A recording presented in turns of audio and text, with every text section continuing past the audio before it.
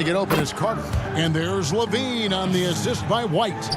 LaVine's got the opening basket of the game for the Bulls. On some highs and lows for Kobe White in his rookie season. But you can see the upside he possesses, Kevin. White can get hot and fill it up in a hurry. And here's LaVine who brings it up for the Bulls. Right here. To the paint. Count it. And with White, how about a 23-point quarter early in his NBA career? White's numbers were pretty bad overall. But with that huge quarter he had, the streaky shooting, you can see what lies ahead for him. Shots good by Middleton. And this is what Middleton does. Hit trades. He's one of the best in the league at helping his team space the floor. Here's White. Carter at the elbow. Back to White. That one falls, coming off Carter's feet. And once he got to 10, I think he was surprised to find himself that wide open. Yeah, very little resistance. I mean, you had to bring much faster help than that. It's White on the wing. Guarded by Bledsoe. The pass to Carter. Back to Porter.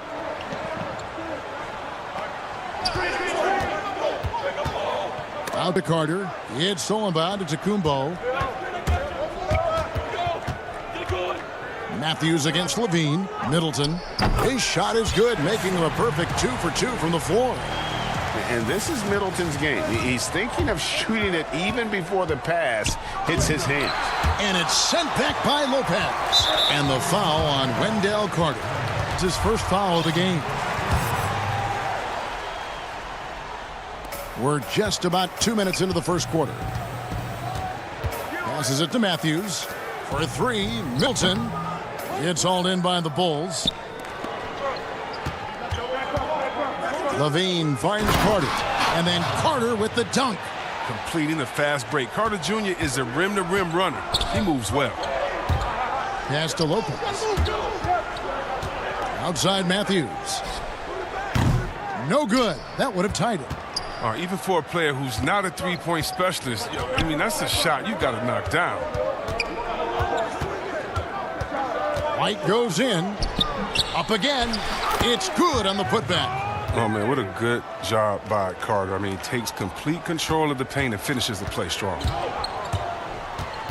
Stolen by Markkanen. Here we go, one-on-one.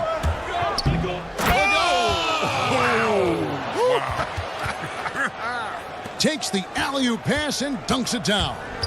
And how's that for a one-man show? Put this fella on Broadway. The most magnificent alley-oop we could have seen. Here's LaVine. Inside. And Carter with the basket on the assist by LaVine. Carter's got 10 points in the game.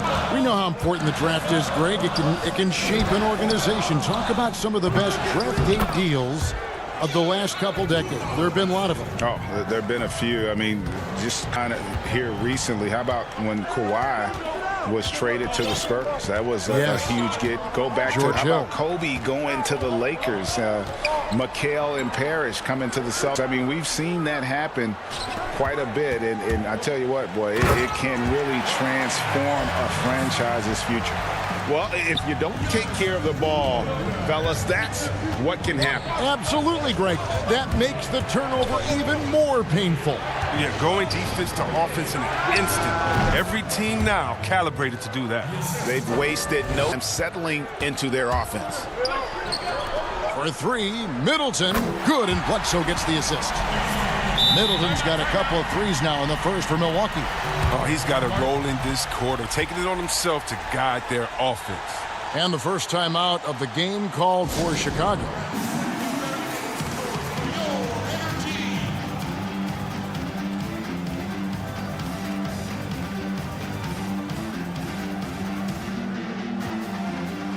A platoon swap here for Milwaukee. 51 seconds left to play in the first quarter. Done outside.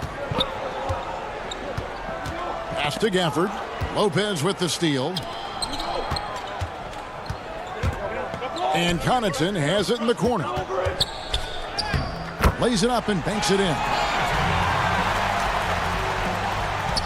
Chicago leading. Dunn passes to Gafford. Puts the move on. Rips a terrific move. What unselfishness from the young guard, Dunn. He's making more of an effort to distribute the ball.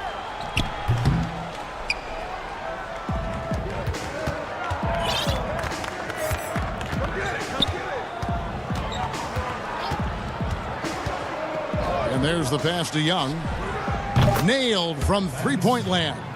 And the lack of effort to fight over the screen there makes that an easy shot. We see this all too often. You have to be willing to put it in. Offense, the order of the day is the first.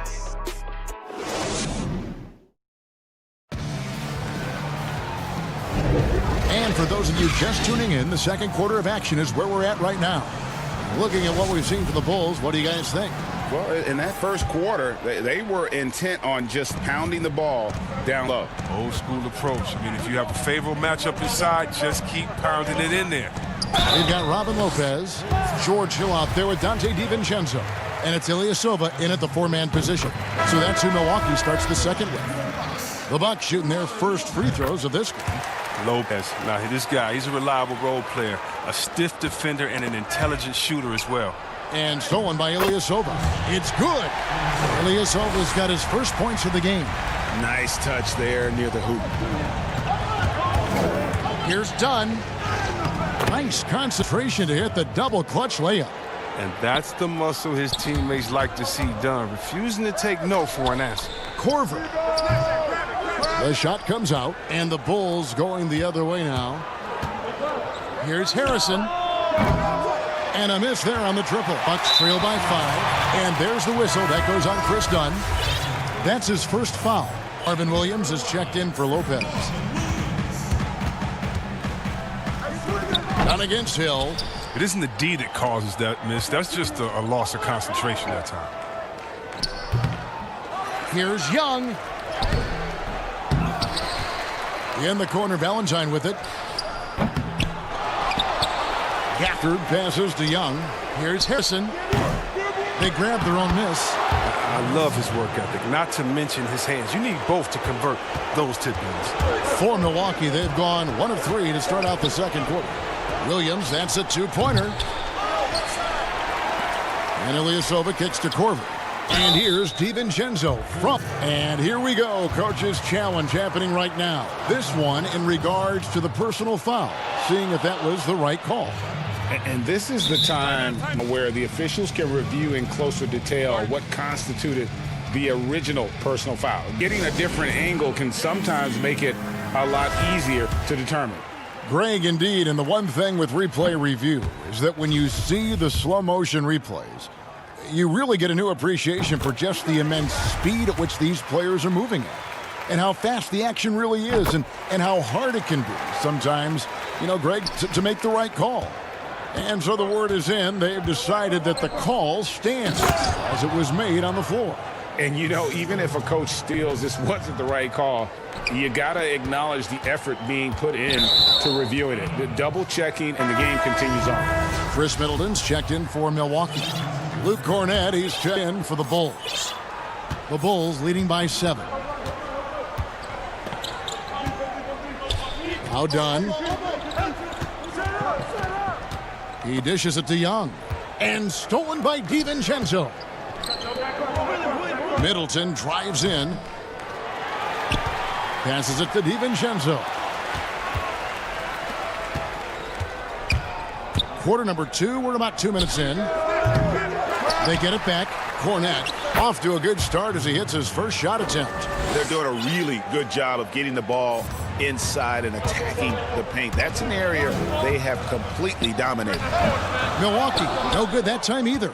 Not sure what the D was doing there. Clearly a breakdown. You can ill afford to give a guy like him that good a look. And here's Williams now. He'll bring it up for the Milwaukee Bucks. They trail by 9 points. Good defensive work there by Young. Time called here. The Bulls decide to talk it over. What is it you like to see from that position on the floor? I think first and foremost, leadership. It's so valuable at that spot, and you know you always gotta have head high because your teammates are feeding off. Oh, the power on that throwdown! Wow. Never afraid of being flashy with the ball. LaVine has a knack for making the defense look foolish. Knocked loose, stolen by LaVine, and here we go. The Bulls fast break. White wide open. He fires. The three-pointer no good. Matthews against Carter. Matthews no good. Pass to LaVine. Back to White. From deep. Tips it up. And Carter with his second chance points. Carter's got the lead up to 13 now for Chicago. And that's a pure hustle play, getting to the offensive glass for the tip-in. And that's the kind of quality you see in any strong offensive rebounder, isn't it? He's cooled down a little bit after draining those 2 3-pointers in the first quarter. The putback controls the rebound and puts it back up and in. Timing on display. I mean, you got to respect Win Carter Jr.'s ability to read where misses are going and pounce on them. Got that bucket in, no time at all. Antetokounmpo's got his second bucket of the night. Oh, don't forget about this fella for a second. He is the definition of danger. And White slams it in. No easy way to stop White on the drive. He's got speed and agility on his side. Bucks trail by 14. Matthews passes to Bledsoe. The shot from the low post is good. And despite the hot start from beyond, they've gotten away from shooting the triple. Outside, LaVine. 2 free throws coming up, and they call the shooting foul. That's on Brook Lopez. No fear trying his luck inside. You know he has hop. It's his first trip to the line.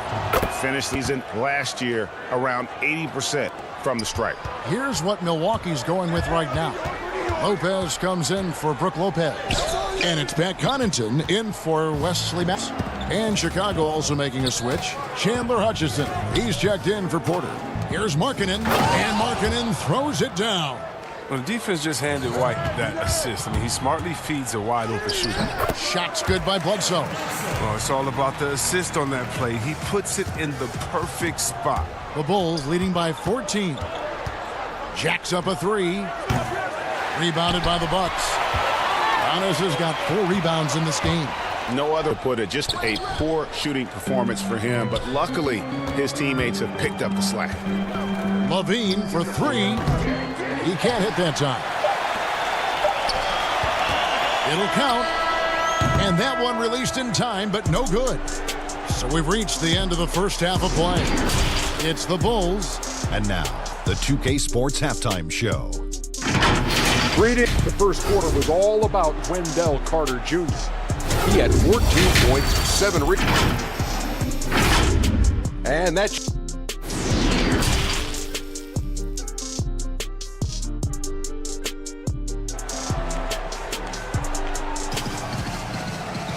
And after a very lopsided first half, see if things play out a little more evenly here in the second. A fantastic game from Wendell Carter in this one. Yeah, pretty much all throughout that first half, and he was taking care of his business on the low blocks and getting more than his fair share of dunks. Well, they haven't found a way to keep him quiet inside. I mean, their best bet probably would be to deny him the ball altogether because when he gets it, they can't stop him. So for Chicago right now, Porter and Markkanen, the duo at forward. White and LaVine team up in the backcourt. And it's Carter in at the 5, down low. And Hill, comfortable in the open floor. He can go. Chicago leading by 12. Now here's LaVine. Another shot. Kicks it out to Markkanen. That's in there. Carter with the assist. Carter's got his 3rd assist on the night. Continuing to show activity on the offensive glass. Second chance buckets have been huge. And now, Wendell Carter, a great young prospect for the Bulls. Kevin, he's seen steady improvement so far. They believe he'll be a factor for a long time.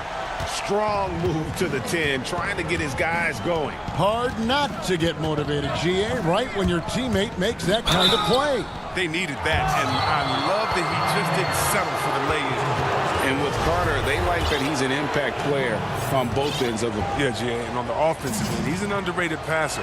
I can see him taking more playability in the future. The ceiling on his skill set is very high. Chicago making some changes.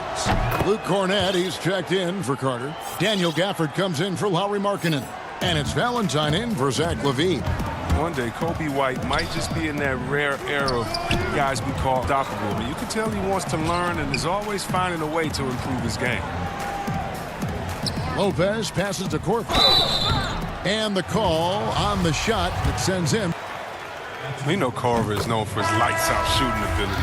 He's a long-range bomber who continues to shoot at a high clip. Young's checked in for Chicago. Dunn comes in for White.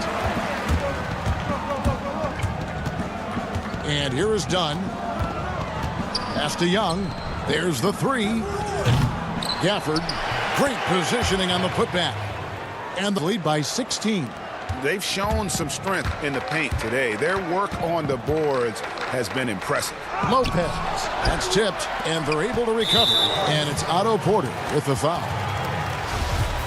That's foul number 2 for him.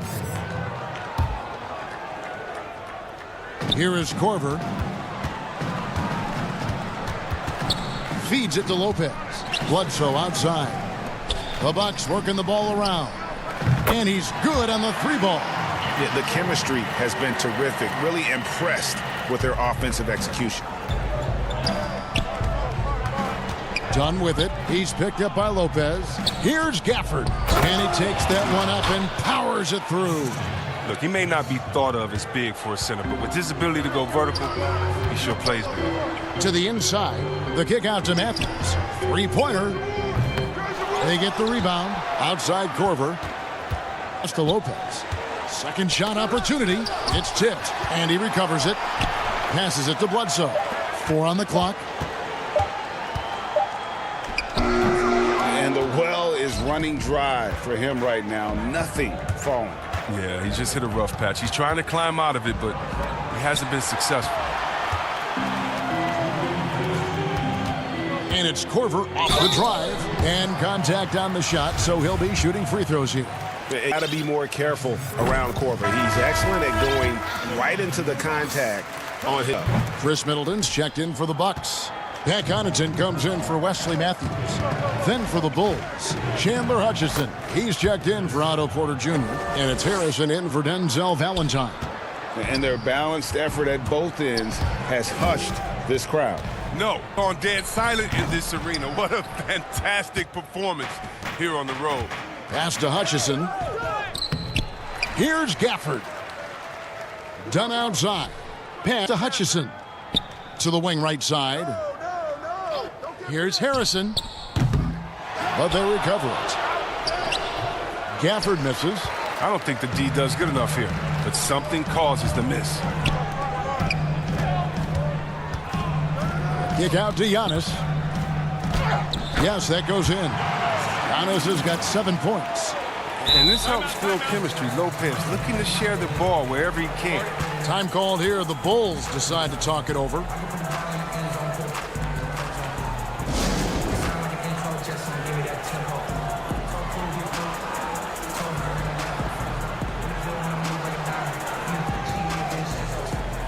And some changes here for the Bucks. Marvin Williams is checked in for Lopez. And it's Dante DiVincenzo in for Kyle Korver. Chicago also making some changes. Carter, he's checked in for Daniel Gafford. Porter comes in for Chandler Hutchison. And LaVine subbed in for Harrison. And again, Chicago, no good. Bucks trail by 14. Kicks it down to Middleton. And out of bounds as Chicago gains possession.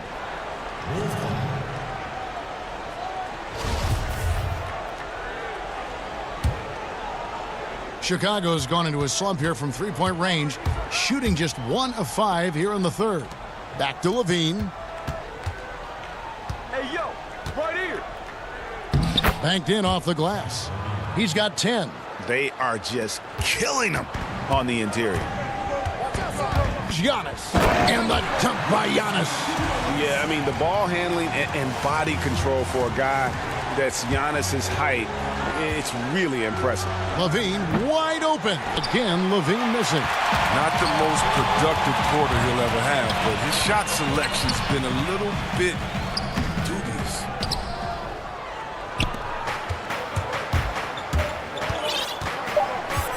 From past the arc, drills the three-pointer. Levine's got 5 points now in the quarter.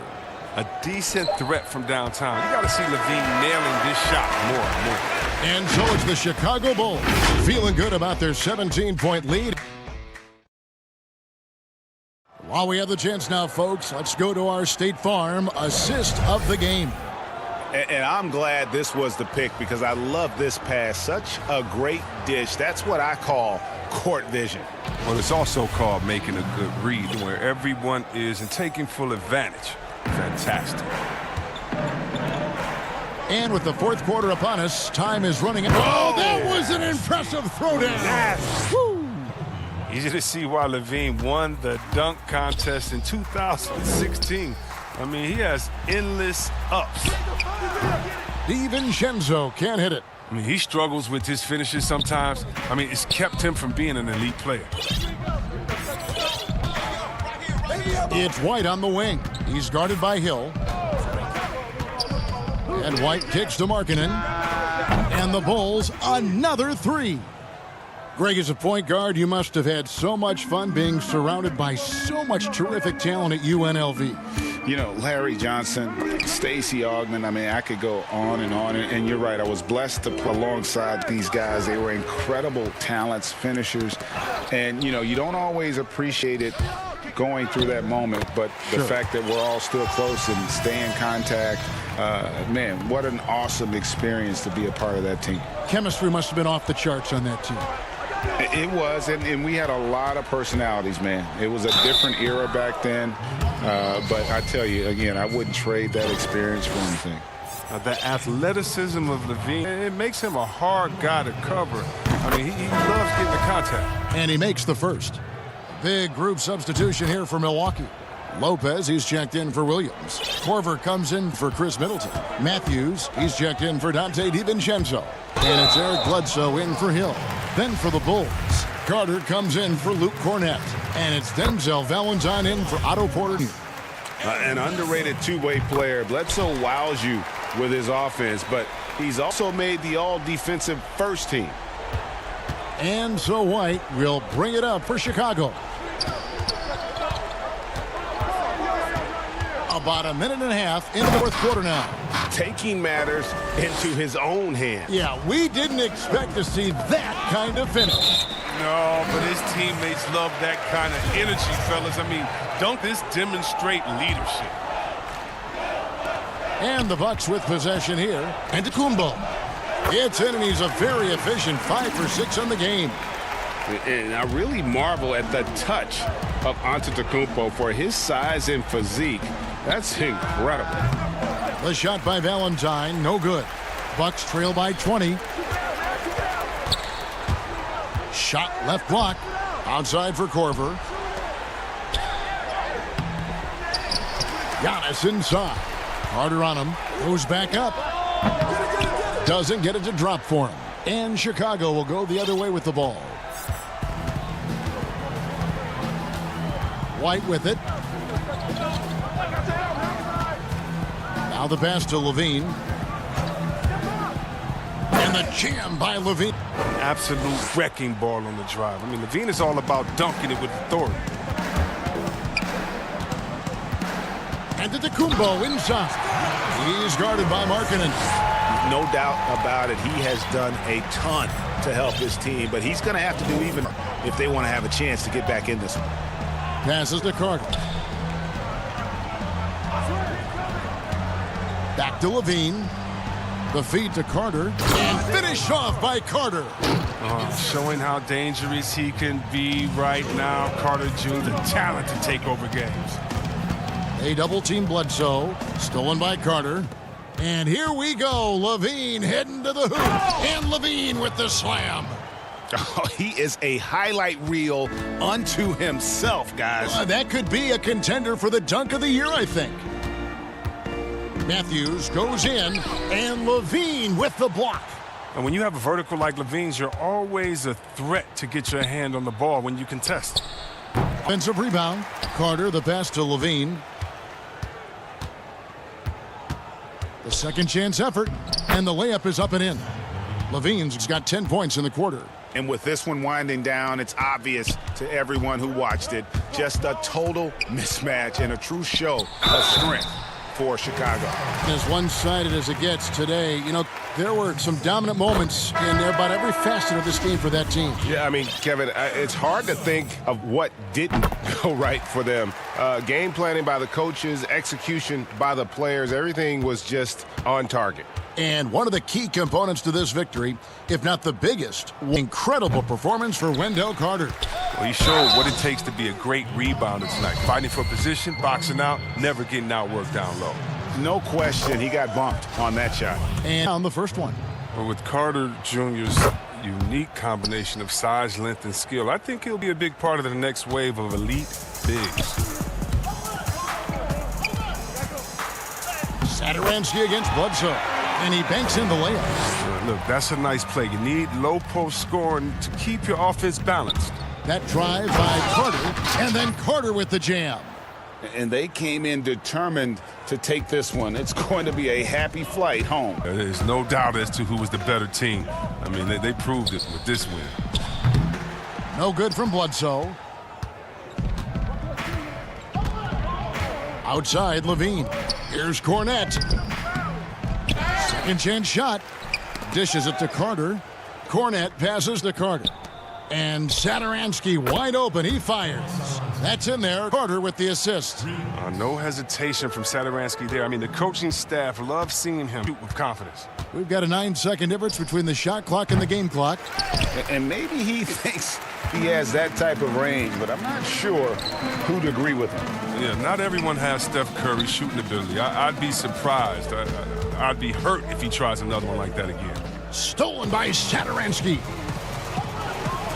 The open shot, Levine. And off the front, and in it goes. Oh, easy look provided by Carter Jr. Always helps when he can move the rock.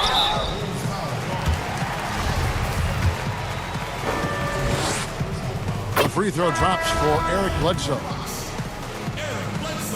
And Eric Bledsoe drops them both.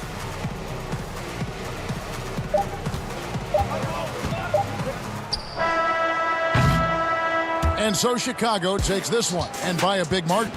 To come into an opponent's building and dominate the way they did tonight says, I think, Greg, an awful lot about. I guess they don't need home cooking to feel.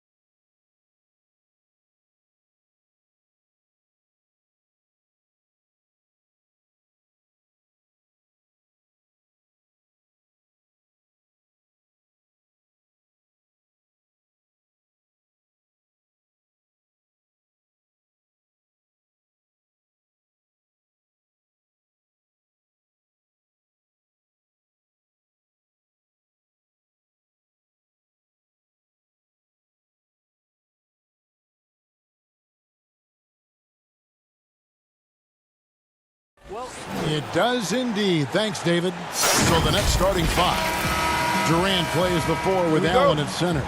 Then there's Karis LeVert. Then it's Kyrie Irving, and it's Dinwiddie in at the 2.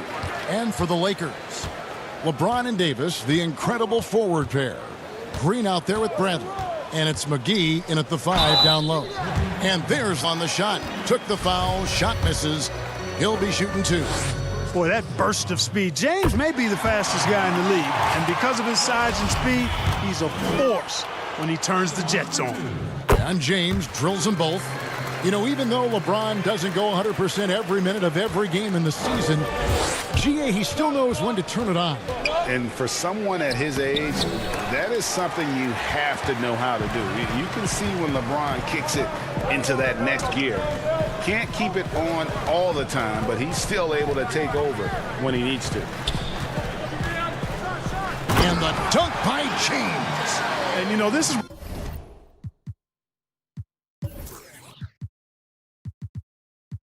where James is most dangerous, attacking and looking to tear into that defense. Irving passes to Allen. Yes, and it's Irving picking up the assist. And once he got to the 10, I think he was surprised to find himself that wide open. Well, this early, they're showing a lot more energy on defense. It's not there.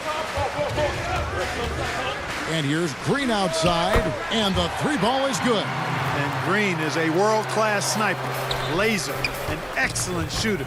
Great at getting his puppy set on these shots from deep. By McGee.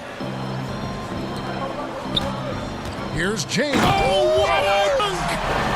It never gets old seeing LeBron throw it down, especially when he decides to do it with a little flavor. A nice shot by Irving. And he likes to...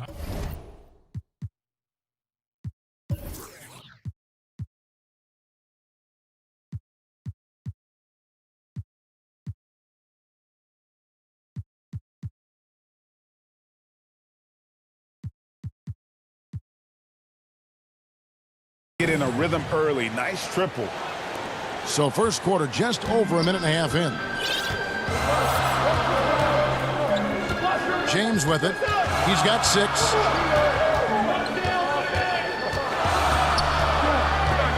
Over in the corner, Green. And there's the 3-second call. This one on the defense. Lakers shooting their 3rd free throw shot of the game. Definitely an area where they can improve. Only 73% as a team from the line last year. And the technical free throw is good. You know, I tell you what, you can make a case he's the best player in the league. Davis is really the total package, both ends of the floor, and he continues to get better. 5 on the clock. And here's James outside. Not going to go that time. Some solid defense there from KD. Irving, his second shot goes in, off to a good start, 2 for 2. Would have been impossible for KD to his teammate there. He was wide open. James outside. They kick it out to Green. Pass to McGee. And the foul called on Jared. That'll be his 2nd foul of the game.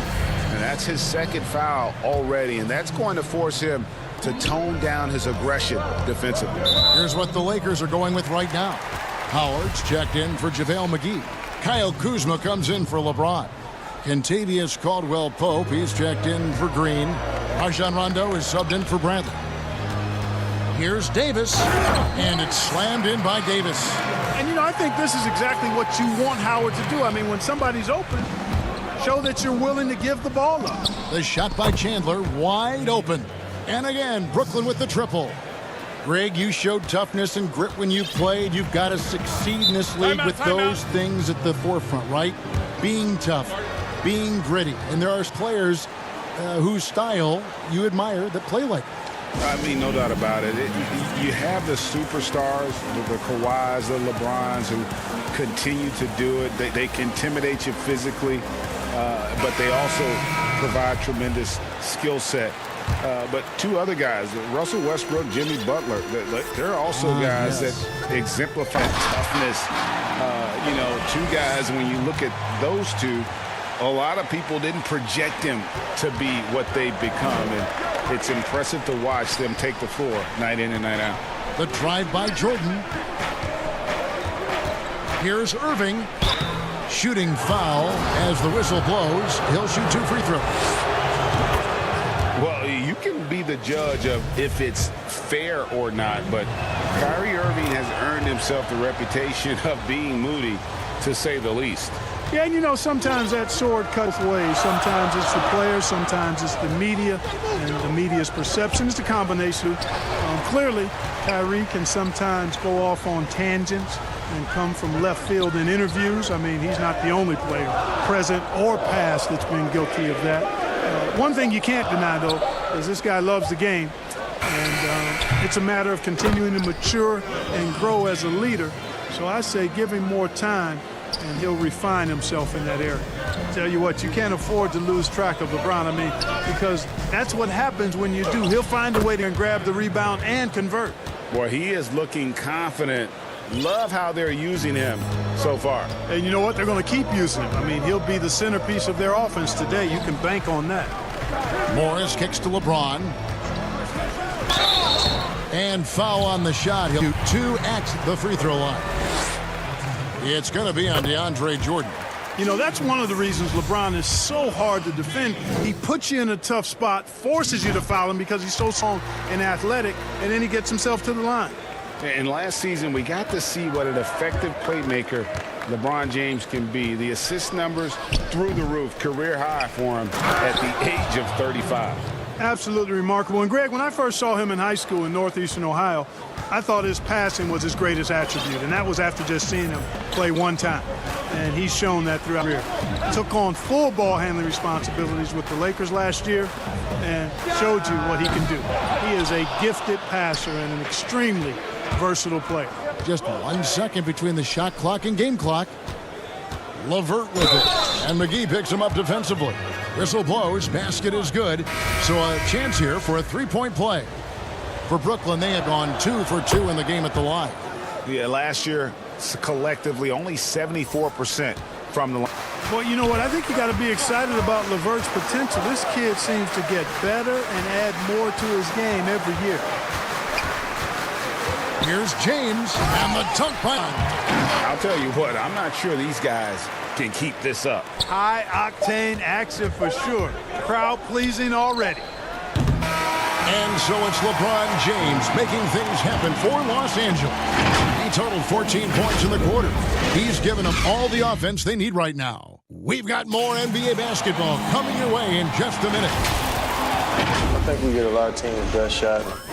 And Greg, it's one of the great challenges of being one of the teams to beat. That's the difference with a superstar like Durant. He can give you elite play from start to finish. Lesser guys can do that only in spurts. Some good action already in this one, but a fairly even matchup after the first quarter of play. And a look at the scoring breakdown for the Lakers. With the aggression they're showing early on, I mean, they're driving it to the hoop with authority and force. Yeah, also something I like out of them so far, they're throwing their bodies around in the paint, and the physicality is taking its toll. Setting the floor for the Nets. Irving and LeVert are at the 1 and 2. Durant is out there with Jordan, and it's Allen in at the pivot spot, manning the middle.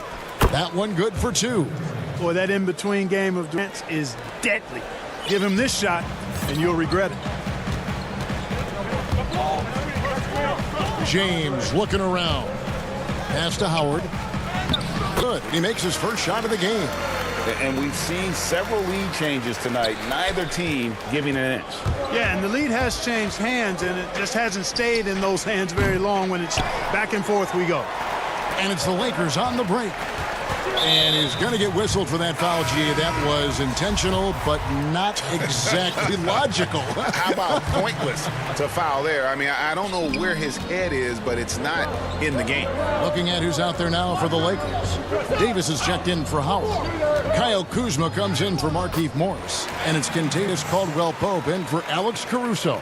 Boy, AD's showing you how strong and willing to work he is, because that was a difficult bucket there. Irving passes to Chandler. Now Irving, 9 points in the game so far. He gets it in there. And his presence as a scorer, it just has a calming effect for the rest of the team. He's a fallback option whenever they need one. And Kuzma has it in the corner. Caldwell Pope outside. And here's Davis for three. And again, it's the Lakers from deep. Feeling it from 3D deep, way downtown. AD didn't know you had it like that, big fella. That one's good. The Laker lead is cut down to 3 on the bucket from Irving. You know, the defense has to be better. I mean, you can't give up that look. Outside for Caldwell Pope. And he gets the whistle for the 3-second call. Dwight Howard, he's checked in for the Lakers. And a new group in for the Nets. Kevin Durant's checked in for Chandler. Karis LeVert for Taurean Prince. Dinwiddie's checked in for Joe Harris. And it's Crawford in for Kyrie Irving. Gets it to go from beyond the arc. Boy, Karis LeVert has done a nice job elevating making ability, which helps him and his team. And guys, Karis LeVert can do so much while he's on the basketball floor. The problem for LeVert is just staying on the basketball floor. Yeah, injuries have really slowed him down the last couple of years. Really good court awareness that time from Anthony Davis, seeing the floor and making the right decision.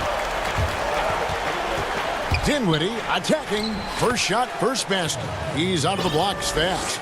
Not much resistance from the defense. Easy play that time for him. Outside, Davis. And in the second quarter, a little under 3.5 minutes played already. And Kuzma slams in. Nice job at slipping to the right spot after setting the screen. That's one of the best times to get yourself open. Kuzma, you can't lose track of that guy. And it's Allen with the jam. Oh, just solid on the one-handed slam. And guys, when it's a tight ball game like this, he's the guy they want with the ball. Somebody you can count on. He is an extremely reliable finisher. Los Angeles calls timeout. And Jared Allen, the big man out of Texas, part of his impact is how well he moves as a center. Very long and covers a ton of ground on both ends. Big group substitution here for the Lakers. JaVale McGee's checked in for Howard. James comes in for Kyle Kuzma. Green, he's checked in for Kentavious Caldwell-Pope. And it's Avery Bradley in for Rajon Rondo. And the Nets making a change here as well. Gordon's checked in. Oh, and a fast break for the Nets. Durant's running. Another one falls for Brooklyn. Boy, what a graceful athlete. I mean, Durant does a beautiful job moving and slicing through that defense, getting a high percentage shot there. Oh, and the jam by LeBron. And talk about putting some extra on it. That dunk was way over the top. Close game or not, he's going to finish firm when he gets the space. Well, I tell you what, guys, the young kids like to say, that's doing too much. That falls into that category. That was too much.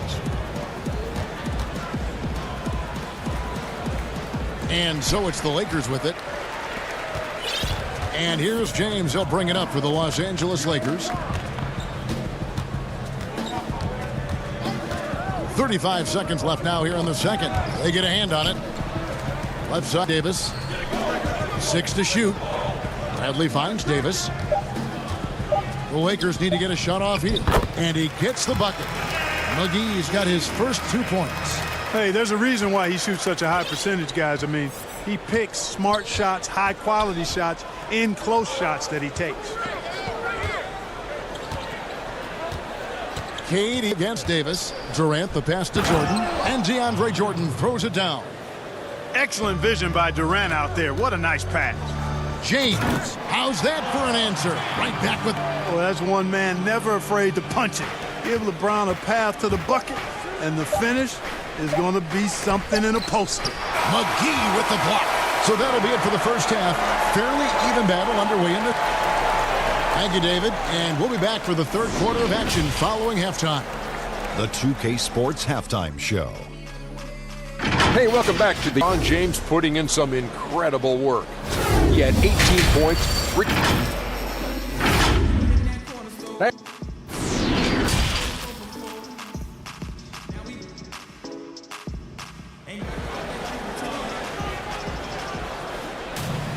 And we're halfway through this one. Plenty of basketball left in a game that's been fairly even so far. What can LeBron James? What an impressive effort today.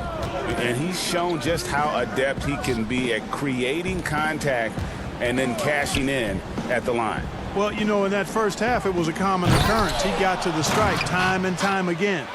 Third quarter action getting rolling right now, brought to you by Gatorade, all fueled up and ready to go. Here's who's on the floor. Taking a look at Angels. Green and LeBron at the 2 and the 3. Anthony Davis is out there with JaVale McGee. And it's Bradley in at the point. Here's Dinwiddie. And oh boy, a lot of contact there, but he gets the call and will shoot 2. That's on LeBron James. And looking back at what was a stellar career, Greg, if there was one thing you could have done different, do you have anything on your mind? You know, I would have loved to have had the opportunity to finish my career in New York. That was a special place, a special time. Unfortunately, that didn't transpire. That's the one thing that stands out. That and obviously not winning a championship. I can understand both of those. Yes. Brooklyn's gone 3 of 5 from beyond the arc so far tonight. Here's Irving. McGee with the block. Yeah, if you had to pick the top priority for McGee, I think that's it. Contest, block shots, get in the air, use that length to deny shots at the rim. That's the kind of aggressive and assertive play they need as we get closer and closer to crunch time. From deep, Green. Yes, it's James picking up the assist. Green's got 8. Third quarter, guys, and this has been a neck-and-neck game. Both teams getting it done defensively as evidenced by the changes thus far. For Los Angeles, they've gone 2 of 3 from the field to start the second half. LeBron outside, trying to get open is Davis. James, no good. Hard to figure out how he doesn't knock that one down. No defender inside. And as expected, Kevin Durant sitting out all of last season, recovering from the Achilles injury. Glad to see him back on the floor. I agree with you, and it was absolutely a no-brainer for Kevin to sit out the season. That type of injury, you give it all the time. And the Nets knew that. They knew when the deal was done that he was going to most likely miss the season. And yet, they did the right thing. And when you have a guy like KD, you want to make sure you're not rushing him back. You want him fully ready when it's time for him to go. Here's Durant. He doesn't hit that one. Davis with some nice D. Second half of play with just under 2.5 minutes gone. LeBron with it. Guarded now by Irving. And it's Durant with the rebound. Dinwiddie wide open. Off target from three-point range. The Lakers in the lead. LeBron drives in. Count the basket and the foul. It's going to be on Kyrie Irving. They've been going to him an awful lot this game, and you can see why. He's pouring it on. Big group substitution here for the Lakers. It's Dwight Howard. He's checked in for JaVale McGee. Kyle Kuzma comes in for Davis. Caldwell Pope, he's checked in for Green. And it's Alex Caruso in for Bradley. Then for the Nets, Jordan, he's checked in for Jared Allen. Chandler comes in for Kevin Durant. And it's Taurean Prince in for Dinwiddie. And the dunk by LeBron. Another one of those special nights for LeBron. I mean, you know, if he sticks around till he's an older fella, that all-time scoring career mark, wow, might be in jeopardy. If you allow him to get that close, you deserve to get scored on. Lakers leading by 5. Third quarter action and just under 3.5 minutes have gone. Now here's LeBron. He's got 23 over in the corner. Well poked. It's stolen by Harris. Oh, and here we go. Irving's got it. The fast break chance. And it's sent back by Howard. Get that weak stuff out of here around Howard. Return to sender is what he stamped that one with. How about the hands on display there around the basket? I mean, he does not let those opportunities slip away, and that allows the lead to grow. Irving for 3. Rebound by Howard. No doubt it's been a bit of a struggle for him here in this quarter in terms of scoring. LeBron kicks to Caruso. The pass to Kuzma. Prince against James. And Jordan sends it back. Hey, you know he's around, and that's what he does. DeAndre Jordan throwing that shot out of there. And the Lakers with another turnover here. We have got to see that sensational mobile one block again. And that's what it needs when they're trailing. Energy on D. Rajon Rondo's checked in for LeBron. LeVert's checked in for Brooklyn. Harris passes to Chandler. Back to Harris. Nets passing it around. And the dunk by Chandler. You know, with Harris, if you're open, he's going to make sure he finds you. Los Angeles leading by 5. Rondo kicks to Caruso.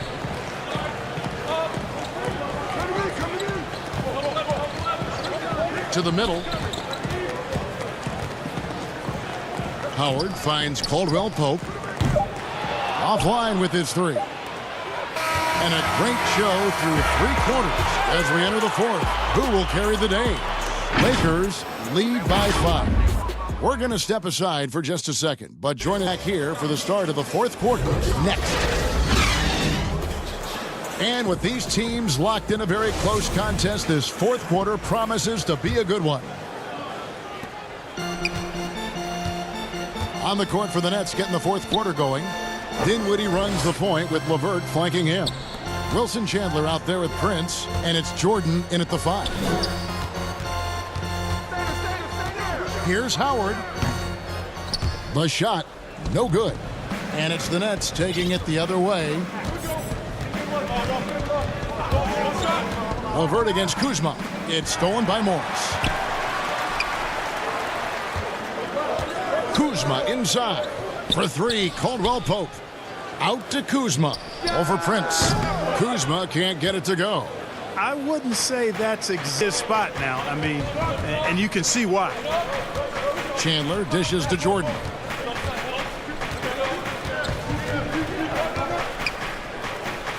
Morris with the block.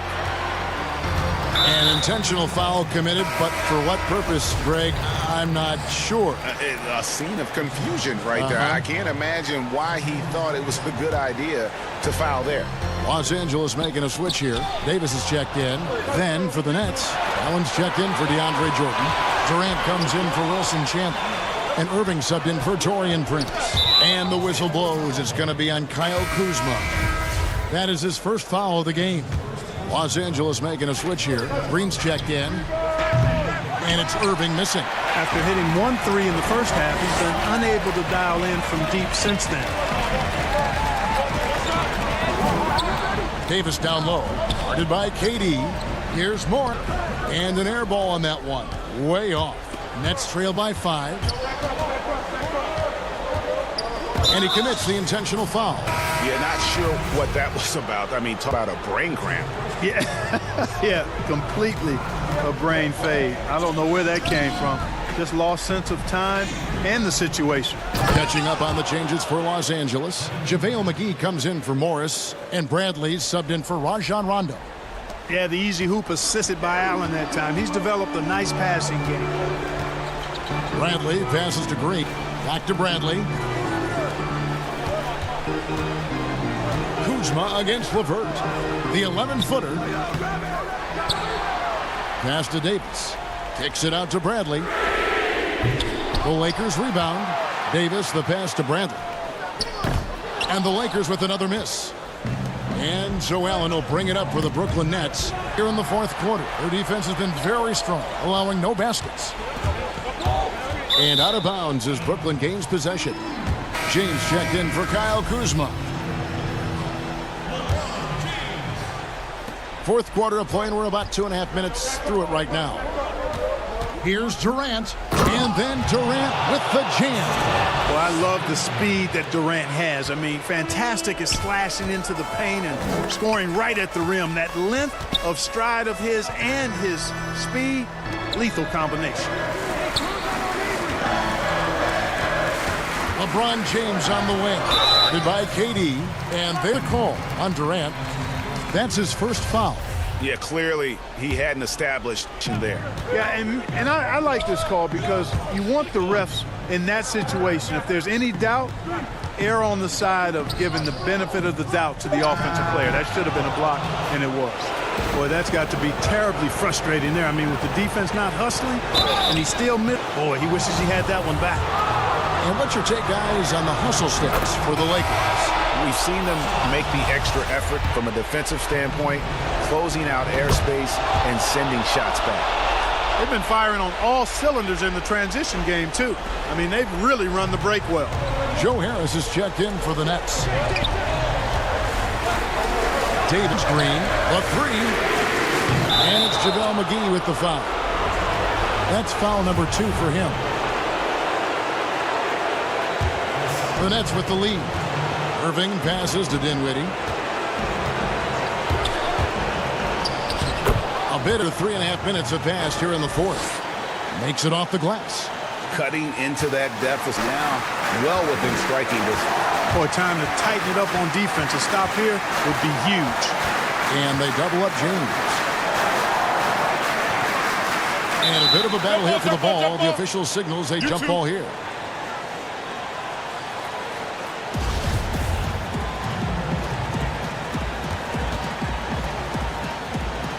And so it's Brooklyn with it. Nets leading by 3. Down low, and Allen slams it in. Allen's got some old school big man in him. He's got great hands and mobility and does a good job finishing above the rim. Los Angeles has gone 0-3 so far in the fourth quarter from long range. Right side Green, and out of bounds as the Nets gain possession.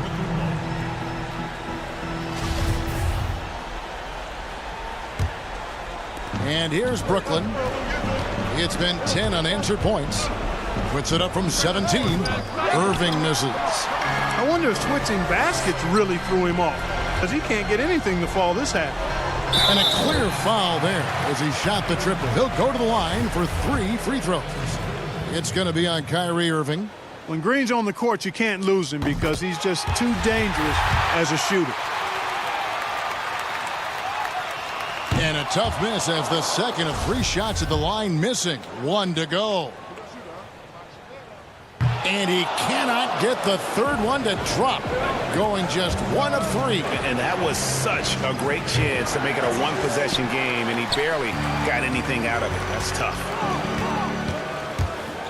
And it's out of bounds. The Nets will take it the other way.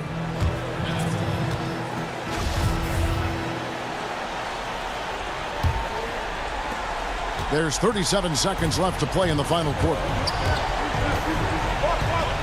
Durant kicks to Dinwiddie. Durant against Davis. And good that time. Well, in my mind, KD is one of the top 10 all-time guys that you want taking that shot. His length, his ball handling, his shooting, and his confidence makes him huge in late-game situations.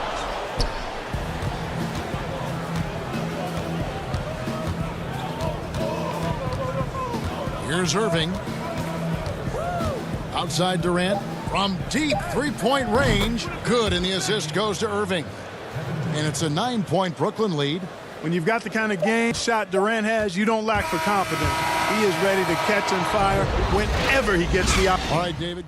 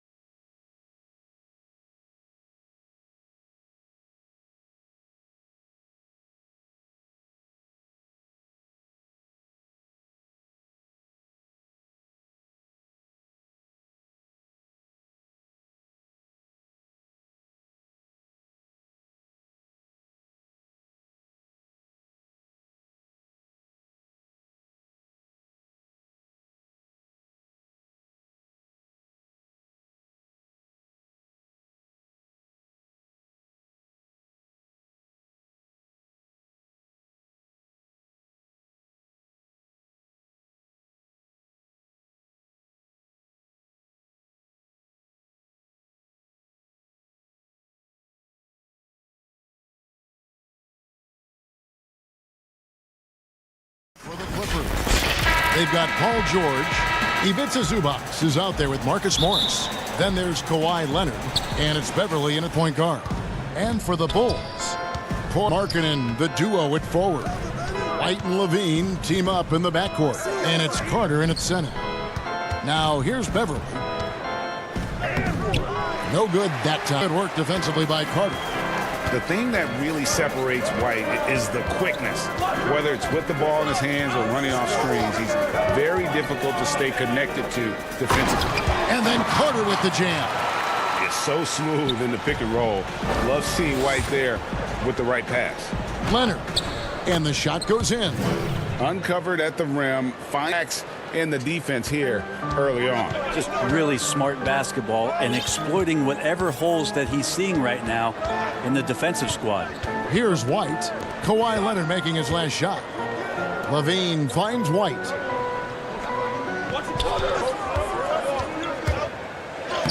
And he uses the glass on the layup. And last year, Greg, we saw White more comfortable in the offense as the season went on. You know, more scorer than a playmaker at this point. Drafted 7th overall because he has the potential to do both. If he can add strength and cut back on the turnovers, he's going to be a very good player for a long time. And so here is Chicago after the Clippers pick up 2.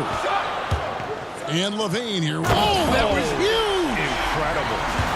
And there's a reason Levine was a back-to-back champ at the slam dunk contest. He doesn't waste an opportunity to put on a show.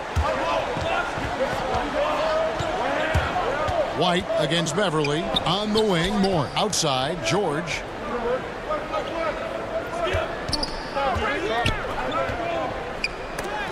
And Levine with the block.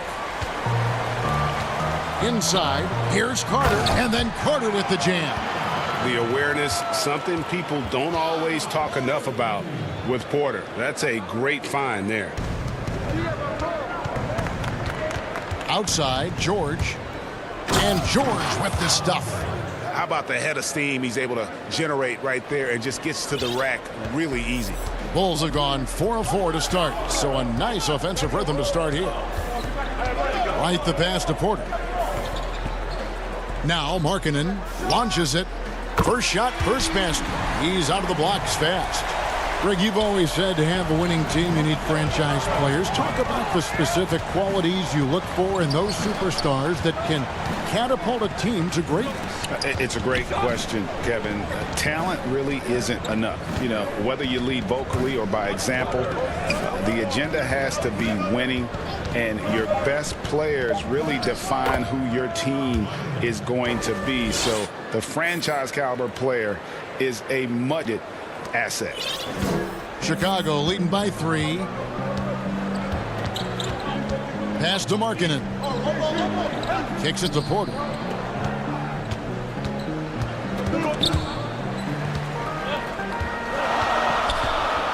Six on the shot clock. Carter against Zubac.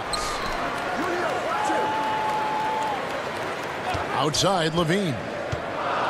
Tries again. And foul. And folks, the coach's challenge has been initiated for a personal foul. Close game like this, and he thought it wasn't a good call. And I think when it comes to some of the more difficult calls to make, personal fouls can be tough. The action is so fast that it's really tough to catch everything in real time. The wonders of technology, Greg. We've seen replay reviews so effectively, and involving the coaches by being able now to challenge like this is something a lot of people have been hoping for. And so the word is in. They've decided that the call stands as it was made on the floor. And, you know, even if a coach still feels this wasn't the call, you got to acknowledge the effort being put in to reviewing it. The double checking, and the game is on. Catching up on the changes for Chicago. Daniel Gafford's checked in for Wendell. Young comes in for Lauri Markkanen. Chandler Hutchison, he's checked in for Porter. And Chris Dunn subbed in for Kobe White. It's Williams with the drive. Oh, a nice defensive play to disrupt the alley-oop. Dunn outside. 59 seconds left to play in the first. Young. He hangs in there and cashes in on the second chance points. And the story here, Kevin, early on, is how well they've shot the basketball. Jackson kicks to Shamet. Back to Jackson. Lays it up and in on the nice reverse. He's so concerned with Shamet and his shot-making ability, he makes the play that time. Dunn passes to Levine.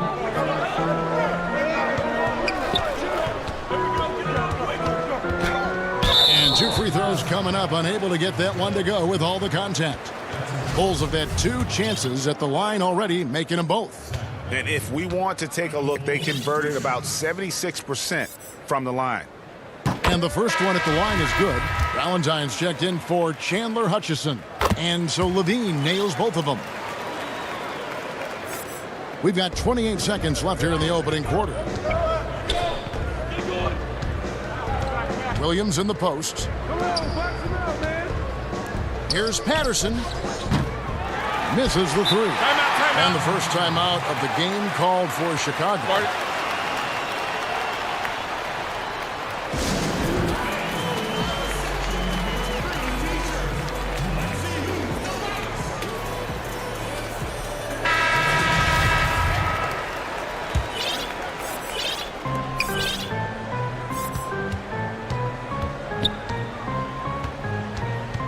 Williams against Dunn. And the pass to Harrison. Fires from the wing. Unable to get that one. The defense better tighten up on the mid-range. They were much tighter. And we reached the end of the first quarter. It's Chicago. They're up by 7. From the United Center in Chicago. Back in a moment. And thanks again for tuning in. If you're just joining us, we played through 1 quarter of action so far. And before we move on, what do you guys think about what we've seen so far from the Bulls? I mean, the rebounding was the difference in that first period. You've got to block these guys out. Yeah, rebounding can also be just about will, and they showed some of that in going in there and collecting some boards. All fueled up and ready to go. Let's reset the lineups courtesy of Gatorade as the second quarter gets going. Taking a look at the Bulls. Harrison out there with Dunn. Then there's Valentine. And it's Young. And it's Gafford in at the center, filling out the middle. Back to Valentine. Dunn looking over the floor. Bulls moving the ball around. Shot clock at 5. And that one clearly a foul. Gets the whistle and 2 shots coming up. It's going to be on Montrezl Harrell. Around the free agent race last year, for your money, Greg, who would you have rather taken? Kawhi and PG, Kevin Durant and Kyrie. Oh, wow. I tell you what, it's a tough call. You know, Kawhi's got a couple finals MVPs. KD's got a couple. Kyrie's got a ring. It's a tough call. I mean, PG is more than capable, man. I think it's a toss-up, partner. I agree. Yeah, I'm going to agree with you. Changing ends quickly, he's rewarded with a high percentage look. Yeah, the defense trying to do their best to slow him down, but when he gets room like that, you got to look out. It's going to be out of bounds. Los Angeles will retain possession. Great energy on the deflection and a good job disrupting their offense. Yeah, appreciate the work right now on the defensive end. Catching up on the changes for Chicago. Lowry Mark checked in for Young, and it's White in for Chris Dunn. Here's Shamet, and it's blocked. White against Williams. Oh, and he plucks it off the glass. Wow. Here's Shamet. Williams dishes to Morris. Stolen by Markkanen. Fast break. Here comes Chicago. Here's Valentine, and he floats in for the easy 2. Credit the assist on that one. And a solid playmaker. White has a great sense for when he should look to give it up. Williams attacking. 1 up, 1 down. 2 points with his first shot this game. I mean, if the defender is going to play off like that, then you know what's going to happen. There are going to be points put on the board.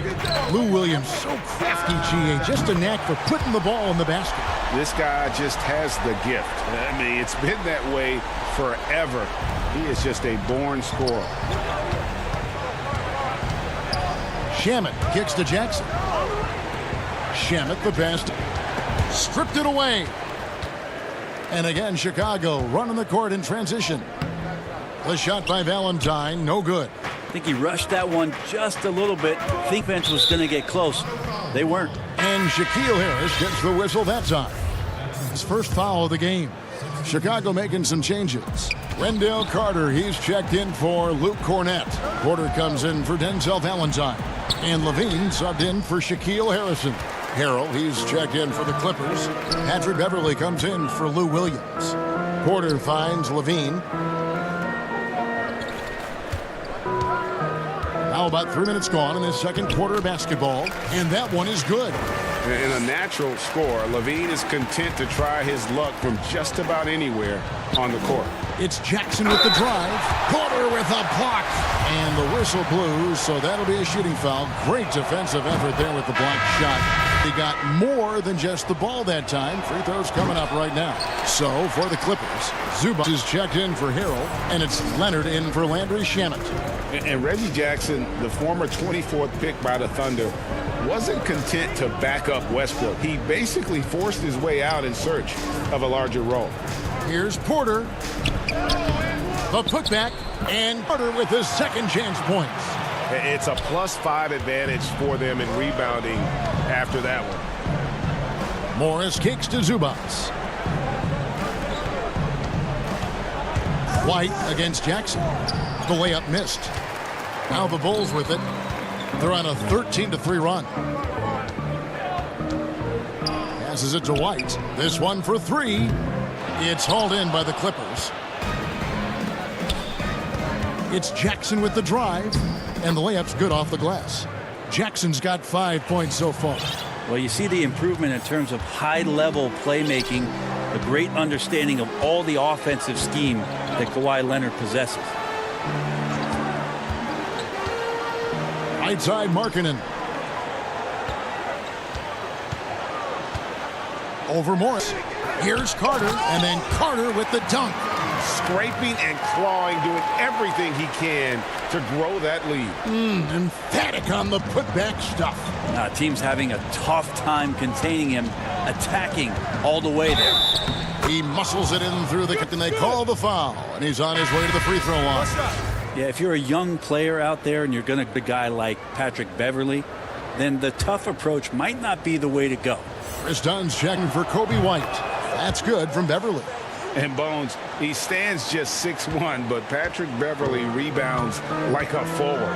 The fact that he's going to bring it mentally, GA, I mean, that's the huge advantage. I think if you're in the opposing locker room and you know you're going to get on the floor, Patrick Beverly is going to be right in your jock for every minute that you're going to be competing against him. Clock at 4. Porter dishes to Carter, and then Carter with the dunk.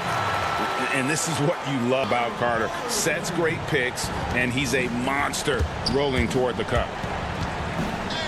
Out to Morris. Outside Leonard. And the dunk by Zubac. And didn't do anything fancy there, but didn't need to. Nope. His only concern right now is getting the points on the board. And so it's Chicago. Up by a dozen here at the end of the quarter. It's the 2K Sports Halftime Show. Welcome back. Of all the NBA nicknames, Shaq, is there a better double on top? And that.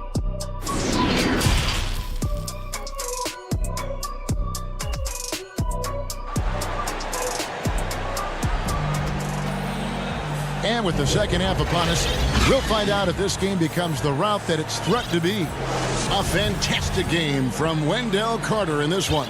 Yeah, pretty much all throughout that first half, and he was taking care of his business on the low blocks and getting more than his fair share of dunks. Yeah, there's not any guy defensively that was bodying him up or contesting the shot, so right now he's feasting.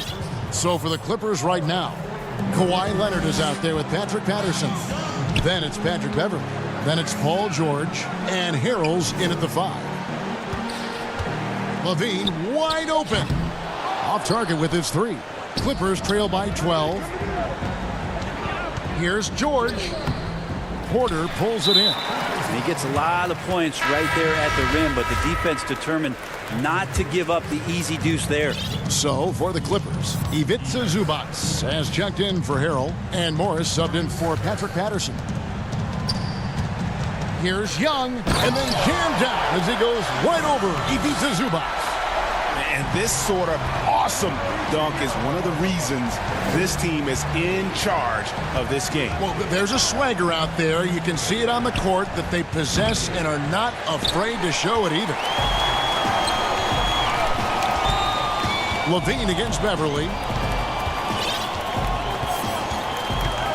Little over a minute gone here in the second half. And LaVine throws it down. And running the pick and roll to perfection there. Much easier to execute when you have a handle like LaVine. Here's George. That shot off. And the Bulls going the other way now. And out of the gates here in this second half, they have not started well. 0 of 3. Beverly against Dunn. Outside LaVine. And that'll be 2 free throws coming up. Officials on the call with the foul. It's on Kawhi Leonard. And how about the confidence on display from LaVine? Just daring the D to get physical with it. Daniel Gafford's checked in for the Bulls. And so he hits both. And Clippers call time here. Giving up a run here. Can they turn it around? Hard to say right now. At this point, I've seen the coaches run through 2 or 3 iterations of defense. Is there a fourth? I'm not sure.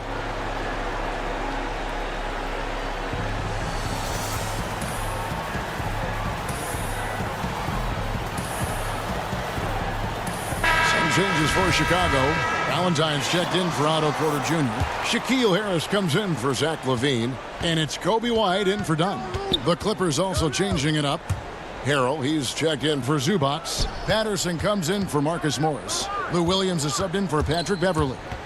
Outside for George. Good on the three-point shot.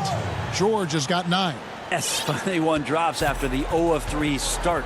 And the versatility of Paul George's game. Elite defense and rebounding, steals and deflections. Think about Paul George moving to several teams, yet still having the impact on both ends of the floor. I think that is a telltale sign that you have an elite talent in Paul George. And they've got a big lead, not just on the scoreboard, but really in the rebounding numbers as well. They should continue to get the ball inside. The defense struggling to contain them. Pass to Patterson. Leonard on the wing. And the shot goes in. 6 points for him. I love the patience, the tactical mindset of Leonard. He's so good at picking his spots, especially on the pick and roll. Here, and White with the stuff. Love seeing a point guard who can explode to the rim like that. Oh, great attitude and even a better finish. Well, just seeking out weaknesses in the defense and then exploiting it.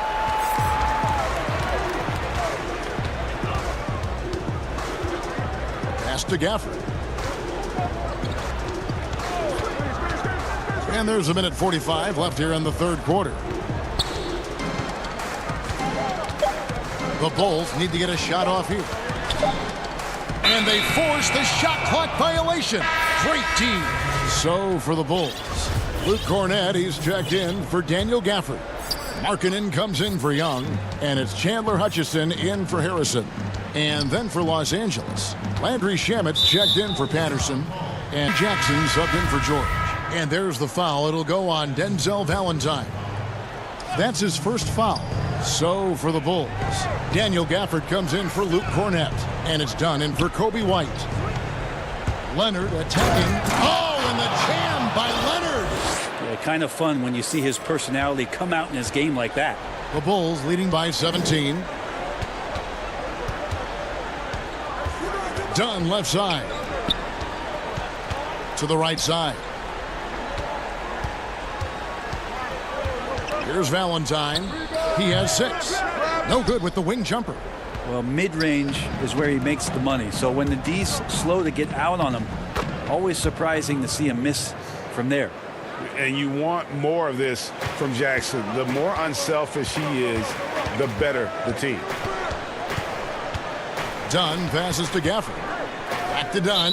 And too much time in the lane. They get called for the 3-second violation. Morris is checked in for Los Angeles. Patrick Beverley comes in for Williams. Clippers trail by 15. On the wing, Jackson. Dunn covering. And he comes up with the deuce.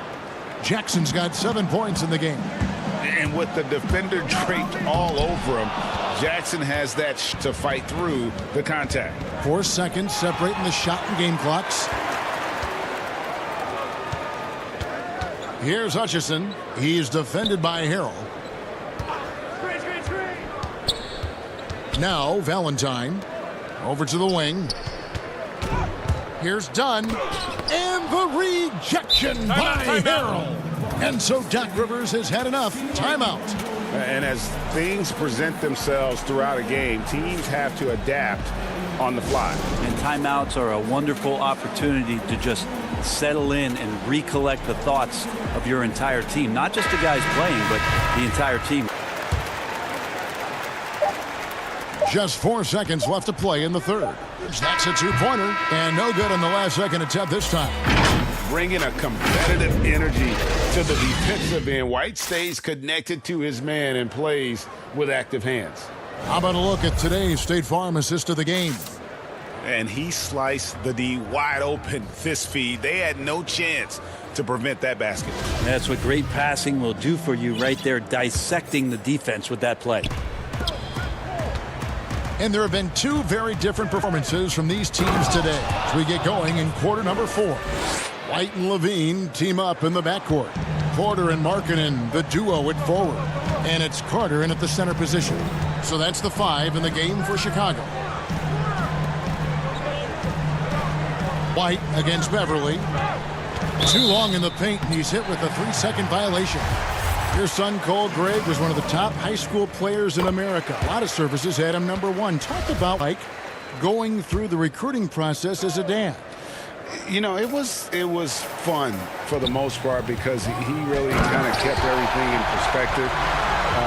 And the teams we dealt with, the schools we dealt with, man, they were all top-notch. So that process, about as enjoyable as one could ask for. But at the same time, it's still stressful, man. That's still your little guy getting ready to head off to college. Well, you're a dad and a proud one at that.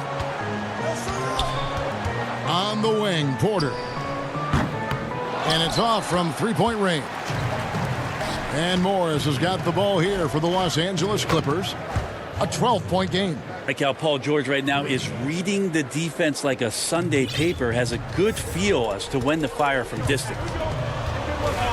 Outside, Levine. And they come right back with their own 3-pointer. Levine's got 4 points now in the quarter. George looking around, and he can't answer back. The 3-pointer offline. And Levine, here we go, and the jam by Levine.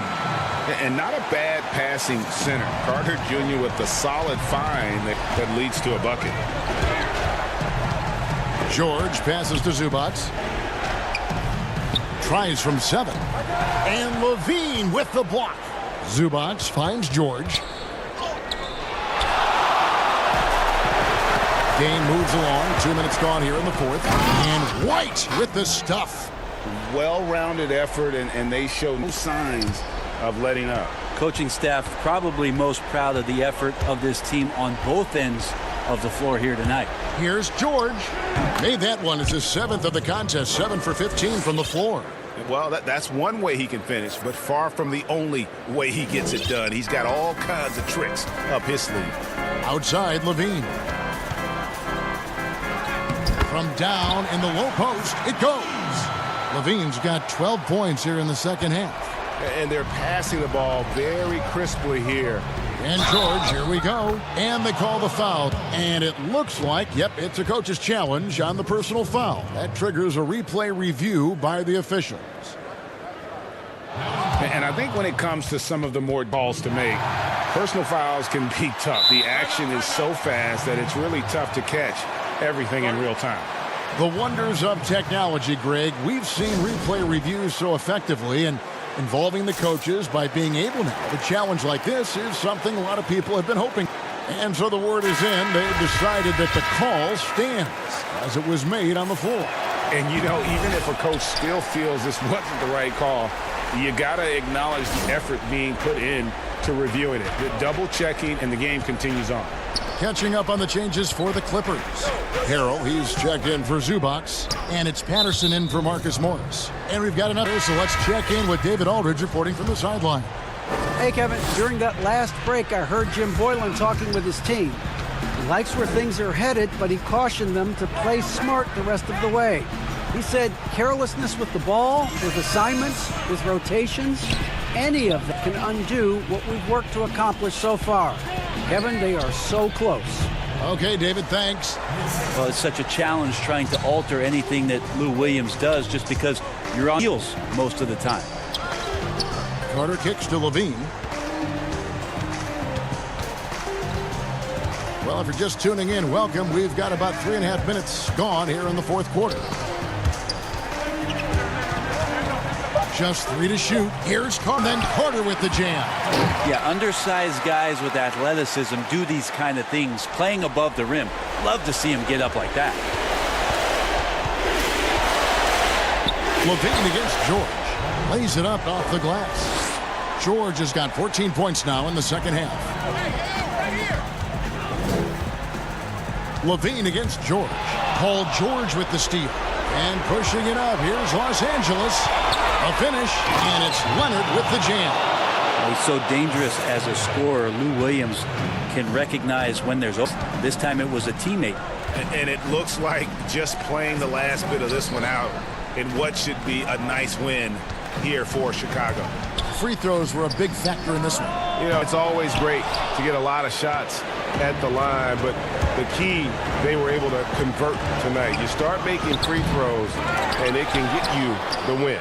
And, you know, looking back at all the contributions tonight, it was a really phenomenal all-around game for Wendell Carter.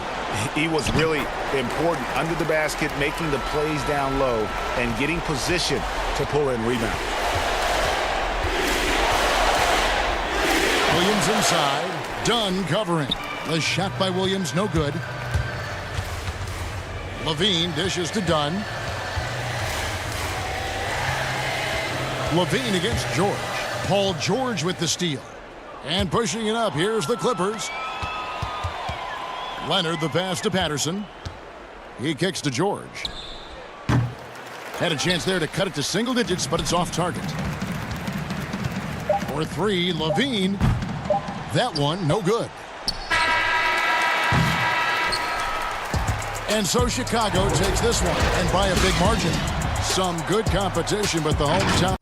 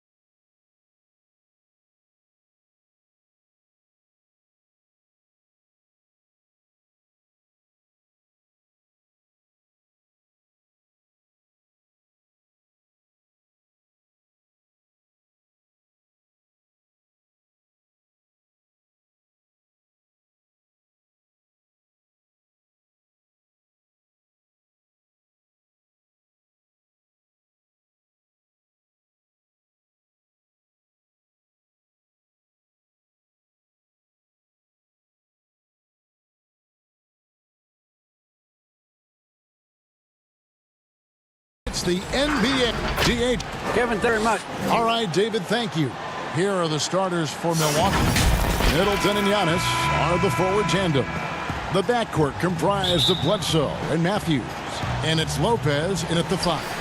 And for the Nets, Durant plays the 4 with Allen at center. Then there's Irving. Then there's Karis LeVert. And it's Dinwiddie in at the 2. Now here's Durant. Dinwiddie's shot is off. Kicks it down to Middleton. Deep benches tonight, Greg, on both sides. This seems to be a growing trend.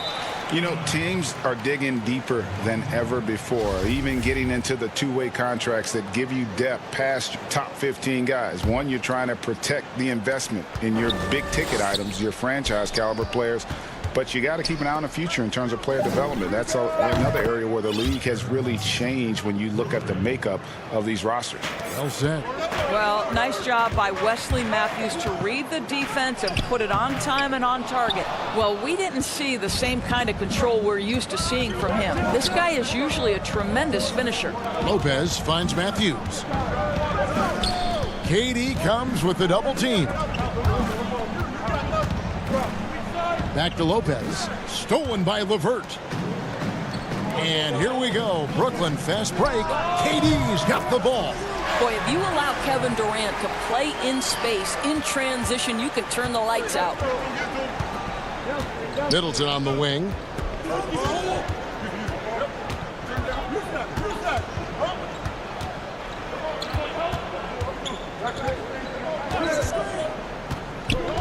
Kicks it out to Giannis. Down to 5 on the shot clock. And so Milwaukee again turning it over. For Brooklyn, they've gone 1 of 3 from the field to start this one so far. Dinwiddie passes to LeVert. Outside for Durant. That's good. And it's with the assist. Durant's got his second bucket. So unpredictable, so versatile. KD's working that pick and roll. The defense has a hard time dealing with it. Now here's Middleton. Cans it from downtown. And that's exactly what he's looking for, draining the triple. Irving against ball.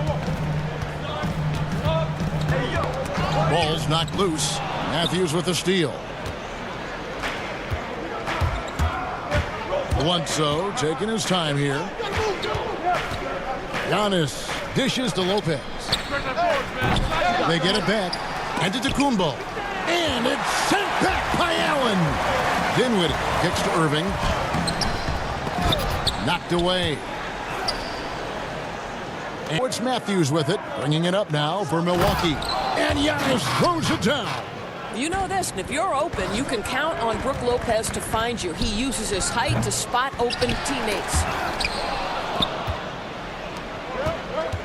Outside Matthews. Bledsoe passes to Giannis. Nice ball movement by Milwaukee. The tray. And Matthews with the basket on the assist from Lopez. That's a really good play call. Right where Matthews wants it. He's a master of the catch-out game. And Durant gets it to go.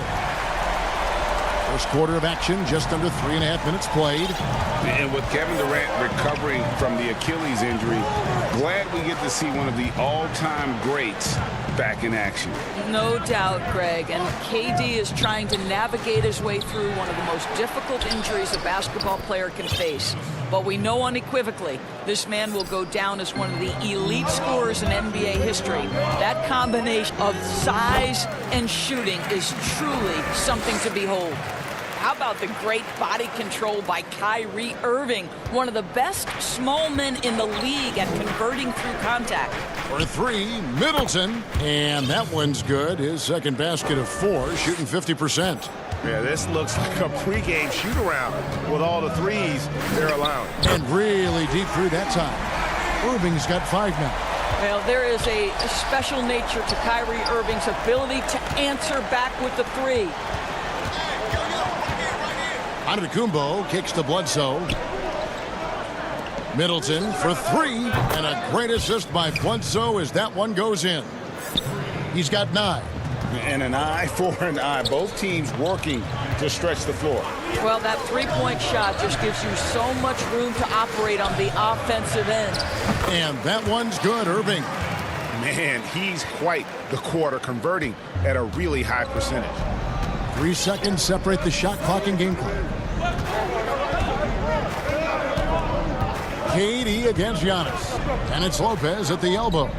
Kick out to Giannis. Middleton for 3, and another 3 for Milwaukee.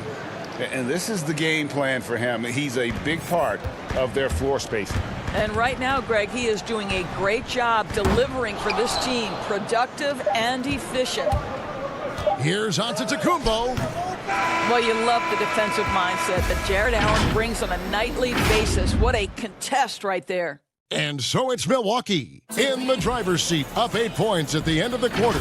They've done a lot of... How can we be the best version of ourselves? Well, Durant may not be the in-your-face type of player, Greg, but he gets the message across for sure. He's not going to yell at you. He's going to show you how it's done and expect that you're as committed to winning as he is. And hope you've enjoyed the broadcast so far, halfway through the first half in this one. And let's quickly break down the game we've seen from the Bucks, guys. Just stretching out the floor that first.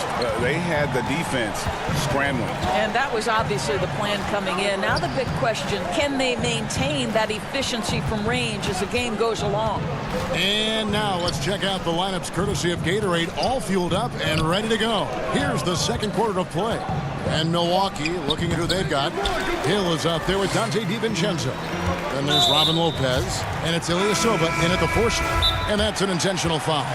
Yeah, not sure what that was about. I mean, talk about a brain cramp. A platoon swap here for Milwaukee. And Milwaukee calls their first time out of the game. Ray, can you really compare players from completely different eras? I mean, people love to talk about the greatest of all time. You know, Kev, some players do transcend eras. There's no doubt about that. Wilt's a great example, and there are many others. But in reality, to your point, the style and the way in which the game was played was so different that it isn't fair. I mean, all you can be is the best of your generation or one of the best, and I think that should stand no matter what the conversation is. Like, there's no doubt in your mind Oscar Robertson could play in this era as well as he played when he played. No doubt. Bill Russell, all those guys. Yes, They're truly yes. great ones. So much of your ability to perform at a high level is built around your confidence and your belief in your abilities. And those guys had it as much as anybody who's ever played the game. And we played just over a minute of basketball here in the second quarter. Here's Jordan, and the dunk by Jordan. If you don't do your work early and push DeAndre Jordan a little bit out of his comfort range, look out. And Doris, make no mistake about it. Spencer is looking to score, an instant offense type of player. And Spencer Dinwiddie knows what his role is, and he plays it perfectly. He can go a little hot and cold for stretches, but he doesn't let it affect him. Dinwiddie's always going to provide that offensive punch that's so critical for you. Kicks it out to Dinwiddie. And now it's Hill running. He can go all the way. Good, and Bledsoe gets the assist. Hill's got his first bucket in this one. Well, out in transition, George Hill knows the spots he needs to get to. Terrific job on the finish. Back to Dinwiddie. KD against Giannis. And he gets the whistle. And now, yep, this will be a coach's challenge. We thought that might happen, triggering a review of the personal foul.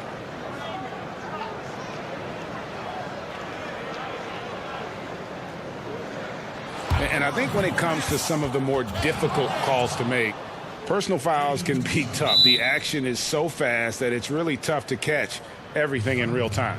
The wonders of technology, Greg. We've seen replay reviews so effectively, and involving the coaches by being able now to challenge like this is something a lot of people have been hoping for.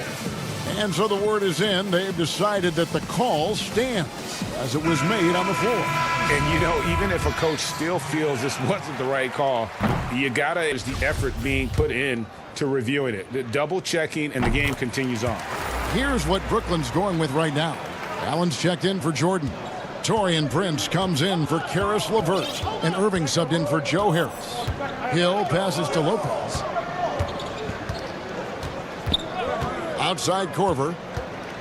Lets the three fly. It's good. His first shot of the game.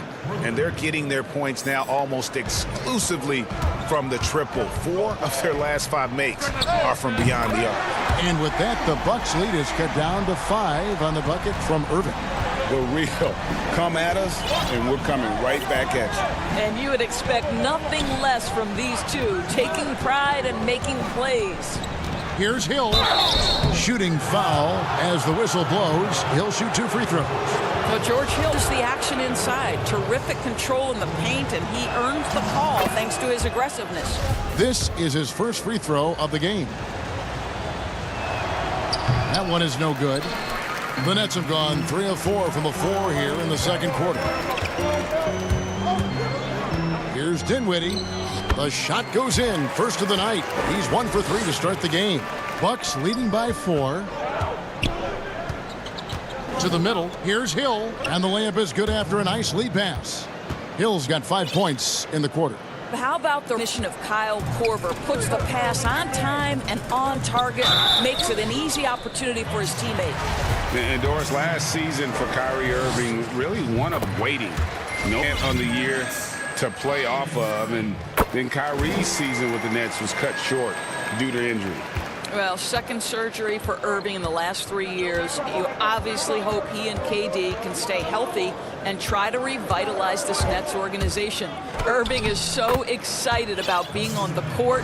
The NBA misses him when he's not playing. Let's hope he's steady. Here's Durant, and then Durant with the dunk.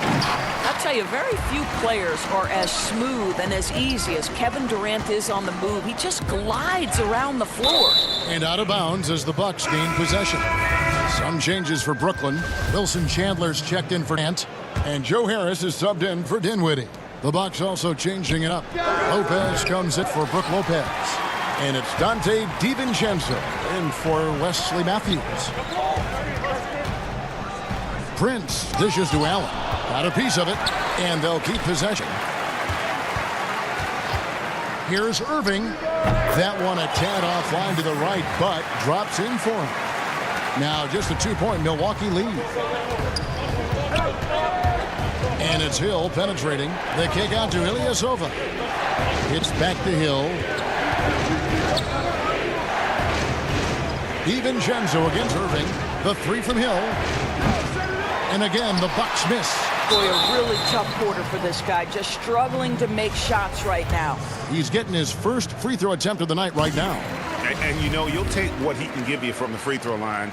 Looking at his numbers, just really not one of his strengths. Shooting in the low 60s last season. Well, think about Mr. Jared Allen. He was not the first family member to get picked in the NBA draft. Let's remember, his dad by Dallas in the famous 1985 draft. His dad, however, would go on to have a playing career in Europe. Now a timeout called by Milwaukee. They're trying to stem the tide here. Yeah, this is why you hate to lose momentum. It can be hard to get it back.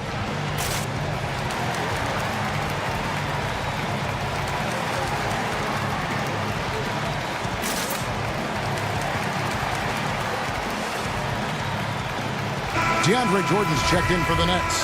Karis LeVert comes in for Wilson Chandler. 29 seconds left to play in the first half. Antetokounmpo finds Lopez. Middleton outside. Shoots over LeVert. Scored the bucket. He's made 5 so far, shooting a very clean 5 of 7. You can't just stop when there's a pick set up. Gotta fight over it as a defender. You know exactly what that takes. It takes energy, it takes activity, it takes intensity. Here's Jordan. Goes up and lays it nice and easy. Jordan's lead up to 2 now for the Nets. Boy, this guy has run this. All right, Dave, thank you. And time now for the halftime break with the third quarter. The 2K Sports Halftime Show. Hey, everybody. What a game it's been for Kyrie Irving. He ended up with 17 points. Well, we know he's a magician. Thanks for joining.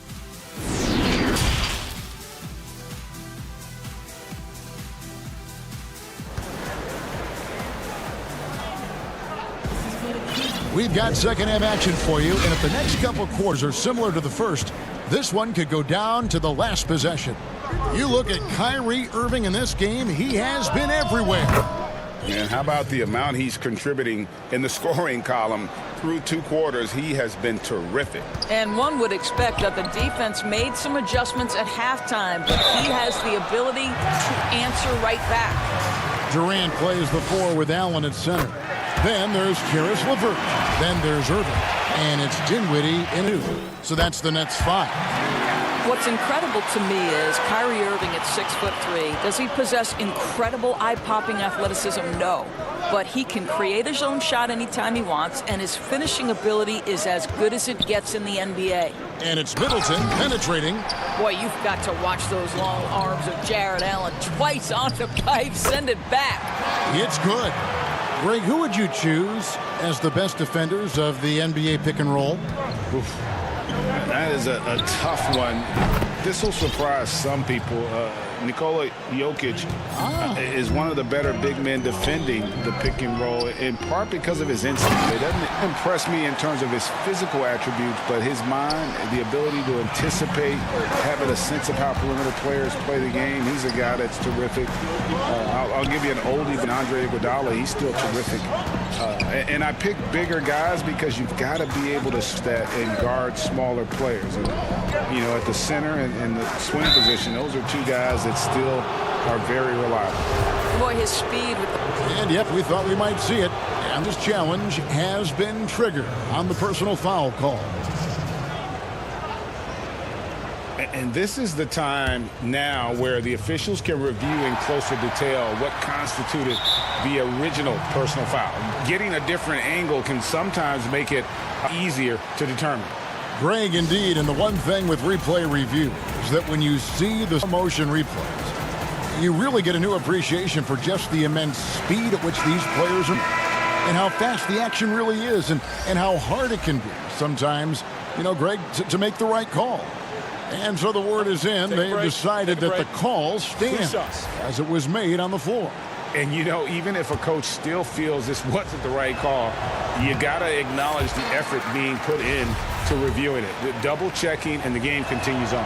And with Eric, to me, when he's playing with confidence and when he's playing under control, this guy is a big difference maker. Irving's shot is good. I tell you what, it's almost like stealing to watch how he plays the game from this seat. And we're about a minute and a half here into the second half. Here's Williams. Uses the glass to finish the layup. Williams has got his first points in this one. They're doing work here in the second half. 3 or 4 to start. Bledsoe against Irving. Kicks it out to Dinwiddie. And the officials calling for a 3-second violation. Boy, not on the same page there. And in a possession ball game, that's a big mistake. Milwaukee's gone 2 of 2 from long range in the third quarter so far. And DeAndre Jordan, not the same impact center he once was, but he's done a great job of acting as a leader for this team. Well, you think about DeAndre Jordan's career, Greg, and over the course of time, he's played a number of different roles. What you like about what he did this past season is, even though in a changing role, he still tried to make an impact. That's called being a teammate. Guys, they've been getting it done. They came out with a mission, and they have been tough to stop. A 3-pointer off the mark. Brooklyn's gone to 7 times tonight, knocked down 5 of them. 3-pointer, LeVert. Eric Bledsoe with the rebound. And it's Bledsoe with the ball for Milwaukee. It's a 1-point game. Outside, Antetokounmpo. Durant with the steal. And here we go. Brooklyn fast break.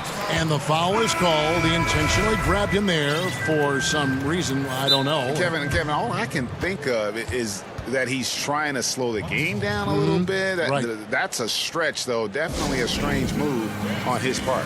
Looking at who's now for the Nets. Wilson Chandler's checked in for Durant. Taurean Prince comes in for Caris LeVert. And Harris subbed in for Kyrie Irving. Brooklyn making some changes. KD's checked in. Caris LeVert comes in for Taurean Prince. And Kyrie Irving subbed in for Joe Harris. minutes gone now in the third quarter. Here's Durant, and the jam by Kevin Durant. Yeah, Kevin Durant makes that dunk look easy. He's so big, you can't do anything about it. In the corner, Middleton with it. Feeds to Giannis. The kick out to Matthews. Up again. It's good on the putback. And the Bucks lead by 1. Neither side has relented a bit in this back-and-forth affair. And you can sense the energy in the building already as this game is starting to build towards having a terrific finish. Taking back the lead once more. Give these teams credit. Man, they are battling. Neither team willing to give an inch, and neither able to seize the momentum. This has been a fascinating one to watch. Antetokounmpo. And that'll be 2 free throws coming up. Officials on the call with the foul. And with that skill set at 6'11", Giannis might be the toughest guard in the league. Good on both. Brooklyn's gone 1 of 2 from beyond the arc since coming out of the break. Here's KD. Yes, and it's Irving picking up the assist. Irving's got his 4th assist. And pass to Middleton. From deep. Matthews. Brooklyn with the rebound. Right side. Whoa, hammering it in. Well, Kevin Durant with a little crafty creativity. KD at the rim. And it's Antetokounmpo penetrating. Matthews, no one around him, misses left iron. Stolen by Middleton. Now 8 seconds separating the 2 clocks. Bledsoe passes to Antetokounmpo. And Middleton kicks to Matthews. Lopez left side. The Bucks working the ball around. And again, the Bucks miss. And he's still scoreless in the quarter. They might need to go to a plan B to help him get his confidence. Here's Irving. Excellent D there from Bledsoe. And as we conclude the third quarter, what a game, neither team giving ground. Nets lead by 3. And time to step aside quickly, but we'll be back in no time with the start of the fourth quarter. Well, this has been a great contest so far, and I imagine the fourth quarter could have even more action in store for us. On court for the Bucks. Giannis is the 4 with Lopez the 5. Then there's Dante DiVincenzo. Then it's Chris Middleton. And it's Connaughton in at the shooting guard position. And the jump by Giannis. They continue to battle out there, so close to taking the lead. Yeah, but that's been elusive. They've missed a few plays along the way that they'd love to have back. An aggressive move and fantastic finish. Trying to send a message with that slam, I think. Nice there, getting the reverse. Love that. And the fans got a little bit of a show there. Guys, that one definitely had a little something extra on it. And we're going to have a jump ball. It's tied up there.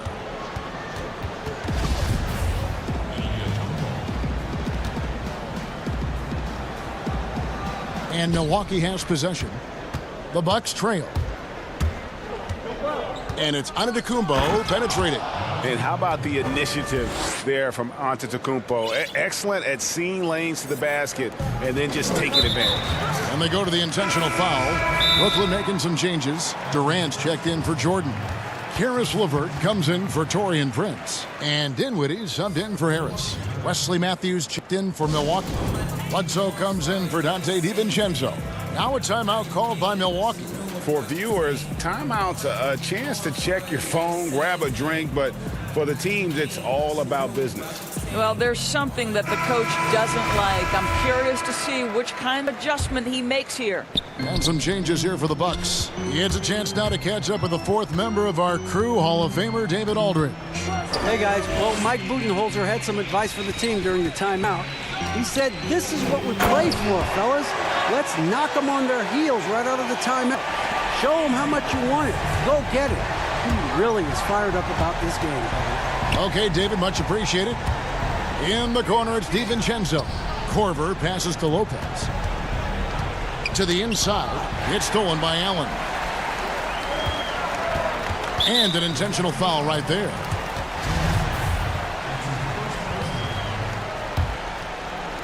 We've gone about a minute and a half into the fourth quarter. Durant just inside the line, and that one hits back iron. Well, if the defense gives him that shot next time, they could get burned. I think he's just a little bit out of rhythm. And it's Hill. Assist by Ilyasova. And the Bucks lead by 1. Well, George Hill has always had a beautiful jumper, and this mid-range just as solid as the long range. Allen, nice move. That one misses. And Milwaukee will come the other way. Hill drives in. Laid in with a nice touch off the glass. You love how each side has risen to the chip throughout this one. I'll tell you, we have seen great execution from both teams. Neither one giving an inch here. And you want him taking big shots for you in big moments. That one was as easy as it gets. Boy, when it's this close, you try not to give up these kinds of buckets. Boy, you got to do better defensively. Now a timeout called by Milwaukee.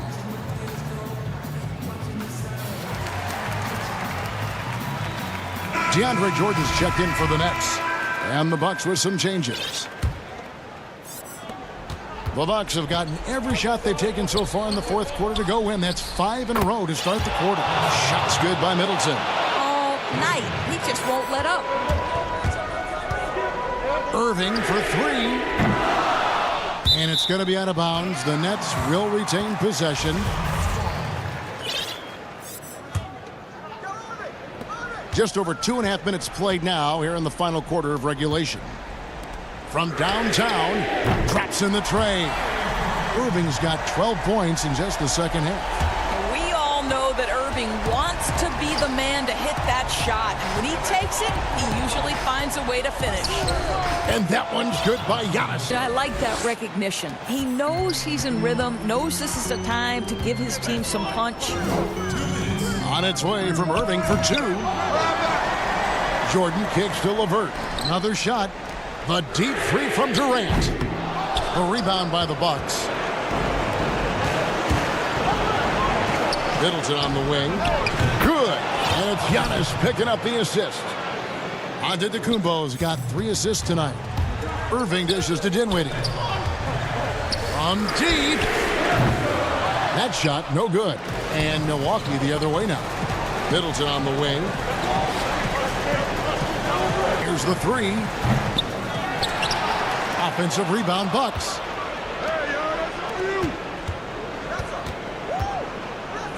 Up and in on the layup. And now it's an 8-point Bucks lead.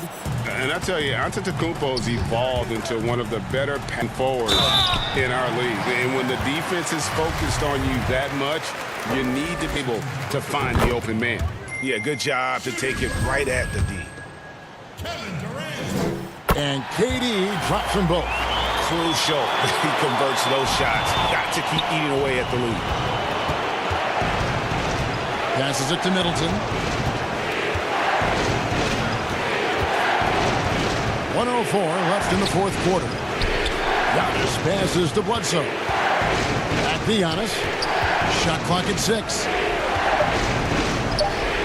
And there's Bledsoe on the assist by Giannis. Bledsoe's got the lead up to 8 now for the Bucks.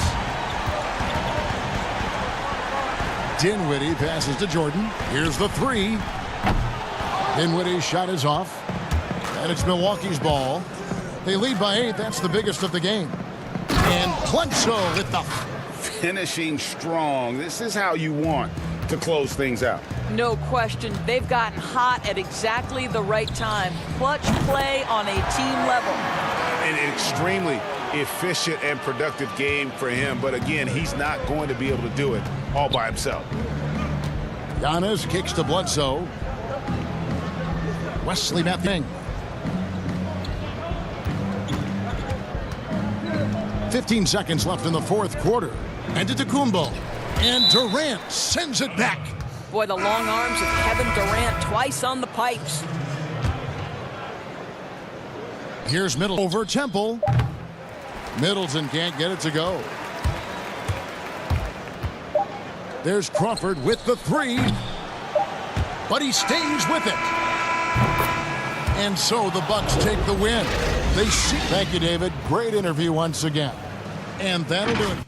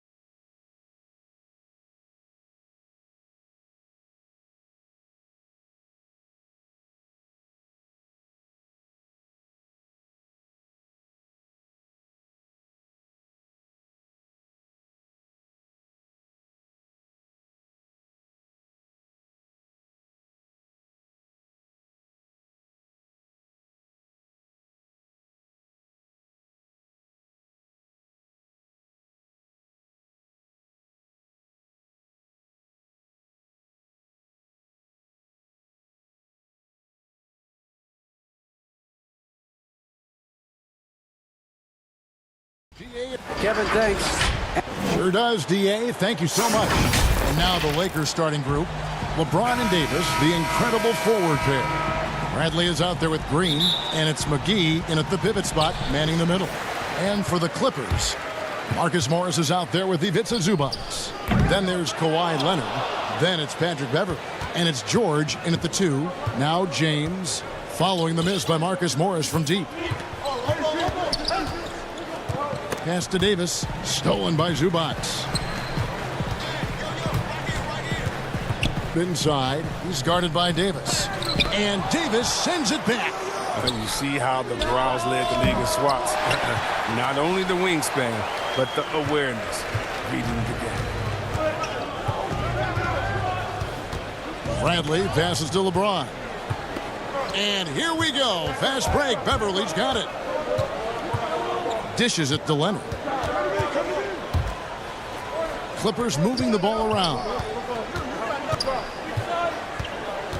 George against Green. Just shoot. Lets it go with a 3. George, no good. Yeah, scoreless here early after their first 4 shots. They right now are searching for a bucket. Well, there are a few players in the league that can match McGee's athleticism. I mean, his whole career, he's been a class above with his speed and leaping. He'll make the most of it on both ends of the court. That's going to draw a whistle every time down the floor. Not even close to being a legal screen. And he knows it, too. He tried to get away times you do. That time he didn't. A tremendous mobile 1 block that we had to see again. Great send back. Some intimidation right away. Got to show those shooters you're going to be there all night long. And see, Webb, you mentioned it with JaVale McGee. His vertical is off the charts. Oh, yeah, he can get to alley-oops, GA, that nobody else can. Length and bounce he has is jaw-dropping. I mean, the same goes for his shot-blocking abilities when he times it up. And so James will bring it up for the Lakers. To the paint. And McGee kicks to Green. For 3. The putback controls the rebound and puts it back up and in. A specialty of McGee's. I mean, he's a high-activity guy who's opportunistic on the offensive glass. Passes to Zubac. On the wing, Morris. And Leonard has Leonard. Out to Morris. Wants to get it to Zubac. And does. And Morris does a great job keeping his head up, finding his teammate for quality shots. The Lakers have gone 2 of 3 here to start out the game. And here in the first, approaching 3 minutes played. And Davis gets it to go on the assist by James. And the combination of his quickness and soft touch around really allows him to pull off shots like that. A lot of players don't have the reverse in their arsenal. And that one drops. You know, you grew up with aspirations of someday getting into politics. Any current players who you could see maybe taking that same route? No doubt. There's several guys in today's game. You know, Harrison Barnes has the polish, and I know he's had some thoughts that maybe going in that direction. Teammates nicknamed Malcolm the President for his stately demeanor and commitment to effecting change. I absolutely see him trying to have an impact socially moving forward. There's several guys, again, who not only have the voice, but the courage to speak out about things that matter most to them. Many sharp guys in the NBA. Here's George following the three by the Lakers. Another one falls for the Clippers. Terrific use of the catch-and-shoot jumper for Morris, catching the D flat-footed and torching them as a result. James looking around. The finish was nice, but the setup was better. Yeah, GA, the pick working to full effect before the stuff. Yeah, coach is definitely pleased. That's the execution he loves to see. Beverly finds Morris. Now here's Leonard. Just 5 on the clock. Morris passes to Leonard. And a lot of contact on that one, so he'll shoot 2 here. That one on Davis. Wow, the shooting of Morris provides his team with is crucial. Just a real valuable part of this team. Big group substitution here for the Clippers. Montrezl Harrell, he's in for Zubac. Landry Shamet comes in for Kawhi Leonard. Lou Williams is checked in for George. And it's Jackson in for Patrick Beverly. And the Lakers decide to take their first timeout here.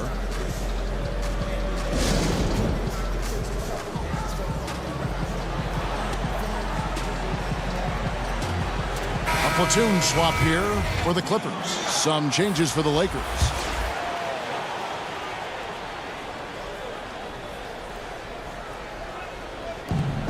There's 42 seconds left in the first quarter.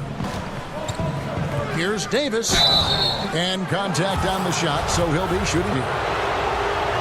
And for everything that Anthony Davis does on the floor, you can't forget about his defense. Still an elite-level defender, guards multiple positions, and turns away a number of shots.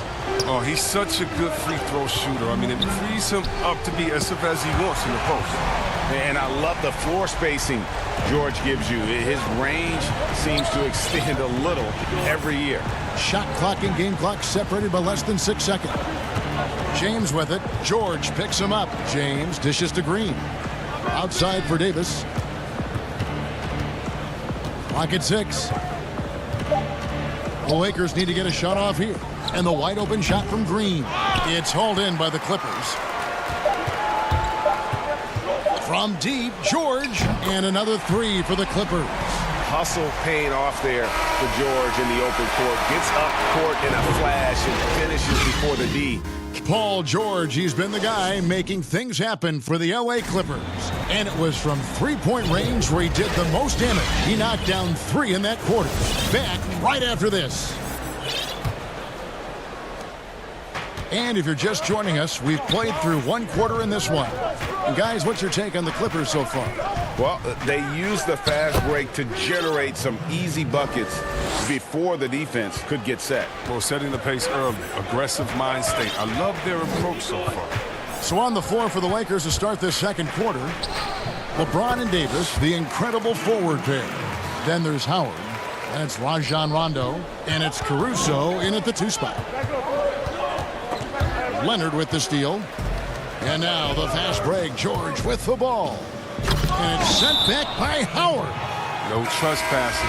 Howard controlling the defense. Landry Shamet's checked in for George. The Lakers also with a sub. Kuzma's checked in. Leonard attacking. Nobody near Williams. Drains it from beyond the arc. Williams has got the lead up to 7 now for the Clippers. Yeah, that's too good a look to give him from behind the arc. Rondo kicks to Kuzma. And the Lakers with another turnover here. A flat-out loss of concentration. That kind of turnover will drive a coach crazy. Williams inside the line. Kept alive. There's Shamet. Pass to Harrell. The kick out to Williams. 4 on the shot clock. From deep 3 range. Rebounded by the Lakers. Howard with it. Still looking for his first bucket in this one. Down low. Here's Kuzma. The rebound by Patterson. I love to see the defense exhibit some passion in protecting the rim right there. To the inside, Harrell. It's good, and it's Leonard with the assist. Harrell's got his first points of the night. And improving as a shot maker every year. Harrell has to be accounted for defensively.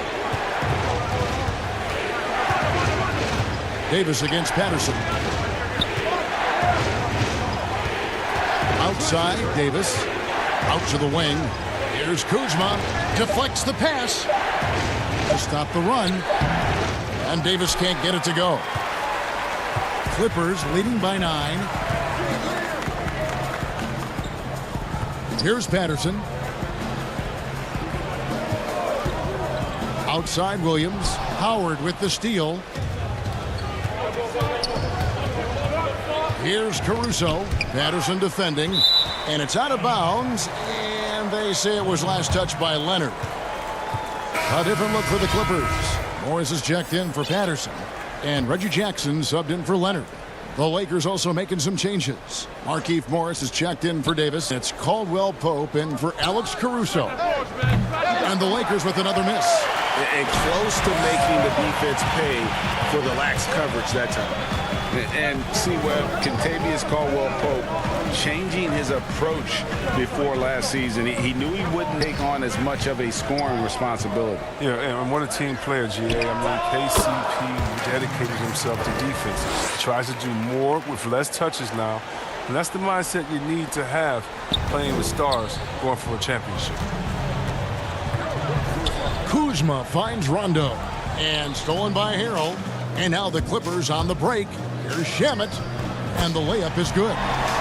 And the Clippers lead by 13. The ball movement on this run has been fantastic and is a big part of why they've been able to get these good looks. Caldwell passes to Morris. Drains the three-pointer. Morris has got himself going with the triple, his first of the game. And with that three-pointer, how about ending that 11-0 run by the Clippers? Good.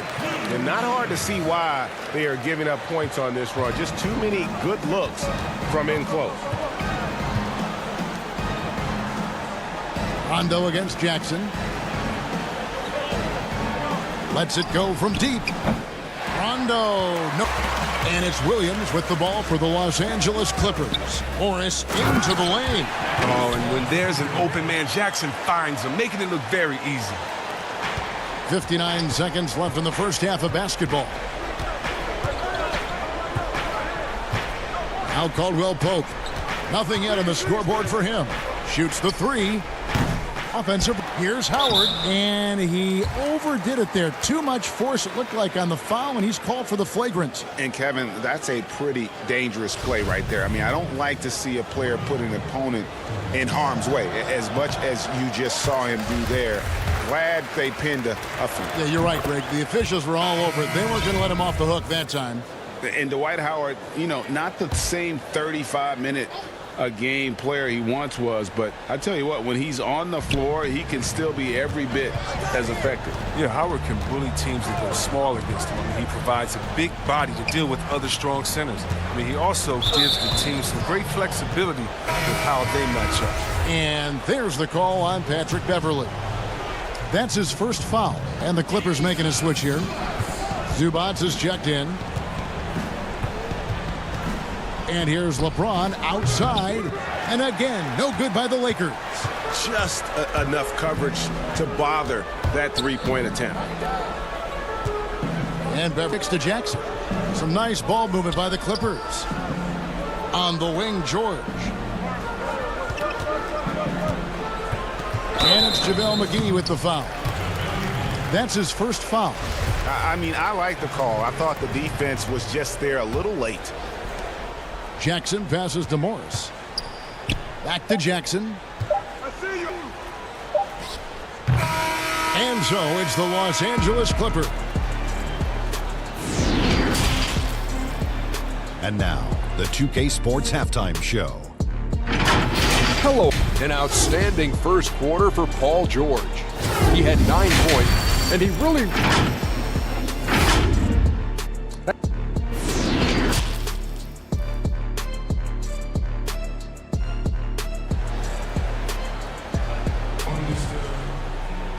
Well, we've got a second half of basketball for you. We think it's going to be pretty good. A big comeback, though, is needed for this game to be competitive, and it probably has to happen quickly. Paul George really making a difference here. And how about the amount he's contributing in the scoring column through 2 quarters? He has been terrific. This game has his fingerprints all over it. Now looking to replicate what he did in the first half. Our second half of basketball, and presented by Gatorade. Who's all fueled up and on the floor to start the third. So for the Clippers right now, we've got Marcus Morris. Paul George is out there with Patrick Beverley. Then it's Ivica Zubac. And it's Leonard in its small forward. A three-pointer is right on target. It's a +5 advantage for them in rebounding after that one. James against Leonard. LeBron outside. And close in the shot, even with the foul. Now the 2 free throws. And LeBron James still the face league as he goes into his mid-30s. The impact he's had on this sport is really immeasurable. Come on, Jerry. I mean, he's one of the most recognizable athletes in the world. I really think that LeBron can still turn it on and take over when he needs to. And you know what? Playoff LeBron is a very real thing. And if you're just joining us, we played over a minute here in the third.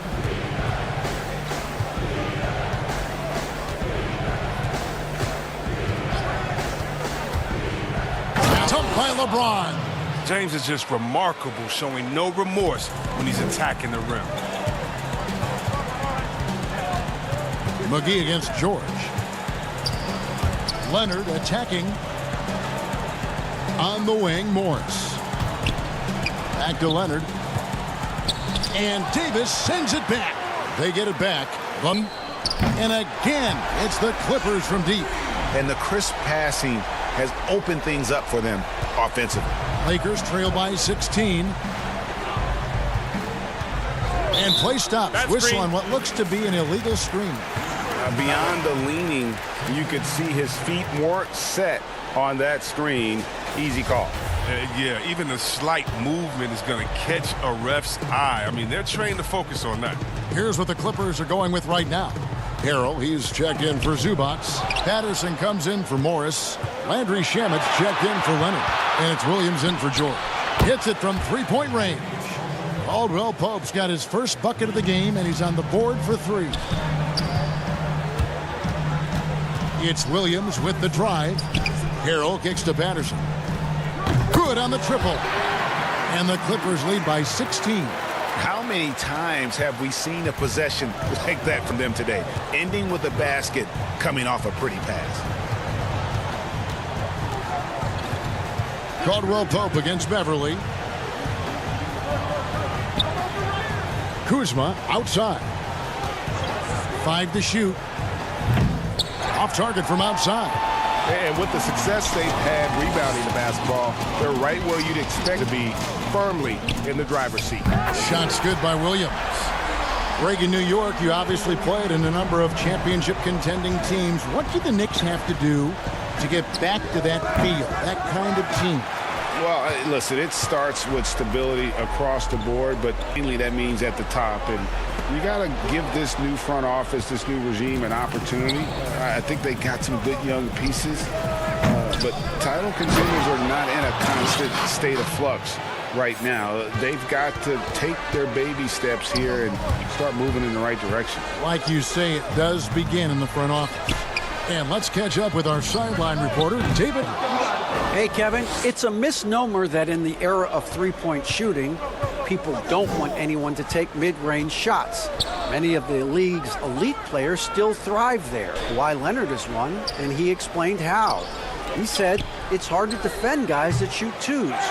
Once you get to the playoffs, it becomes a half-court game. Teams won't allow you to take wide-open shots or threes. Guys, back to you. D.A., thank you. Williams attacking, passes it to Harrell. Well, you know, teams look for +6s, players whose wingspans exceed their height by a half foot. Montrezl Harrell is a 6'7" player with a 7'4" wingspan. If you're struggling with the math, ladies and gentlemen, that's a +9. Leonard, he's checked in for the Clippers. Jackson comes in for Patrick Beverly. Here's Davis. From deep, Green. McGee, the tip in on the offensive rebound. McGee's got his second bucket of the night. Oh, how about the deft touch right there, guys? He just guided that ball back up and in. Just a fingertip touch on the ball. Williams, that's good. No doubt about the consistency when it comes to scoring the basketball for him tonight. A real nice lift for their offense. Outside Bradley from the arc. Outside Green. There's the triple. Bangs home the trifecta. Green's got 6 points. With good size for his position, Green uses his length to finish shots from all over. Williams in the post, working on Dean. Shamet the pass to Harrell. Fade away. Off target with that shot. And as we end the third quarter, a double-digit deficit will make it tough to... And a moment now as we take a look at our State Farm assists of the game. And, you know, you can always count on him for at least a couple of these pretty assists over the course of a game. And this one, a thing of beauty. This is how you quarterback an offense. He sees and anticipates what the defense is doing. And we reach the quarter in a game that may be already out of hand. Taking a look at the Lakers. Green and Rondo in the backcourt. LeBron and Davis, the incredible forward pair. And it's McGee in at the 5. Sinks the three-pointer. The defense is far too slow to close out on those three-point attempts. James, the pass to Green. And he drops in the layup off the glass. Well, there's no secret that Davis can be a dominant figure on the offensive glass. I mean, it turns those rebounds into points. To the middle, here's Leonard, and then Leonard with the dunk. And guys, he's not an easy man to stop when he's got the rim in his sights. Never has been, never will be. He is a determined finisher. George against Green. James outside. Outside, Davis. Three-pointer. The Lakers keeping it going. A new 14-second shot clock. Clippers leading by 19 points. Now the pass to Leonard. Now Shamet.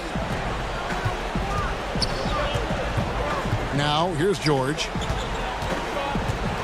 Harrell kicks to Jackson. And then it's the Clippers from deep. And perimeter scoring, I have to imagine it was a topic of discussion at halftime. Well, it had to be. These days, you need to stretch the floor somewhat to make everything else work.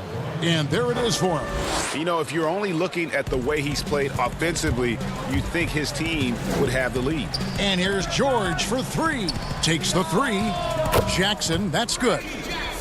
Jackson's got a pair of threes here in the fourth quarter first. So many of the plays they're running designed to create opportunities from deep. You see more teams doing this nowadays. We all are firmly entrenched in the era of the 3-ball. For the Clippers, Ivica Zubac has checked in for Montrezl Harrell. And Morris subbed in for Landry Shamet. Kentavious Caldwell-Pope, he's checked in for the Lakers. All these threes they're giving up have driving force on this run. We're in the fourth quarter here, just under 2.5 minutes gone. LeBron drives in, and the call on the shot that sends him to the line. Marcus Morris picks one up there. Gotta like the edge James plays with. Phenomenal at it, taking it strong and picking up the foul. Greg, you really began to emerge and got on the national scene at UNV, but you started your college career at Portland, where you were actually named the Conference Freshman of the Year. Yeah, how about I actually averaged more points in Portland than in any season I played at Vegas. Totally different roles, but Portland's always going to have a sweet spot in my heart. I was born in the great city of Portland. Jackson drives in, and Jackson throws it down hard. And Jackson is unreal in the pick and roll, just taking whatever the defense gives him. Pass to LeBron. Around 3 minutes gone here in the fourth quarter. Outside for Caldwell-Pope. Yes, and it's LeBron picking up the assist. LeBron's got 3 assists now in this one. And it seems as if someone got the signals crossed. If he can wind up that open from three-point range, I'm sure that was not a part of the game plan. James against Jackson. The drive by James, and James throws it down. And defensively, I know we say it every game, you have to try to make someone other than beat you.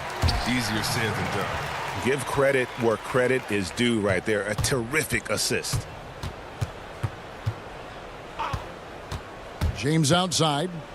Near the three-point line, it's Morris. And Howard with the second chance points. And one team is just completely outclassing the other tonight. Spirited performance, and it really ignited what is turning out to be a monster win here for the Clippers. They found a great long range. Yeah, Kevin, every time they left a man open deep, he'd get a good shot at the basket. Didn't hesitate, and that aggression paid off. The one player that really stands out, of course, in this one, it was a dazzling game for George. Well, he had a hand just about everything they did tonight. I mean, he just didn't take a single possession off on either end. He was the complete package. Just 5 to shoot. Cook, the pass to Howard. It's deflected. And goes all out on defense, which is what allows him to come up with these rejections. And here's Leonard from 3. And another 3 for the Clippers.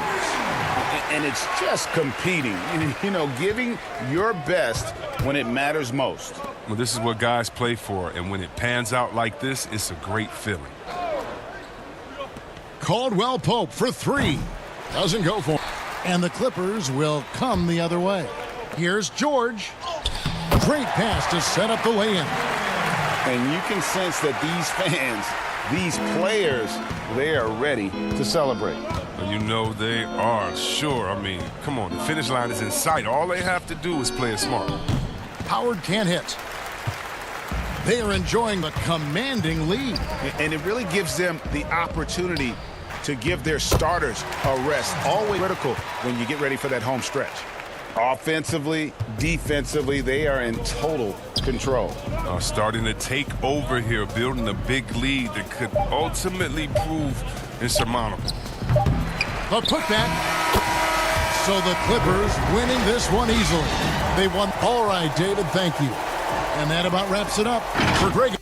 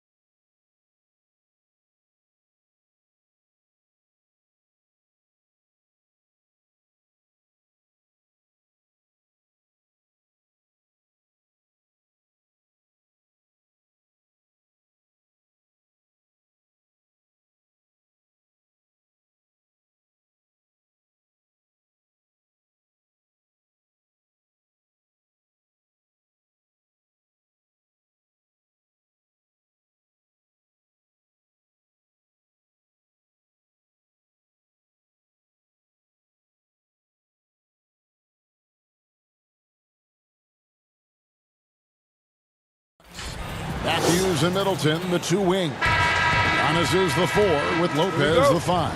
And it's Bledsoe in at the 1. And for Chicago, Porter and Markkanen, the duo at forward. White and Levine team up in the backcourt. And it's Carter in at the 5 down low. Middleton, a scorer by nature, that time showing you he can find his teammates too. White the pass. Both teams tonight, Greg, love to push the ball up the floor, even off made shots. You know, trying to find an opening before the half-court D can set up. I think you're going to see more and more of that every year. I agree. So good to see Bledsoe setting up guys like that. I mean, especially when they're wide open and they've got the better shot. And so White will bring it up for the Bulls. 4 point. Here's Levine, and he banged it. And once he got to the 10, I think he was surprised to find himself that wide open. Well, this early, they should be showing a lot more energy on defense. It's not there. Now here's Bledsoe. Middleton outside. And a great assist by Bledsoe as that one goes in. Boy, when you've got the jump shot that Chris Middleton has, you're always a weapon, which means you help create spacing for your teammates. And then Carter with the dunk. And this guy, to me, embodies determination. Small at his position, but he still gets up and keeps plays alive. That's mind over matter for sure. Now here's Bledsoe. Pass to Antetokounmpo.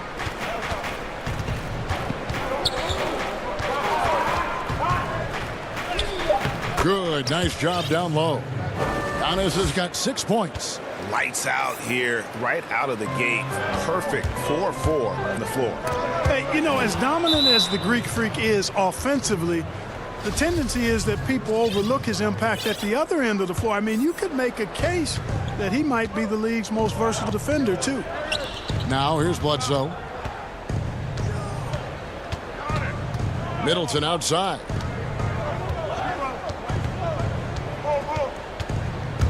He feeds it to Lopez. 6 to shoot. Here's Giannis. 4 or 5 to start the game. That's their first miss. Misses from close range. And he's won MVP, but would it surprise you to see Giannis win the Defensive Player of the Year before his career is done? No, it would not surprise me, Greg. I mean, he's an elite rim protector. He's an outstanding rebounder on both backboards, and he's disruptive because of his length and athleticism and his tenacity and passion. Don't discount that. Here's Bledsoe. Matthews into the lane. Good work defensively by Carter. Whoops. Got caught in between moves there on his way to the rack. Oh, the power on that threw down. Well, we know Levine has the hops. That time showing off the creativity. Antetokounmpo kicks to Middleton. Fires the 3. Here's Antetokounmpo. Chalk up 2 there. 8 points for him. That's 4 connections and 5 tries now for him in what's been a great first quarter. And the first time out of the game called for Chicago. You know, growing up in Greece, Giannis Antetokounmpo was so poor, he and his older brother, Thanasis, had to wear a pair of tennis shoes. I mean, how about how far he's come since then? Now he's the first foreign-born player ever with his own Nike signature shoe. Chicago making some changes. Daniel Gafford's checked in for Wendell Carter. Chandler Hutchison comes in for Otto Porter Jr. and it's Dunn in for Kobe White. Now here's Dunn. Kicks it out to Markkanen. Levine against Hill. And the jam by Levine. Well, it's no secret that Levine has outstanding athleticism and explosiveness. He can throw it down with ease and with the best of them. And Milwaukee calls their first time out of the game. And Clark, they say back in Greece, all of Giannis's basketball shoes were hand-me-downs from his teammates. Greg, nothing like not having enough to drive you to get more. I mean, clearly, you think about Giannis and his background and where he is now, he and Thanasis oftentimes would take turns playing in the game, swapping the same pair of shoes. Those days are long behind both of them. Here's what Chicago's going with right now. Young's checked in for Markkanen. Valentine comes in for Chandler Hutchison. And it's Harrison in for Levine. Well, one thing you like there is the extra pass. Evidence that the game is starting to slow down for Dunn. Milwaukee in the lead. Middleton on the wing.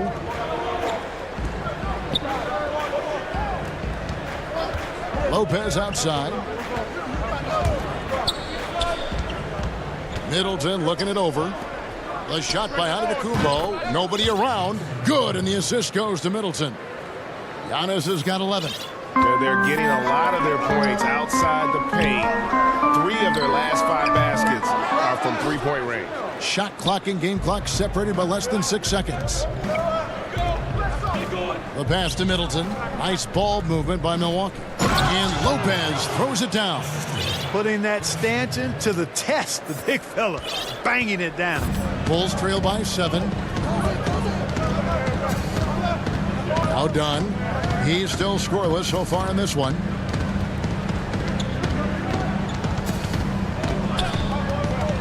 Passes it to Harrison. Over Hill. And the wing jumper offline. You're not going to see that very often. Plenty of space, but he just, let's face it, he whiffs on that. Giannis Antetokounmpo. He's feeling it tonight and has been the driving for the Milwaukee Bucks.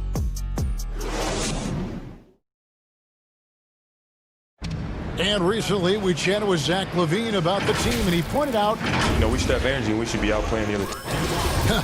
Greg trying to turn their youthful exuberance into a weapon. I like that he's focused on increasing their level of activity because it's something within their control. And for those of you just tuning in, the second quarter of action is where we're at right now. And what do you guys think so far about the offensive approach for the Bucks? Boy, the three-point shot has really been dropping for him early on. And also another aspect of their game that's been super so far tonight is how they've been sharing the basketball. On the court for Milwaukee here in the second, Antetokounmpo is out there with Marvin Williams. Then there's Kyle Korver. Then it's George Hill, and it's DiVincenzo in at the shooting guard position. Puts up a 3. Offensive rebound. And Kornet gets it to go. And that's a great play on the backboard for him. I mean, it's what we expect. All his second chance not come by accident. Williams with a clean look. And then Chicago with the rebound. Well, they'll be happy with that look, even though it didn't fall. You know what? That's a confidence shaker for him, though. I mean, that's a shot he expects to make every time. The kick out to Antetokounmpo. Here's Hill. Back to Giannis. Now the dish to Hill. Pass to DiVincenzo. The 3-ball. That one doesn't go. And Chicago will go the other way with the ball. The 3 from Valentine. Hits the 3-point bomb. Valentine's got himself going there. His first points of the game on the deep ball. Pass to Williams. And that's an air ball. Not even close. Ben kicks to Dunn. Second quarter play with around 2 minutes gone so far. From outside, off the mark. And the whistle blows. It's going to be on Luke Kornet. That's his first foul. Flattening the lottery odds, Greg. Do you think that's worked out as intended? You don't hear as many predictions about who's going to get the 1 pick or the 2nd pick. I think that's good for the players and the fans. You don't want anyone rooting for you to lose. No, absolutely not. They get it again to the left side wing. Valentine wide open. He fires. Knocks down the 3-ball.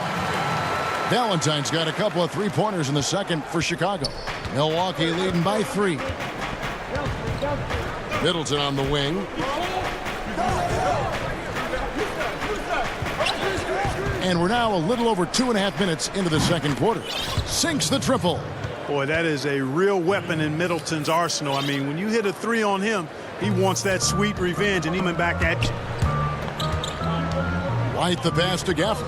Here's Harrison. Fires from deep. And Chris Middleton pulls it down. And still, he's scoreless. Boy, they could use just a little bit of help from him. They retain possession.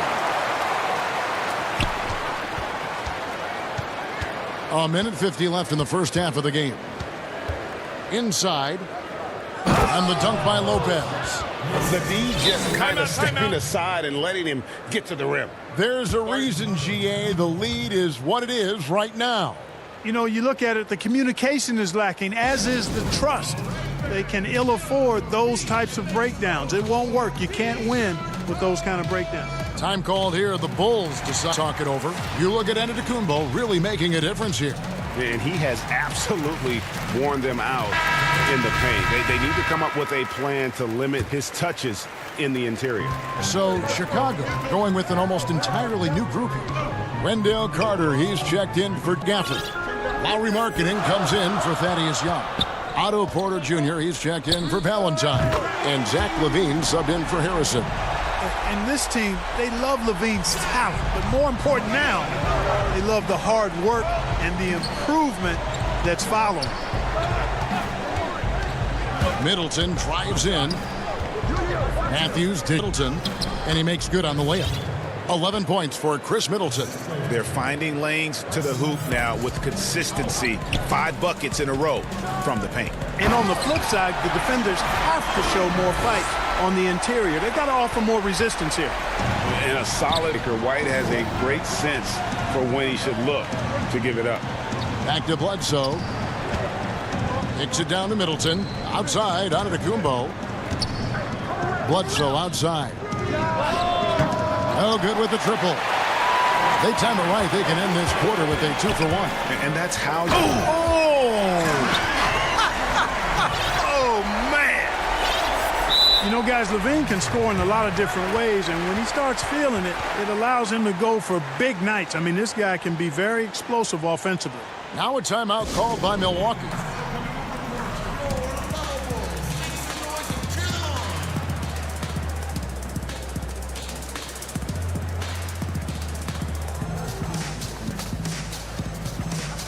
A platoon swap here for Milwaukee.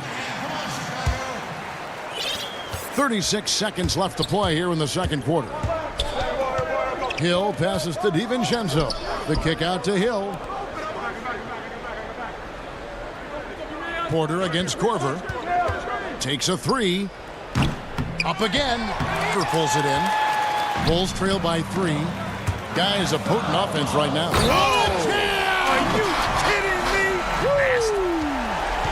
And not a bad passing center. Carter Jr. with the solid find there that leads to a bucket. And stolen by White. And we have an intentional foul there, GA. Wish I could say why. That one's pretty strange. I mean, no idea what got into his head right there. LaVine for 3. It's good from long range. LaVine's got the lead up to 2 now for Chicago. Boy, LaVine is a solid shooter from downtown. Thanks, David. And we'll be back shortly following halftime to get the third quarter underway. It's the 2K Sports Halftime Show. Hello, back. Zach LaVine was the man in the first. He had 20 points and 1 assist.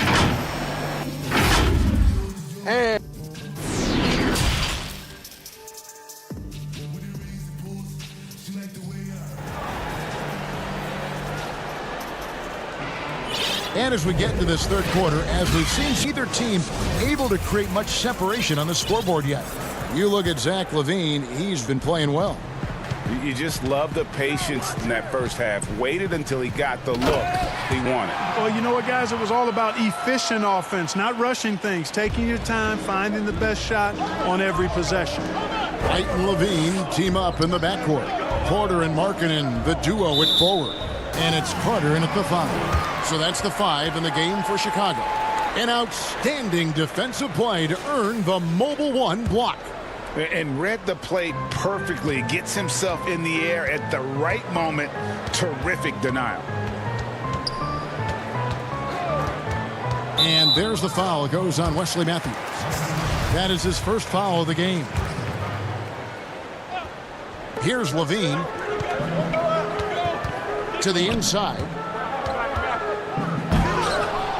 The rebound by Middleton. Bucks trail by 4. Down low, Bledsoe, and it's in there. Matthews has a nice feel, guys, for when a teammate has a clean look, gets him the ball. For three, Levine. A rebound by the Bucks. And to Kumbo inside. Wide on him. The offensive rebound. And Lopez gets it to go. Lopez has got the game tied up here for the Bucks. Yeah, bully balling his way to the rack that time. Lopez with a great second effort.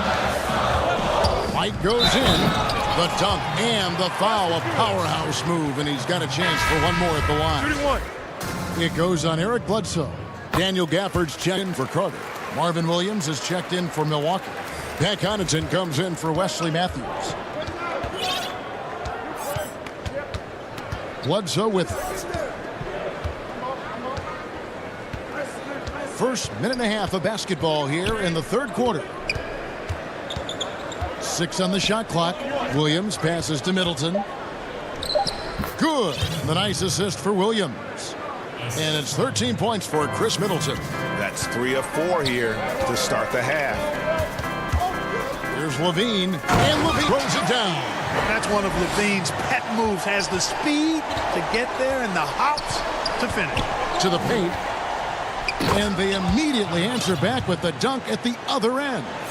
Oh, and he went for the two-hander on the slam using some muscle. Some urgency from him there, sure. I get the feeling, guys, that he may be sensing that this is a critical time in this game. Pretty much all of their buckets coming from inside the paint now.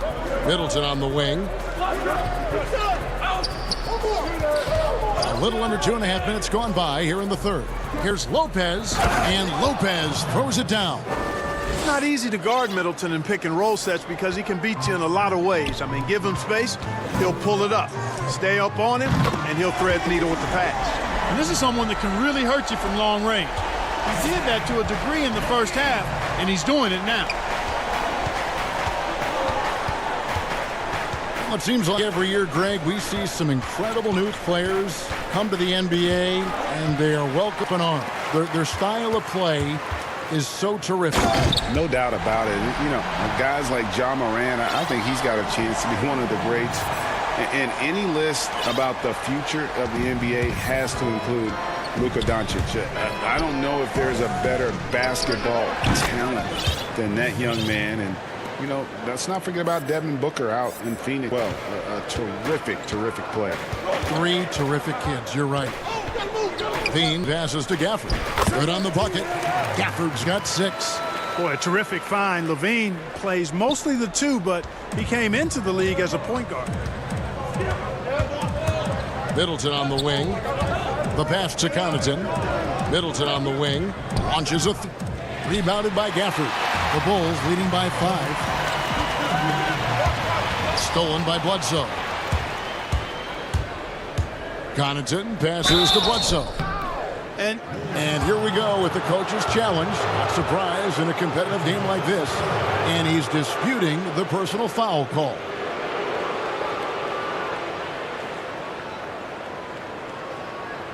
And I think when it comes to some of the more difficult calls to make, personal fouls can be tough. The action is so fast that it's really tough to catch at a time. The wonders of technology, Greg. We've seen replay reviews so effectively, and involving the coaches by being able now to challenge like this is something a lot of people have been hoping for. And so the word is in, they've decided that the call stands as it was made on the floor. And, you know, even if a coach still feels this wasn't the right call, you got to acknowledge the effort being put in to reviewing it. The double checking, and the game continues on. So Chicago ends up going with the new group. Milwaukee also making some changes. Ilyasova's checked in, and it's Korver in for Christmas. And Bledsoe, here we go, and it's sent back by Carter. It's stolen by Hill. Bledsoe with it. Now guarded by Dunn. And Hill jumps the passing lanes like a Jaguar. Ridiculous instincts, which help lead to high percentage attempts on the other end. And here is Dunn. He's gotten some minutes, but nothing on the board yet. They play the clock right, then go 2 for 1. Just got to time it up right. Bledsoe. You got to try to keep Bledsoe out of the lane. You can't let him get in there. As soon as that happens, you're in trouble, big trouble. He's made 1 and missed 1 so far in the game. And converted more than 4 out of every 5 free throw attempts last year. So just solid at the line. And guys, the numbers don't lie. I mean, he was such a reliable presence at the free throw line all throughout last season. And guys, the D to show a little more fight on the interior than they did on that trip. Shot and game clock separated by 5. Hill dishes to Lopez. The shot that time not on target. Good defensive work there by Young. An intentional foul committed, but for what purpose, Greg, I'm not sure. A scene of confusion right there. I can't imagine why he thought it was a good idea to foul there. Dunn passes to Carter.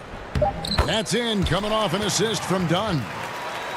Dunn's got 3 assists in the game. Poked away. And that does it for the third quarter. Both teams clicking offensively as we approach the fourth quarter. It's the Bulls leading by 4.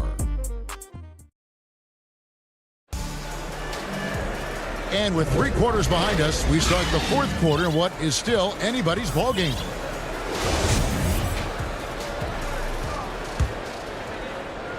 Bucks trail by 4. Our fourth quarter action underway, presented by Gatorade. All fueled up and ready to go. Let's reset the lineups. And Milwaukee, looking at who they've got. Dante DiVincenzo. He's out there with Matthews. And then there's Antetokounmpo. Then there's Kyle Korver. And it's Ilyasova in at the center, walking down the middle. And so it's Carter who brings the ball up for the Bull. Hutchison's shot is off. In the corner, it's Levine. For the 3, buries the long-range jumper. Levine's got the first basket as we get going in the fourth for the Bulls. And now we'll get perspective here on how the hustle game has been going for the Bulls. Boy, their harassing effort at the defensive end, very impressive. And they forced quite a few turnovers as a result. Yeah, but also, they haven't missed a beat in terms of their fast break game. That's been equally as effective all night long. Catching up on the changes for Chicago. Markkanen, he's checked in for Luke Cornett. Porter comes in for Chandler Hutchison. And it's Kobe White in for Chris Dunn. Carter down low. Lopez covering. Here's White, and he could not get that one to go. A lot of contact, and he'll go to the line for 2. The athleticism and blinding speed White possesses is impressive. This guy plays with a lot of moxie. Chris Middleton's checked in for the Bucks. And both free throws good for White. Bucks trail by 9. Giannis passes to Middleton. Gets the three-pointer to fall. Middleton's got 19 points. Rhythm and timing so in the game of hoops. Middleton using both on that pull-up jumper. Markkanen can't get it to go. Matthews left side. Giannis. And it's sent back by Carter. A second chance effort. Carter pulls it in. Carter's got his 5th rebound in this one. Levine kicks to Porter. From outside the arc. Levine can't hit. Milwaukee's gone 1 of 2 from three-point range here in the fourth. Passes to Middleton, and it's Otto Porter with the foul. That's his first foul.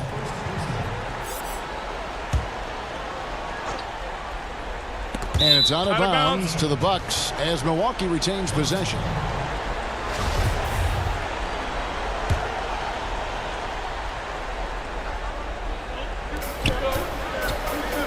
Pass to DiVincenzo. Giannis kicks to DiVincenzo. By Middleton, wide open. And again, Milwaukee with the triple. And all of a sudden, that read puts them in striking distance, guys. He's had that shot working all night. You bet he has. I mean, working overtime. The triple's been his bread and butter in this ball game. Nothing but butter. Sweet butter. And it's the Bucks on the break. And there is the whistle. That goes on Kobe White. That's foul number 2 for him. Time called here. The Bulls decide to talk it over. Yeah, things not going their way, and he wants to just try to talk this one over. And you know what, guys? Nothing else, just to slow things down a little bit, change it up somewhat.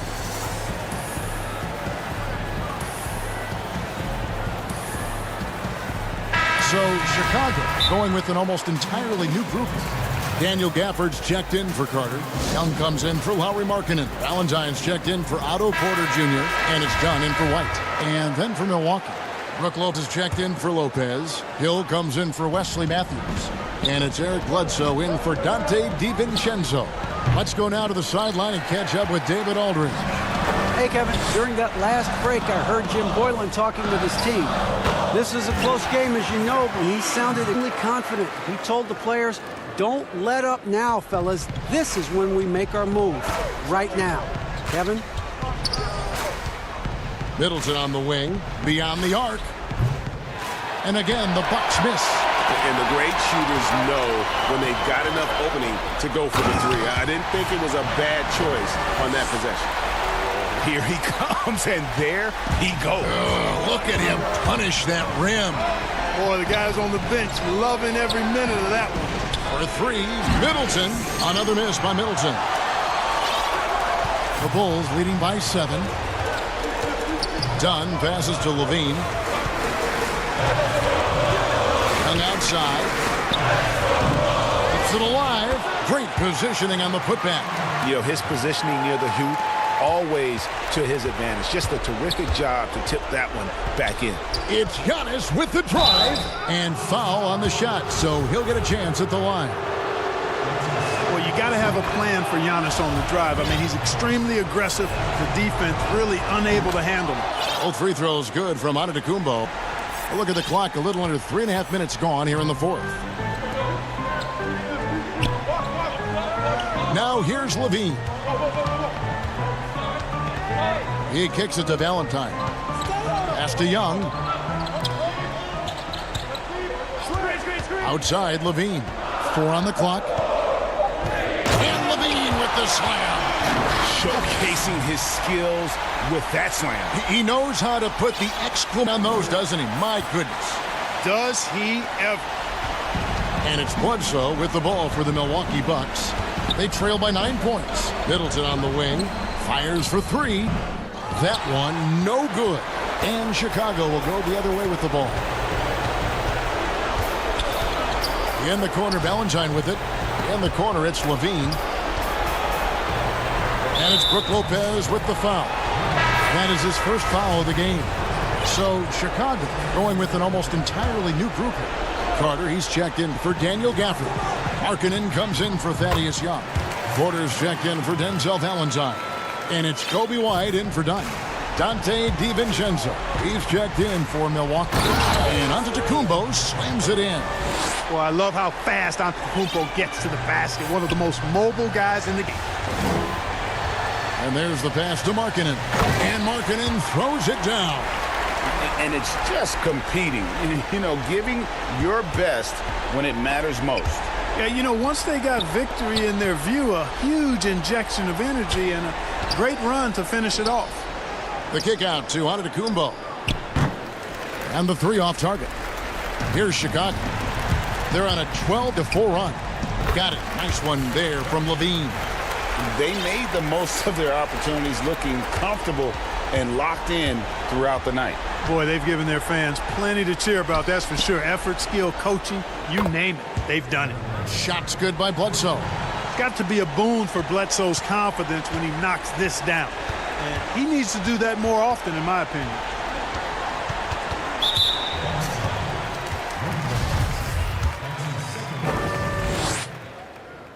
And that one falls, folks. Both good from the line that time. Good composure from the line there. Those shots sealed it. Here's Bledsoe. Off target at the rim. And so Chicago takes this one, and by a big margin. Some good moments throughout this one, but they have the clear advantage down the stretch. Yeah, I mean, I love the way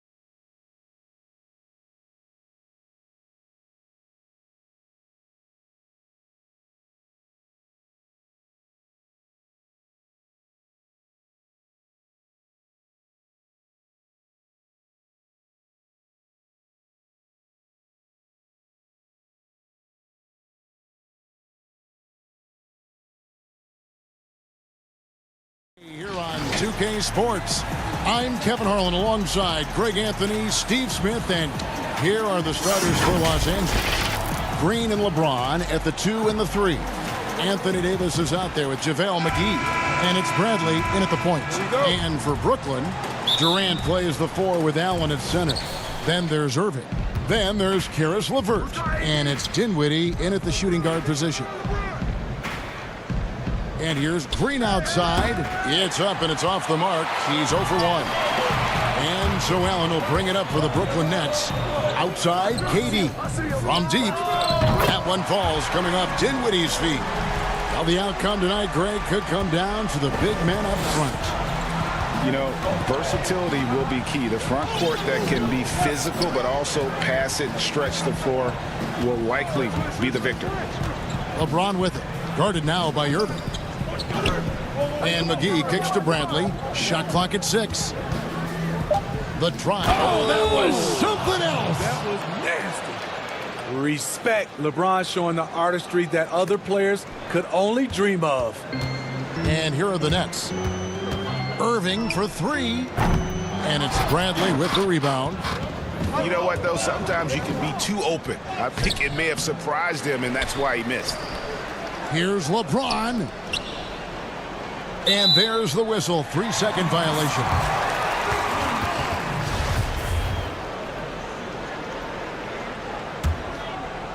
Brooklyn's gone 1 of 2 from long range in the first quarter. Dinwiddie attacking. Pass to Allen. And slam dunk by Allen. Flushed by Allen there. What I love about him, he's a center and he's not trying to be a guard. He knows who he is. Here's Davis. And he finishes nicely on the layup. And once he got to the 10, I think he was surprised to find himself that wide open. Wow, that's a defensive breakdown. Can't do that against good scores. For Los Angeles, they've gone 2 for 4 from the field so far today. 2 free throws coming up, and they call the shooting foul. Great scorers have this ability. Let LeBron get that close. That's 2 points or a trip to the line. Lakers shoot their first free throws of the game on this trip to the line.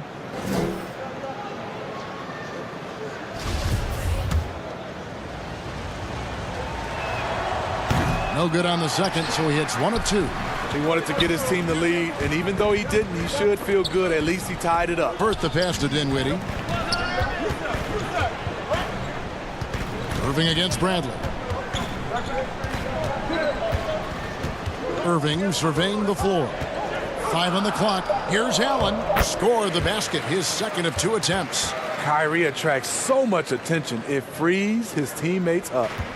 The Lakers on offense. Trailing by 2 from deep. Green drills it from outside. And they don't want to get in a habit of giving him open looks from 3. First quarter still, but not who you want to leave open. A nice shot by Irving. All the way back in high school, Kyrie showed us he has a unique touch from distance. McGee, the pass to Green.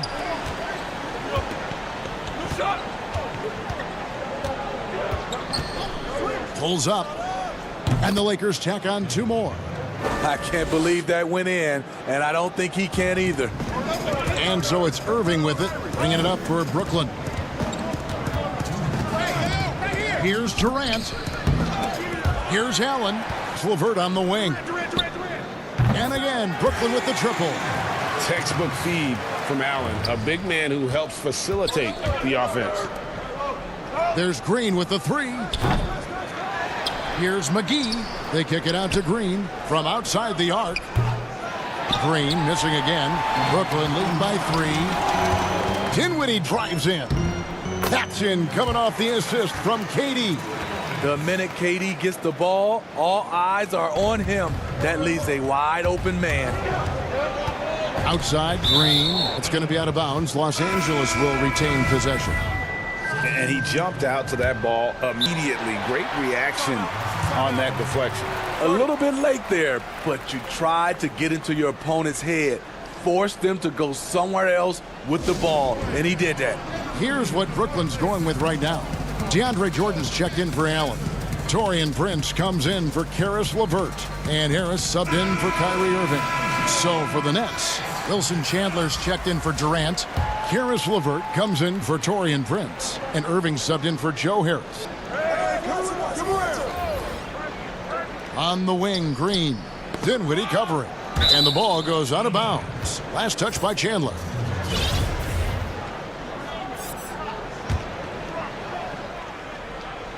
That's tipped. James. Morris with the bucket.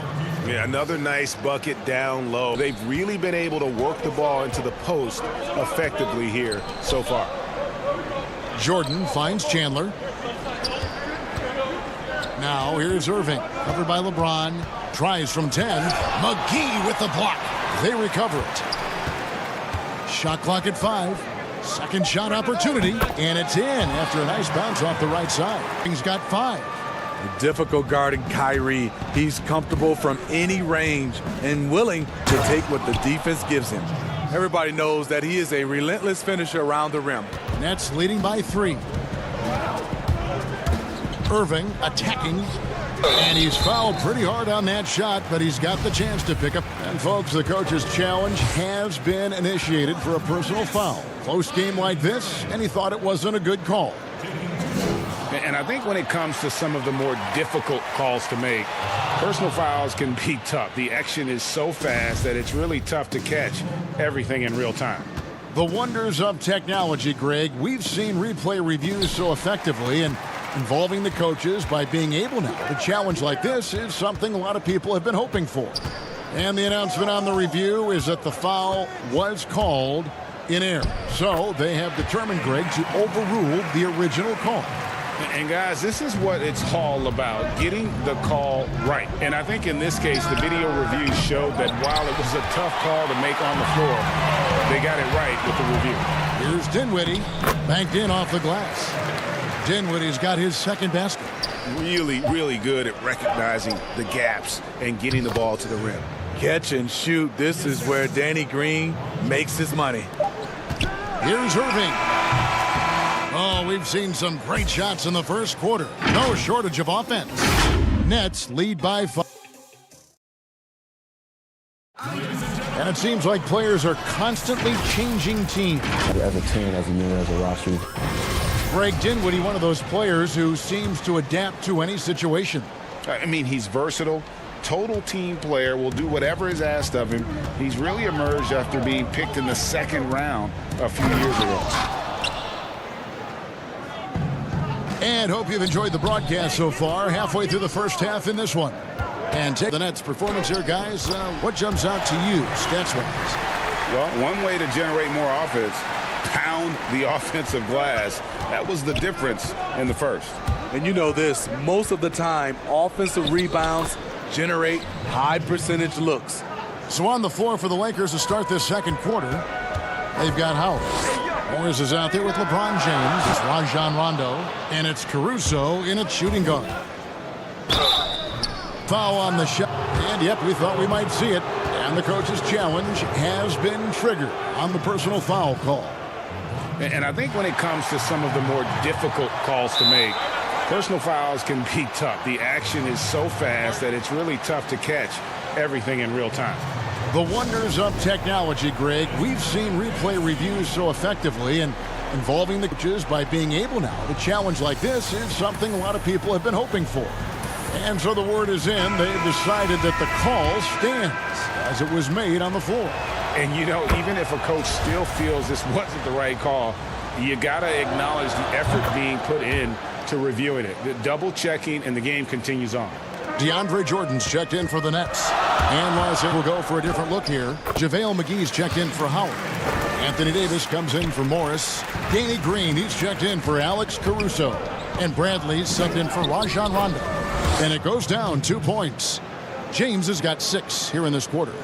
Greg, you were a physical, defensive-minded player. What are your thoughts on how closely the game is called now as opposed to when you played? It is, Kevin, and yeah, some people like the physicality of the era I played in, but You know, I like the beauty of the game with the spacing and the freedom of movement, and I think that's one reason why you see so much switching. It's hard to fight through screens without fouling, and ball handlers have become experts at drawing contact, even if it's, you know, incidental. And I think an area where the game has changed so much that that ability to play in space is so vital. Davis looking for an opening. To the paint, stolen by Durant. Here's Irving. The basket good off the assist from Irving's got the lead up to 7 now for Brooklyn.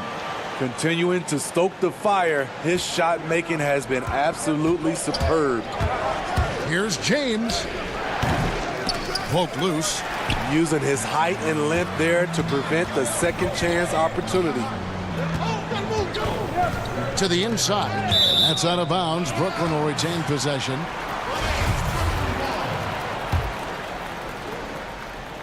Two minutes now played in the second quarter. Irving kicks to KD. And that one clearly a foul. Gets the whistle and 2 shots coming up. The long strides of Durant allowing him to gain the advantage on the drive. The defense couldn't recover. For Brooklyn, they have gone 2 for 2 in the game at the line. Yeah, last year, collectively, only 74% from the line. And KD drops them both. And among bigs, he is known for his ability to deliver at the free throw line. And the dunk by James. The veteran presence of Danny Green keeping his eyes up, finding his teammate wide open. Here's Irving. That one falls through. It's his 6th make from the floor this game, now 6 for 10. Man, he's been on point, not forcing things, getting the most of his looks within the flow. Bradley dishes to Green. Fires the 3. They grab their own miss. The problem with keeping AD off the glass, he times his jump so well, a graceful athlete in action. Dinwiddie with the bucket. Dinwiddie's got his 3rd bucket of the night. I mean, the number of points they've scored in the paint here is eye-opening. LeBron passes to Davis. Green against Dinwiddie. 6 on the shot clock. Green dishes to McGee. Sinks that one from the post. Here in the second quarter, just under 3.5 minutes played. Here's Irving. Slides through for his 7th basket in 11 tries. It just seems like the more he touches it, the more the lead grows. Tipped away. Stolen by LeVert. And there's the foul to try to stop the break, and that'll be a clear path to the basket. 2 free throws coming up, and they'll retain possession. The Nets have looked good at the line tonight. They're perfect in 4 attempts. As we've gotten closer to halftime, their style has become more and more physical. So for the Nets, Allen's checked in for Jordan. Taurean Prince comes in for Kevin Durant. And Harris subbed in for LeVert. The Nets have shot 5 of 6 at the foul line tonight. That free throw good from Kyrie Irving. After having no trips to the free throw line in the first period, he's being much more aggressive now. Wilson Chandler's checked in for Dinwiddie. And that's the norm for him. He's pretty much automatic when he's at the line. Stolen by Allen. And he's going to get whistled for that foul, G. That was intentional, but not exactly logical. How about pointless to foul? I mean, I don't know where his head is, but it's not in the game. A platoon swap here for the Lakers. And Joe Harris, the lethal shooter, he can also be a threat in the pick-and-roll game. Yeah, Harris does a great job reading what a defense is giving. He's more than just a catch-and-shoot type of player. Harris can hit shots on the move and isn't afraid to go at defenders. And Los Angeles with some changes. Lakers trail by 14. In the corner, it's Morris. There's 57 seconds left here in the second. 6 to shoot. Inside. Can they get it? And it's Howard laying it in. Howard's got his first 2 points of the night. And a really nice job by Howard to come up with a high percentage interior shot. His shot selection has been superb. Caldwell Pope against Irving. And that one, good. Irving's got the lead up to 14 now for the Nets. His shot making has been superb this quarter. He's taken over this game. Howard, the pass to Rondo. About 7 seconds separating the shot and game clocks. And here's Morris for three. Howard kicks to Caruso. Howard can't hit.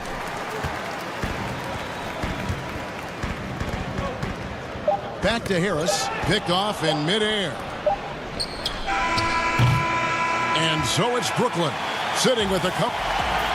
Thank you, David. And we'll be back after halftime as the third quarter gets underway. The 2K Sports Halftime Show.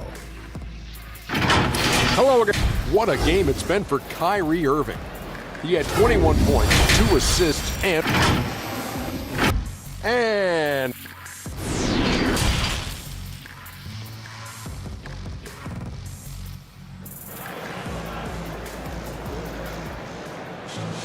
And as we dive into the second half, we'll find out if the next 2 quarters are any different from the first 2. So far, it's been a runaway. You look at Kyrie Irving in this game, he has been everywhere. And he's shown just how adept he can be at creating contact and then cashing in at the line. It's a part of his game that he can always tap into. There's an art to it, and he is painting the canvas tonight. All fueled up and ready to go. Let's reset the lineups courtesy of Gatorade for the second half of basketball. And Brooklyn, looking who they've got. Durant plays the 4 with Allen at center. Then there's Karis LeVert. Then it's Kyrie Irving, and it's Dinwiddie in at the 2-guard spot. The drive by James. Trying to get open is Davis. McGee dishes to James. Here's lays it up and in off the pretty assist. Irving's got 7 points for the quarter. Terrific game plan coming out of halftime. A perfect 3 for 3 from the field. Outside, Green. And here in the second, we're just over a minute in. Great perimeter D. Gave a good shooter absolutely no room to operate. Durant attacking, and KD throws it down. The long strides of Durant gliding through the lane. Throw it down, big fella. There's Green with the 3. The Lakers rebound. McGee from deep. Back to Bradley. Second chance shot, and it's sent back by Allen. Outside Irving. And Davis sends it back. Good job by AD, not giving up on the play. Tracking the ball, blocking the shot. Appreciate the hustle. James has a 2-pointer, and it's off the back rim. No good. High percentage look for him. But bottom line, they're not all going to go down. And that one's good, Irving. Greg, we have a league of many great playmakers, don't we? Oh, there's no doubt about it. LeBron James is obvious. You know, he played point guard technically for the first time last season, but he's always been a floor general. You look at a young man like Ja Morant, and he's been on the attack since day one when he hit the league. And there's so many more of those guys that are having an impact, understanding the value of that lead guard position. It is fun to watch. It is so fun to watch, I agree. And so they foul intentionally. Really no idea why you're fouling in a situation like that. You know, maybe there's some bad blood between those two. Here's what Brooklyn's going with right now. Jordan comes in for Jared Allen. And Harris subbed in for Irving. Big group substitution here for the Lakers. Dwight Howard, he's checked in for JaVale McGee. Kyle Kuzma comes in for James. Kentavious Caldwell-Pope, he's checked in for Green. Rajon Rondo is subbed in for Bradley. We all know when KD gets the basketball, it might be easier just to foul him than letting him shoot it. Wilson Chandler's checked in for the Nets. Taurean Prince comes in for LeVert. And the Lakers also making a change. Caruso's checked in. Caldwell-Pope against Harris. Caldwell-Pope outside. Trying to end the drought. Buries it from 3-point range. Caldwell Pope's got his first 3 points of the game. Yeah, defenses beware. You have to close out hard on KCP and disrupt his rhythm. KD can't get it to go. The defense got lucky there. That's one you expect him to drain. Took him no time at all on that one. Yeah, these defenders had better start closing down on shooters. Nets leading by 17. Back to KD. And it's sent back by Howard. And love seeing Howard rise up and reject shooters. Just a juggernaut on defense. Kuzma can't get it to go. Woo, blown opportunity right there. Won't get many chances easier than that one. He gets that one. Durant's got 12 in the game. They should continue to get the ball inside. The defense struggling to contain them. And it goes for the 5th time in 10 shots for him this game. And not quite as aggressive from outside as they were in the first half. Sticking to the high percentage shots, playing smart with the lead. 41 seconds left to play in the 3rd. Down low, here's Howard. Uses the glass to finish the layup. Yeah, and Howard is a master at setting a hard screen and then rolling fast to the rim. For a guy his size, not many defenders are going to try to get in his way. KD's shot is good. They're getting on a roll inside. Their last 3 field goals have come from the paint. Outside Rondo. Howard in the post. He's against Jordan. Back to Howard. Bucket is good. Howard's got 4 points now in the quarter. Rondo is out there to distribute the ball. He is a master at finding the open man. And Kevin Durant again. I love that they're continuing to attack despite being up big. I'm impressed with their intensity tonight. They came in focused and they've executed. And so it's Brooklyn sitting on a 21-point lead to end the quarter. And they've created a bunch of turnovers with that terrific D. And how about a look now at our assist of the game? Brought to you by State Farm. And the definition of teamwork right there, guys. I mean, what great communication between them, and what a beautiful feed. Fundamental basketball. Keep your eyes up, keep the ball moving. You're going to keep the defense on its heels. And 1 quarter to go in a game that to this point has not been an evenly fought contest. Timeout called the Lakers. And the lack of rim protection, top of the list. And it boils down to the question. This one team showing it, the other allowing itself to be bullied. And on the court for the Lakers to start the 4th. LeBron and Davis, the incredible forward pair. Green is out there with Bradley.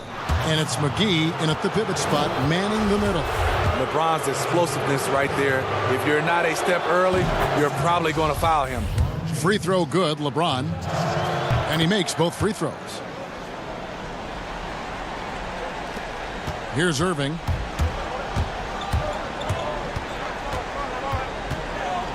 Harris, right side. Yes, and it's Irving picking up the assist. Irving's 3 assists tonight. That play is made because of Kyrie's vision and his willingness to share the basketball. Allen against Davis. Over Allen. And it's Davis missing. What a defensive play. Gets the stop and does it without fouling. Jordan the pass to Allen. Irving for 3. And again, Brooklyn with the triple. These are big buckets. He's been instrumental in helping them try to close out this game. On the wing, Green. Guarded by Harris. To the middle. Stolen by Allen. Irving against Bradley. And that's Prince. That time on the assist by Irving. Irving's got 4 assists in the game. What I like here, even with the big lead, they continue to execute their offense. They've taken nothing for granted. You can see they're playing the moment rather than the score. Greg, as a young player, one of your mentors was Pat Ewing. How valuable was that to have that kind of guy tutoring you, mentoring you as you were just getting in the NBA? I tell you, he was the consummate professional and really an incredible leader by example. This guy spent infinite amount of hours in the offseason honing his craft, first on the floor, last to leave it throughout his professional career, and that's something he had in common with all the truly greats who ever played the game. Wow. Look who's out there now for the Nets. Kevin Durant, he's checked in for Rodion Kurucs. Karis LeVert comes in for Garrett Temple. Dinwiddie's checked in for Jamal Crawford. And Kyrie Irving subbed in for Tyler Johnson. And the Lakers call time here. Kyrie Irving really making a difference here. To make it harder for him to score. Deny the ball, even double, whatever it takes to force someone else to beat you. The Nets making a switch here. Jordan's checked in. And then for the Lakers, LeBron comes in for Smith. And it's Green in for Quinn Cook. And it's James missing. And so it's Durant with it. He'll bring it up for the Nets. They played a great fourth quarter defensively, allowing only 3 points. Fouling like that isn't how you get back in the game. Second minute off the clock now in the fourth. Durant down low, guarded by McGee. And that's going to go back the other direction, but they played a pretty clean game. Not many giveaways, and the score reflects that.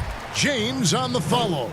And this team's struggles are not his fault. He's putting in work at the offensive end. Irving. It's LeVert on the wing. It's stolen by Bradley.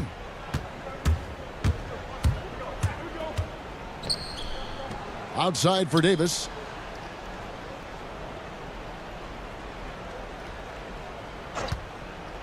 Takes the three.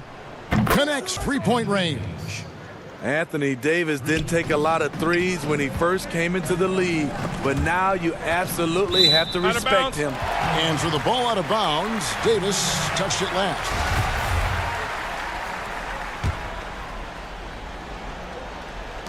Off the inbound pass. The Nets working the ball around now. Back to Dinwiddie. No good from outside. LA's gone 1 of 2 from three-point range here in the fourth. LeBron kicks to Green.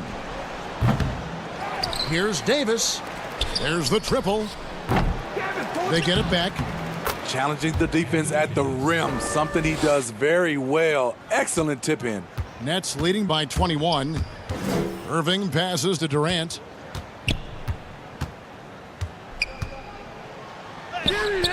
And again, unable to change momentum here.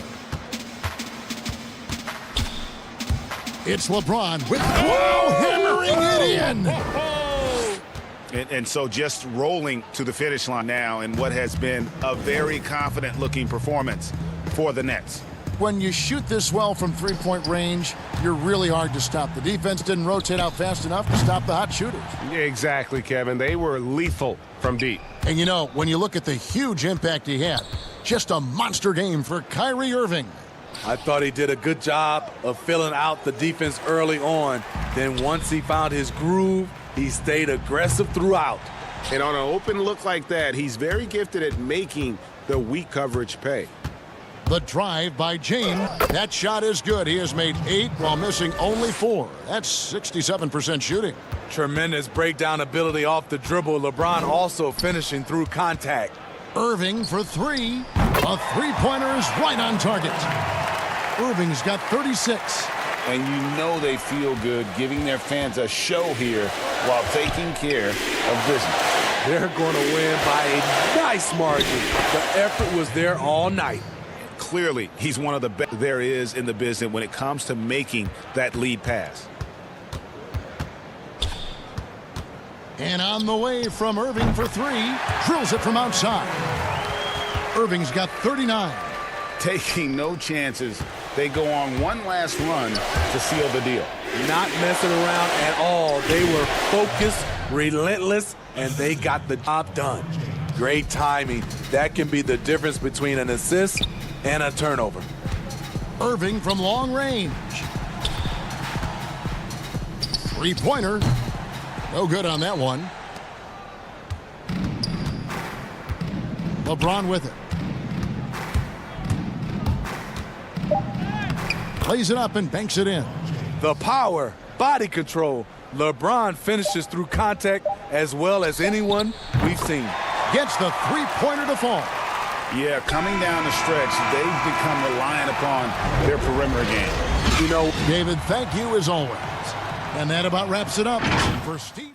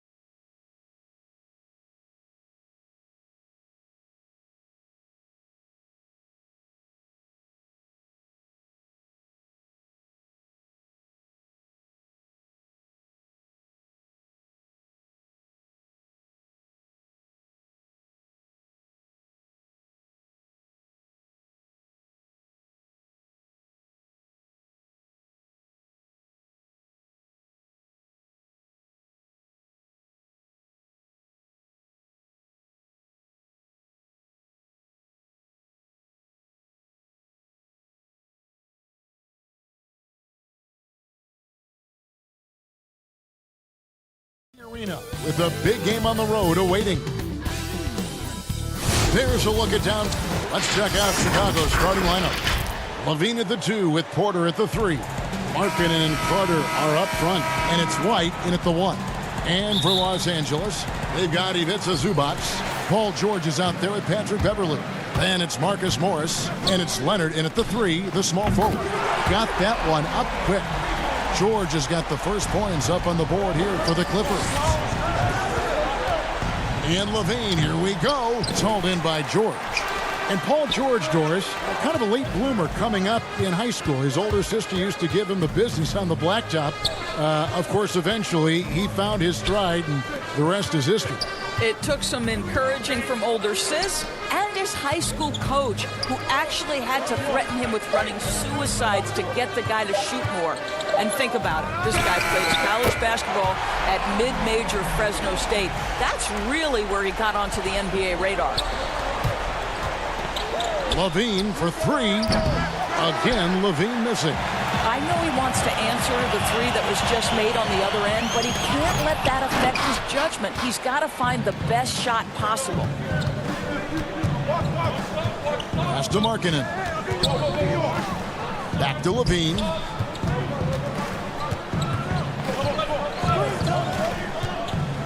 And the jam by LaVine. Boy, defensively, you want to take LaVine out of his rhythm. That means no open lanes to the rack. Morris kicks to George. First 1:30 gone here in the first quarter. That's good, and it's Leonard with the assist. George has got 8 points. Good way to start this game. You want to get him rolling as early as possible. He's a guy who, if he gets hot, he can carry your offense for long stretches. Now here's LaVine. Oh, and he almost had a fort, and it looks like, yep, it's a coach's challenge on the person. That triggers a replay review by the official. And this is the time now where the officials can review in closer detail what constituted the original personal foul. Getting a different angle can sometimes make it a lot easier to determine. Greg, indeed, and the one thing with replay review is that when you see the slow motion replays, you really get a new appreciation for just the immense speed at which these players are moving at, and how fast the action really is, and how hard it can be sometimes, you know, Greg, to make the right call. And the announcement on the review is that the foul was called in error. So they have determined to overrule the original call. And guys, this is what it's all about, getting the call right. And I think in this case, the video review showed that while it was a tough call to make on the floor, they got it right with the review. Boy, with his shot not falling right now, it might be time to look in a different direction. See if you can get your teammates started. And George, here we go. And he uses the glass on the layup. He's got 10. Teams have dynasties. The 90s, Michael Jordan. We've seen it over the many decades. Over the next decade, though, who do you think is going to lead the pack there, Greg? Ooh, that's a great question. You know, with the way Father Time is treating LeBron, you might have to wait and see because he is still playing at such a high level. But, you know, obviously Giannis has got to be on the short list with the Bucks. For me, I really Luka in Dallas. I just feel like with Kristaps Porzingis, that duo could just be deadly with how the game is played. But don't sleep on the Celtics with Tatum and Brown and that group that they have, with the front office they have. Man, I think the league is going to be in great shape moving forward. It sure seems that way. Catching up on the changes for the Clippers. Montrezl Harrell, he's checked in for Morris. Landry Shamet comes in for Kawhi Leonard. Williams, he's checked in for George. And Reggie Jackson subbed in for Patrick Beverley. Young passes to Hutchison. No good, shot missing. So the Clippers will take it the other way. Jackson against Young. Jackson dishes to Williams. Inside, here's Harrell. Good ball movement here by the Clippers. And it's going to be out of bounds. The Bulls will take it. That's miscommunication, and we rarely see that happen. Patrick Patterson, he's checked in for the Clippers. I'm glad we got to see the mobile one block once more. What a play. And early in the game, a defensive play like that goes a long way, establishing the attitude you want. Yeah, that's just a nice pass. This was one of college basketball's premier playmakers, Dunn showing great vision. Yeah, Chris Dunn, a part of that Zach LaVine trade a few years ago. You know, GA, what's interesting about Dunn is he actually played a lot of small forward last season. How about that? Drafted 5th overall back in 2016 as a point guard. He's only about 6'3", but very strong and has long arms and plays with great toughness. Just another example of how ball is affecting every front court position. Here's Patterson. Hits the three-point bucket. To me, when Patrick Patterson is hitting from deep, it makes everything easier for his teammates. He has got tremendous touch. Dunn kicks to Valentine. 34 seconds left in the first. Clippers leading by 4. Harrell with it, and Young picks him up defensively. Williams passes to Harrell. It's good. And their offense already in a flow. Some stellar shooting to jump out to this lead. Shamet with the steal. And here comes Jim leading the fast break. He's looking for Williams and finds him. The pass to Patterson. Jackson in the corner. With 1 on the clock. And yep, finally drops after rolling around the rim. Patterson's got 5 points so far. Paul George, he's been the guy making things happen. The LA Clippers.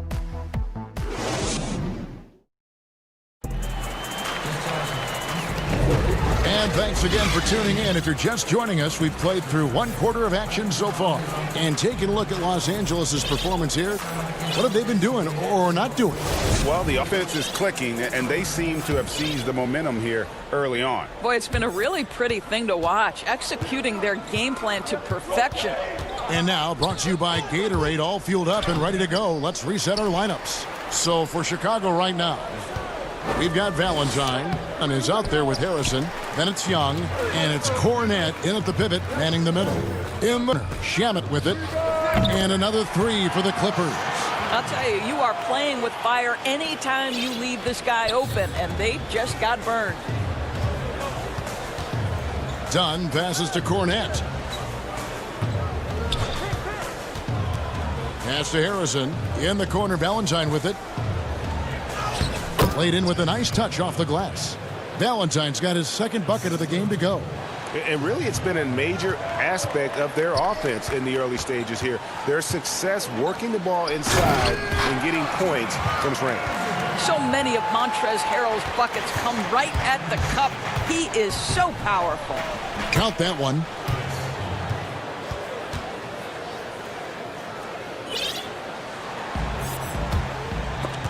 Clippers leading by 9.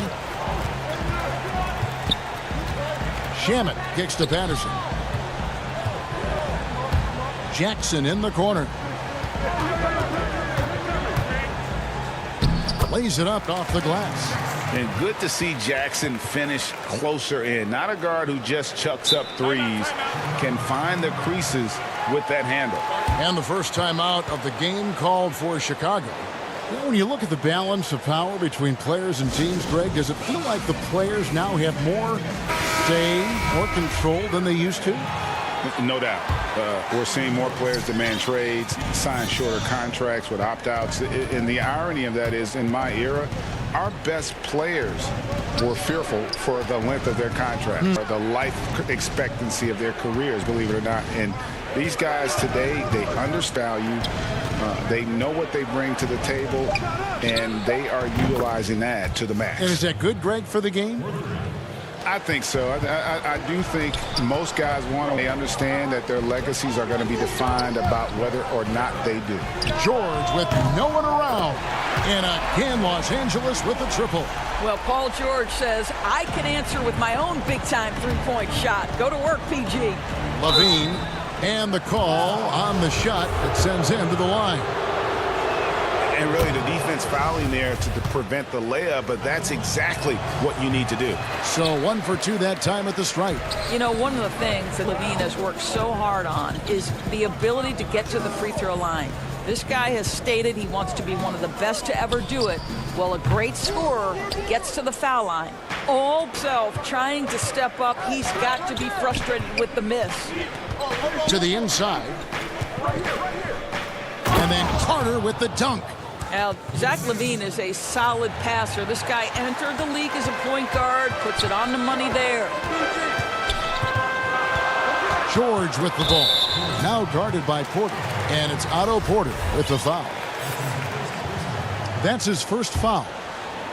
And for those of you just joining us in the second quarter with about 3 minutes gone by, Morris finds Harrell.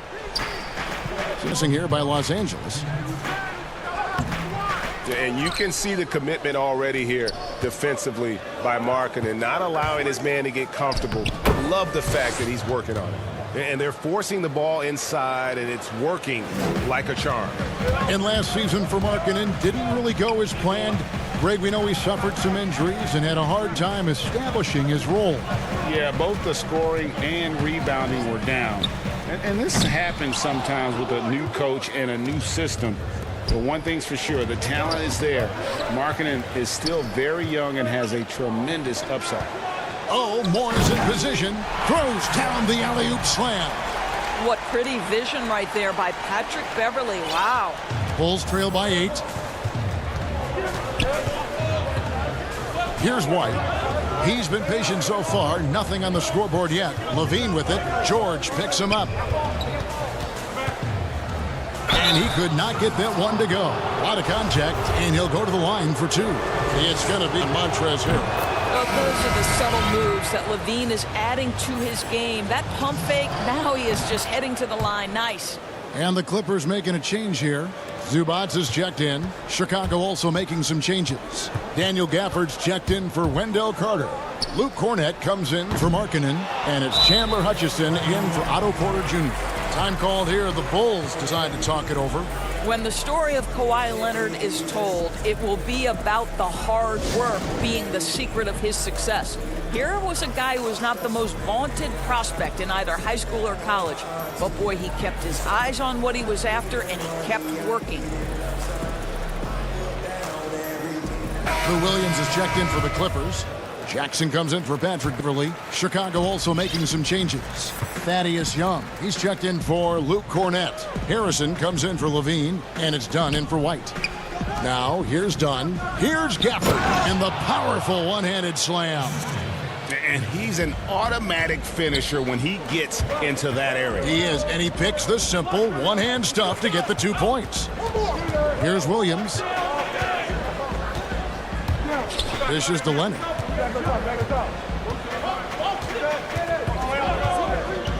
For the 3, sinks the 3. Leonard's got himself on the board with 3 there. Well, you're working the two-man game with Leonard as your primary target. That's the first guy you need to stop. Jackson against Dunn. Pass to Harrison. That one doesn't drop. And so it's the loss. All right, David, thank you. We'll be back after halftime for the start of the third quarter. And now, the 2K Sports Halftime Show. Again, Paul George taking care of business in this one. He had 13 points, 2 rebounds. And that...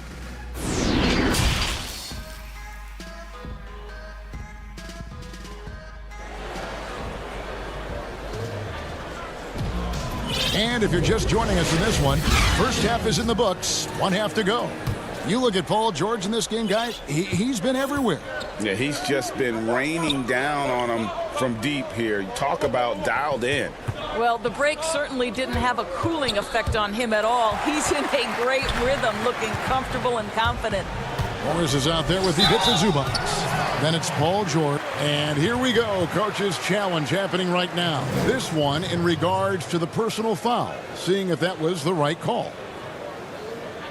And I think when it comes to some of the more difficult calls to make, personal fouls can be tough. The action is fast that it's really tough to catch everything in real time. The wonders of technology, Greg. We've seen replay reviews so effectively, and involving the coaches by being able now to challenge like this is something a lot of people have been hoping for. And the announcement on the review is that the foul was called in error. So they have determined, Greg, to overrule the original call. And guys, this is what it's all about, getting the call right. And I think in this case, the video review showed that while it was a tough call to make on the floor, they got it right with the review.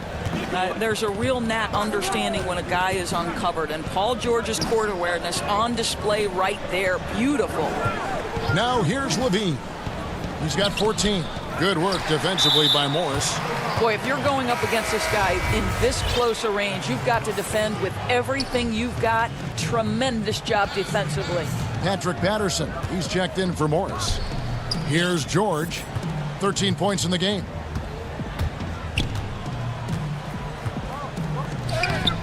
Good work defensively by Carter.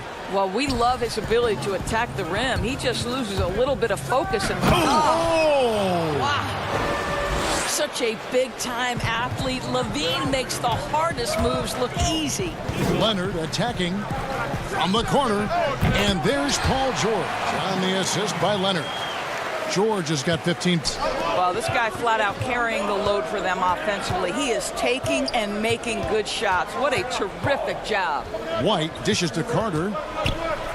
Out to White. Pass to Paul. From past the arc. It's hauled in by Los Angeles. They've led by as many as 11. And Kawhi Leonard, one of the league's most dominant rebounders, Doris, from the wing position.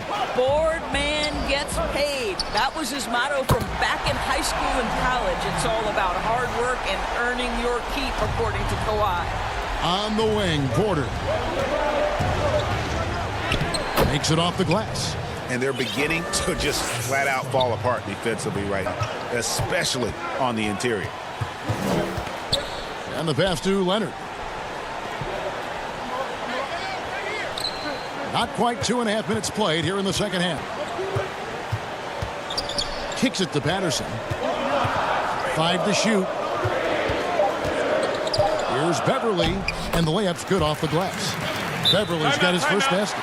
Assists like that have typified their effort today. Terrific. Time called here. The Bulls decide to talk it over. Greg, how special was it for you that you had your number 50 retired at UNLV? You know, that's something that I can honestly say. As a kid, you dream about a lot of things. Winning, you know, playing at the highest levels.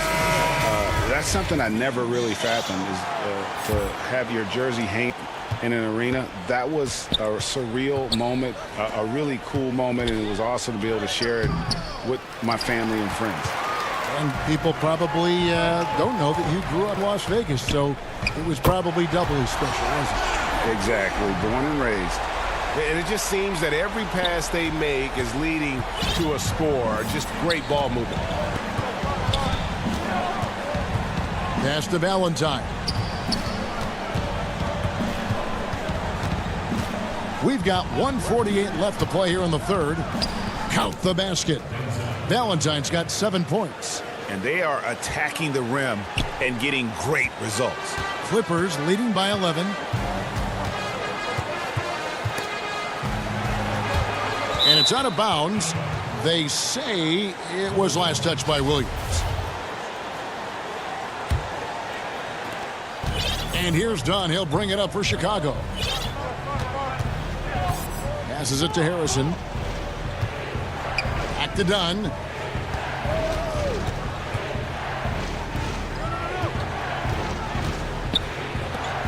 Pass to Harrison. Clock at 6. From downtown, Kawhi Leonard with the rebound. LA's gone 2 of 2 from long range in the third quarter so far. Jackson passes to Williams. He kicks it to Hill. Leonard with no one around. And again, it's the Clippers from deep. Yeah, those are starting to add up, guys. Of their last 5 baskets, 3 have been triple. Here's Dunn. Great D that time from Harrell. Here now, the Clippers. They're on a 15-6 run. Good ball movement here by the Clippers. Jackson finds Shamet. Leonard with the ball. Now guarded by Dunn. And it's Leonard missing. Boy, he'll usually knock it down if he's left that wide open. Just comes up empty. Good on that shot. And with that, the Los Angeles lead is cut down to just 12 points on the bucket from Dunn. Leonard attacking. And there's the whistle. That goes on Chris Dunn. That's his first foul.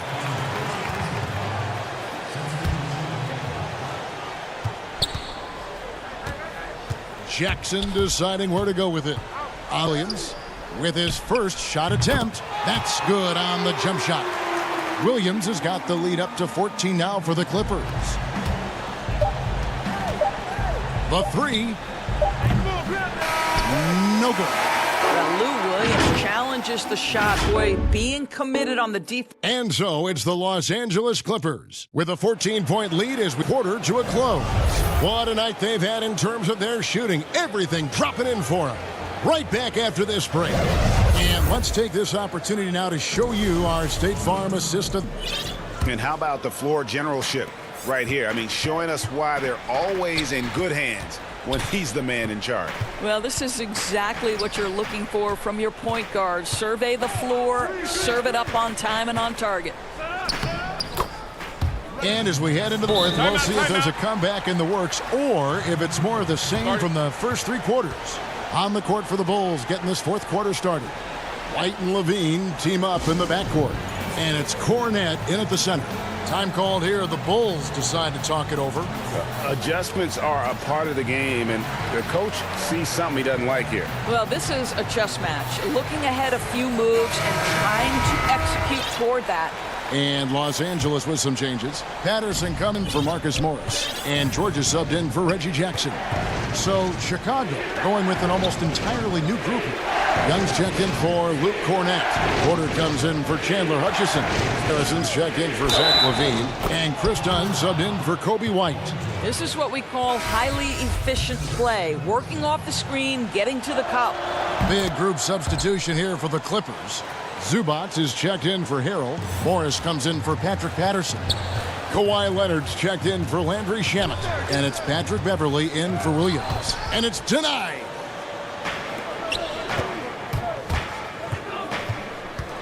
The pass to Harrison. Back to Dunn. And a foul call. Almost got it to go in, but he'll go to the line for 2. But Chris Dunn has proven over and over he is not afraid of drawing contact on these shots. That one falls, so he hits both of them. And the Clippers call time here.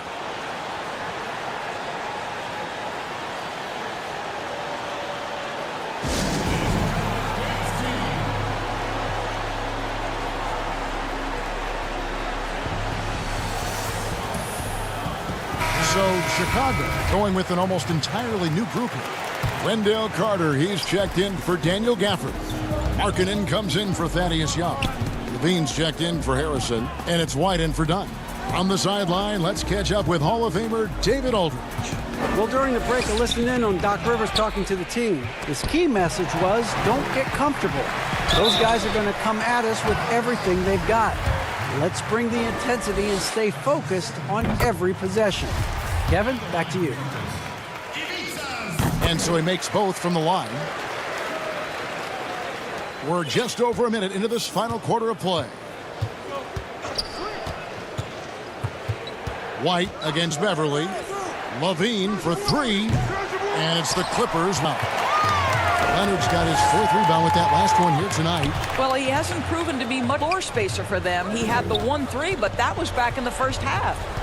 Now, here is George. Near the three-point line, it's Morris. Stolen by Markkanen. Here's LaVine. And, yep, that's going to be a flagrant foul. Unnecessary contact.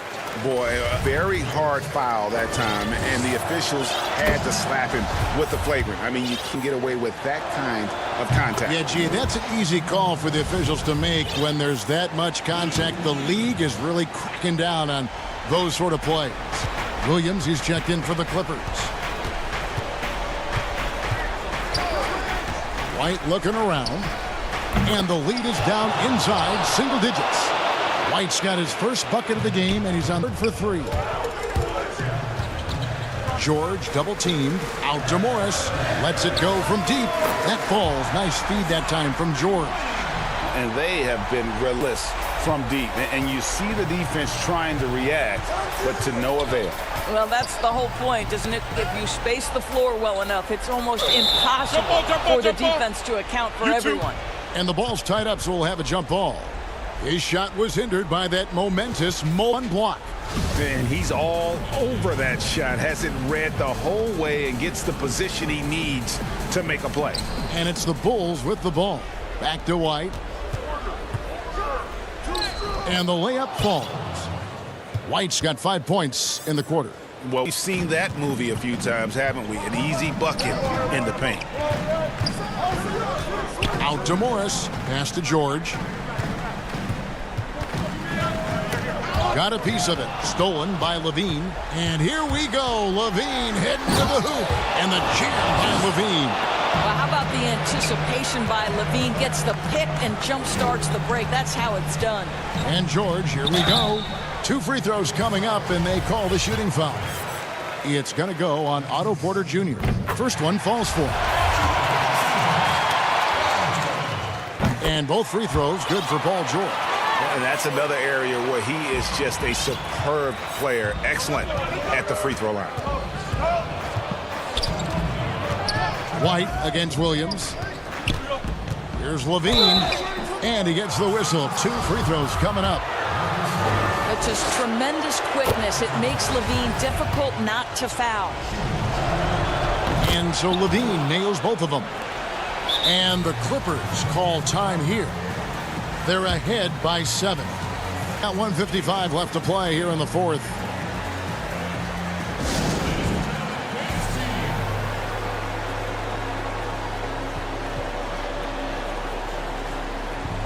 And now we present our New Balance Player of the Game, Paul George.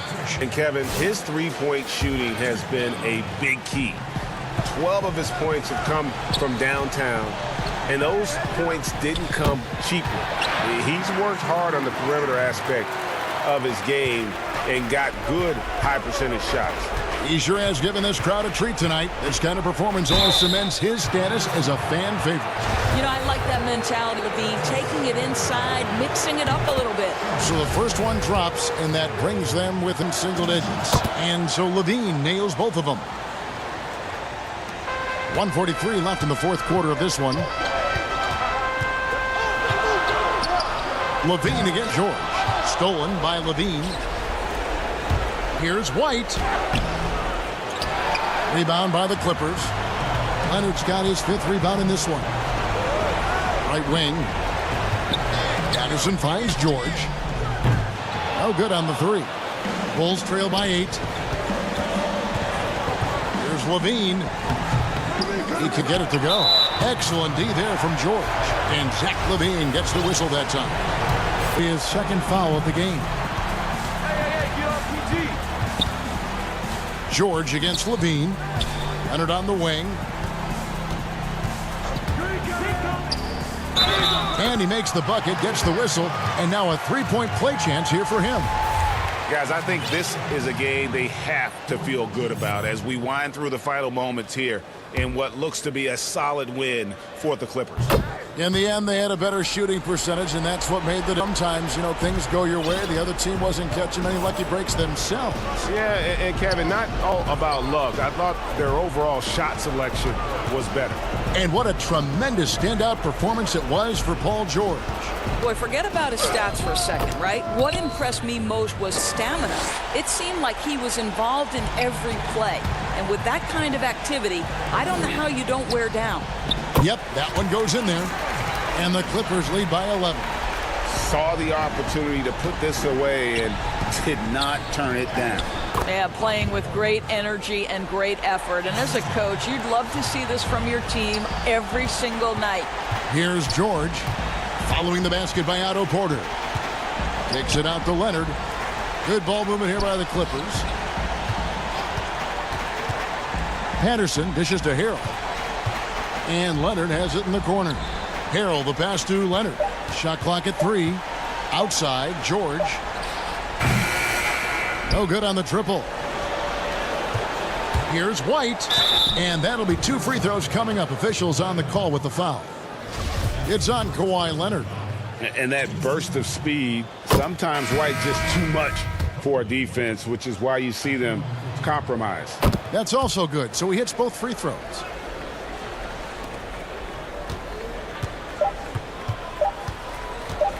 From deep three-point range, misses. So the Clippers with the win. All right, David, thank you.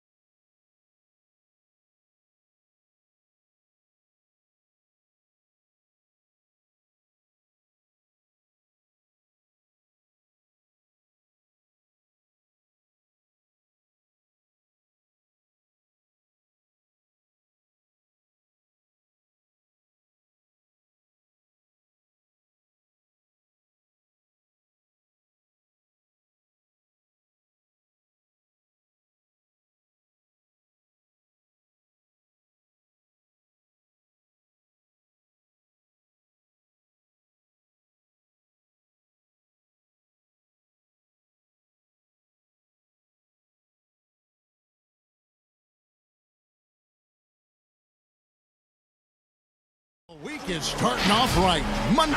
Here are the starters for Brooklyn. Durant plays the 4 with Allen at center. That's Kyrie Irving. Then there's Karis LeVert. And it's Dinwiddie in at the 2 spot. And for Milwaukee, Middleton and Giannis are the forward. The backcourt comprised of Bledsoe and Matthews. And it's Lopez in at the center, filling out the middle. Here's Irving. Oh, and that one had the right spin on it, and it is good. Irving got his team on the board to start the game for the Nets. Middleton on the wing, fires the 3. 1 up, 1 down, 2 points with his first shot this game. 2 terrific defenses tonight, Greg. They do it in a variety of ways. It's been hard for either team to score. You know, strong on ball, in help, in transition, and both coaches doing such a great job of making the adjustments. And listen, the reality is defense still can be a factor determining who wins and who loses. And we're seeing it right before our eyes. Shots good by Middleton. Oh, I like the finesse and the focus that Middleton plays with. I mean, that's part of what allows him to finish off these tough hoops. Now, here is Irving. Antetokounmpo pulls it in. A little over a minute gone here in the first quarter. And it's Middleton penetrating. Down it goes for his 3rd basket in as many tries. And so Middleton on the drive is really remarkable. I mean, he gets to the bucket so fast. The pass to KD. And foul on the shot, so he'll get a chance at the line. That's on Brook Lopez. This is his first chance at the line tonight. Free throw drops for KD. Hard to imagine Durant not going down as one of the great scorers this league has ever seen. As a matter of fact, that's a given, folks. Dynamic, explosive, and he's consistent year in and year out. Now here's Middleton. He has 7.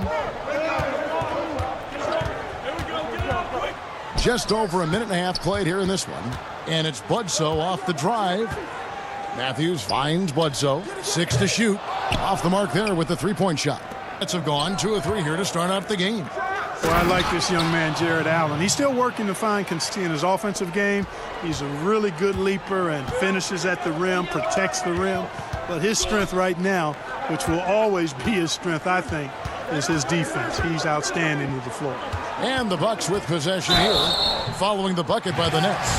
And Clark, with Allen, he's still young, and the comfort on offense has yet to really find it.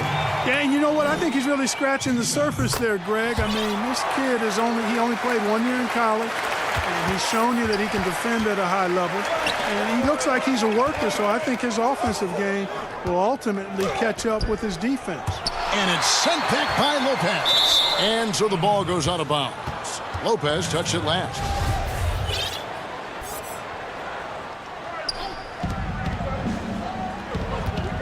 KD looking around. Pass to LeVert. Outside for Durant. Just 5 on the clock. Here's Irving. And good. And it takes a nice bounce off the right iron.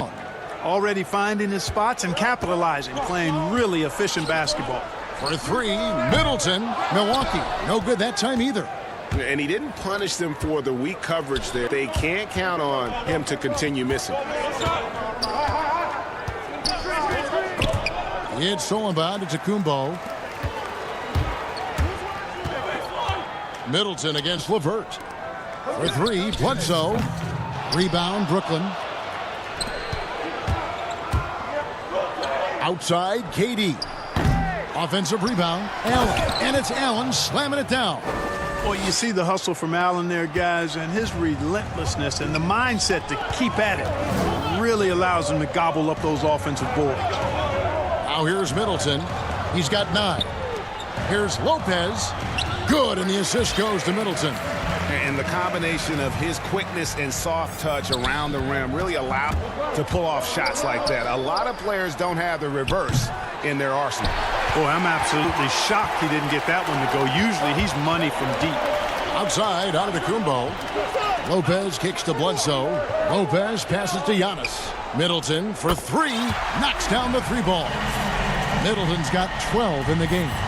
Boy, has he put his foot on the pedal here this quarter. He's doing a terrific job in terms of leading their offense. great instincts from him to get a hand on that pass and tip it out. And, you know, even though they didn't come up with the steal, that's still a nice defensive play. Here's what Milwaukee's going with right now. Ilyasova's checked in. Pat Connaughton comes in for Chris Middleton. Dante DiVincenzo, he's checked in for Weston. And it's Hill in for Eric Bledsoe. Nice awareness from the young forward. Giannis Antetokounmpo showing he wants to work it to his guy. Here's Durant. Feeds it to Jordan. Kicks it out to Prince. The Nets working the ball around now. To halt the run.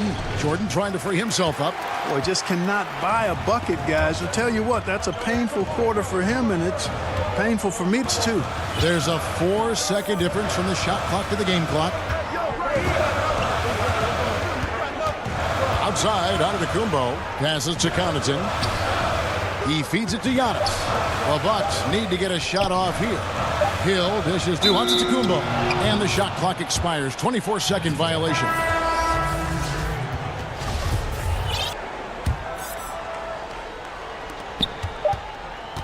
Three seconds left.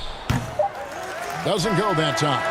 Chris Middleton has been on display for the Milwaukee Bucks. That quarter had to take a lot out of him.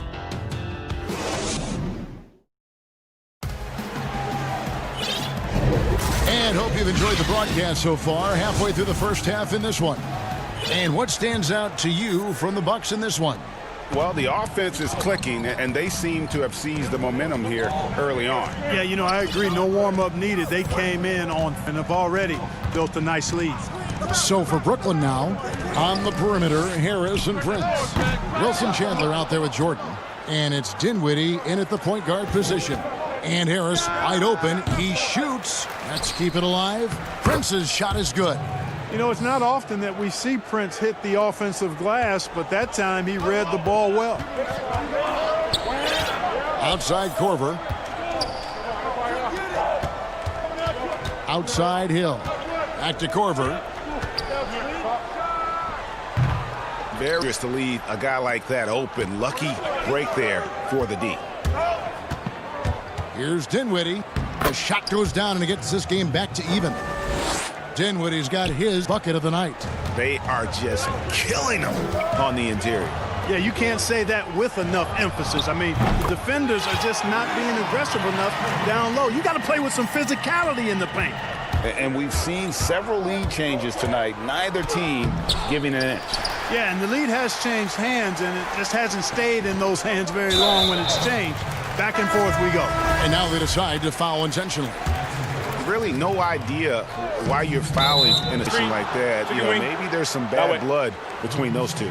Yeah, but that's no excuse for that kind of foul. I mean, that might be an explanation for it, but certainly doesn't justify it. And even then, it's just not a good play.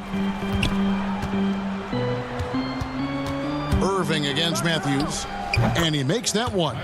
Irving's got his third basket of the night right there. You know, I like Irving's creativity, but also his discipline offensively. He'll take whatever's available. And the Bucks miss again. For Brooklyn, they've gone 3 of their first 5 shots to drop here in the second quarter. That one dropped for his second bucket. Mark him 2 for 4. Greg, I know you've played for some great coaches in your day. What is it that separates the truly elite coaches, in your opinion, from just coaches that are pretty good? I think the one attribute that's most important for a great coach is consistency. And I've said this, you can coach a lot of different ways, you can win a lot of different ways, but you've got to be sincere and true to your principles and your philosophy. And those are the coaches, and I've had them that have done it different ways, but they've been the most successful. And listen, you've also at the professional level, you've got to have a presence about you. You got to have some charisma out there as well to get these men to buy in. Man, the confidence Irvin has is something I really appreciate. I mean, he's ready to shoot it as soon as he gets it and not afraid of any kind of shot. Another miss by Middleton. Well, it looks like he's cooled down a bit after hitting those 2 in the first quarter. And that one's good, Irving. And it just seems that every pass they make is leading to a score, just great ball movement. The corner, Middleton with it. Allen with the rebound. Allen's got 4 rebounds in this game. Here's Dinwiddie, and he slams it one-handed. Nice play, and you can see they're gathering momentum. And, you know, they need to stay aggressive here. Build the lead up while they've got the chance. Don't waste this opportunity. Antetokounmpo looking it over. Knocks it loose and stolen by Irving. Pull up Jay. That's good, and it's KD with the assist. KD's got 3 assists now in this one. Bucks trail by 9. Here's Antetokounmpo, and the slam dunk by Antetokounmpo. And Antetokounmpo is just a blur. I mean, I don't know how a 7-foot guy with that wingspan and all legs and arms can be a blur, but man, he's like a lightning bolt when he gets room to roll to the basket. Outside for Bledsoe. Pointers off the mark. And here are the Nets. They're on an 18-5 run here. And it's LeVert missing. Milwaukee's gotten into trouble with the 3 ball in the second quarter, only hitting 1 of 5 attempts. And the slam dunk by Antetokounmpo. Matthews has a nice feel, guys, for when a teammate has a clean look, gets him the ball. And the basket is, and it looks like coach's challenge on the personal foul. That triggers a replay review by the officials. And this is the time now where the officials can review in closer detail what constituted the original personal foul. Getting a different angle can sometimes make it a lot easier to determine. Greg, indeed, and the one thing with replay is that when you see the slow motion replays, you really get a new appreciation for just the immense speed at which these players are moving at, and how fast the action really is, and how hard it can be times, you know, Greg, to make the right call. And so the word is in. They've decided that the call stands as it was made on the floor. And, you know, even if a coach still feels this wasn't the right call, you got to acknowledge the effort being put in to reviewing it. The double checking, and the game continues on. 34 seconds left in the first half. Chandler right side. Irving with a clean look. Cans it foul. Irving's got 20 points.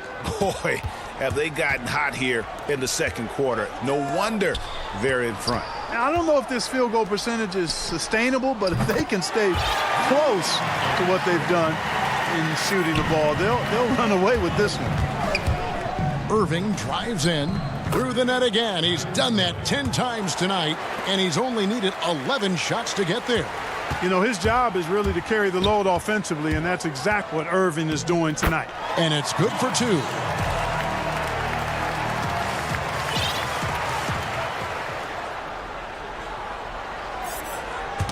That's tipped. It's stolen by Hill. Fires from deep. The shot will not fall. And so it's Brooklyn with a 10-point lead. Some breathing room heading into the break.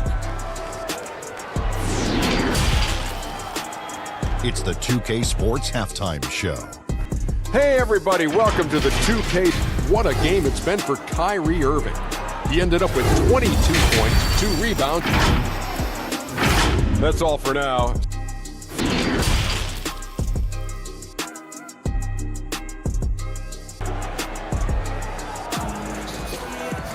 And we hope you've enjoyed the broadcast so far. We're halfway through the game. You look at Kyrie Irving in this game, he has been everywhere. Man, how about the amount he's contributing in the scoring column? Through 2 quarters, he has been terrific. And you know what? They've come at him a few different ways defensively, and nothing has slowed him down.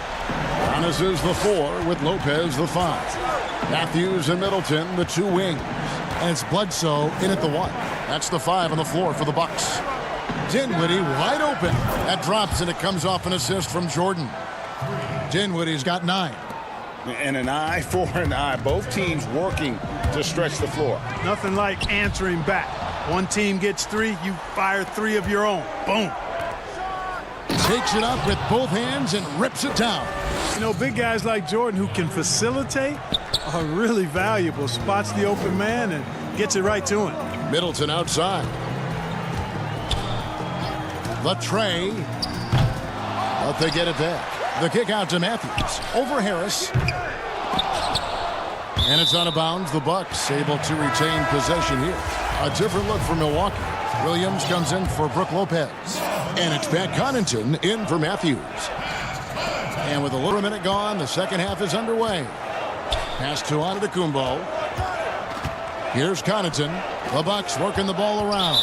Down to 5 on the shot clock. And now we've got the intentional foul. And a new group in for the Nets. Jared Allen's checked in for Jordan. Kevin Durant comes in for Wilson Chandler. Karis LeVert's checked in for Taurean Prince. And Kyrie Irving subbed in for Joe Harris. Man, it's obvious that Middleton has great confidence. I mean, you can just see it oozing out of him. He's good at catching the defense off balance and knocking down the catch-and-shoot jump shot. So far, so good to begin this half. They're 3 for 3. Perfect. Double team on Williams. Back to Uno. And they wasted no time getting those 3 points back. 7 points in the game. You know, that shot's going to be there for Giannis Antetokounmpo because the defense is always worried about him attacking and driving the ball. It's just a matter of whether he can knock it down. Here's Irving. Laid in with a nice touch off the glass. Irving's got 5 points now in the quarter. Well, he's cooking with grease. He's got things flaming up, looking for an opportunity every time down when he's that hot. That is good.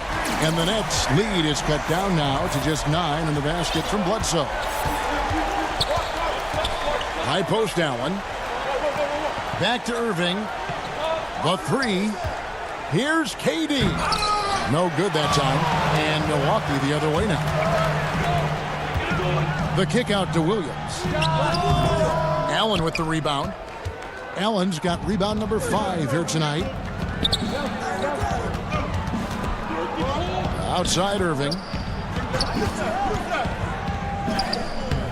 The rebound by the Bucks. Left side, Antetokounmpo. Dinwiddie with the steal. And so they choose to intensify. Brook Lopez is checked in for Milwaukee. Matthews comes in for Pat Connaughton. Harris is checked in for Brooklyn.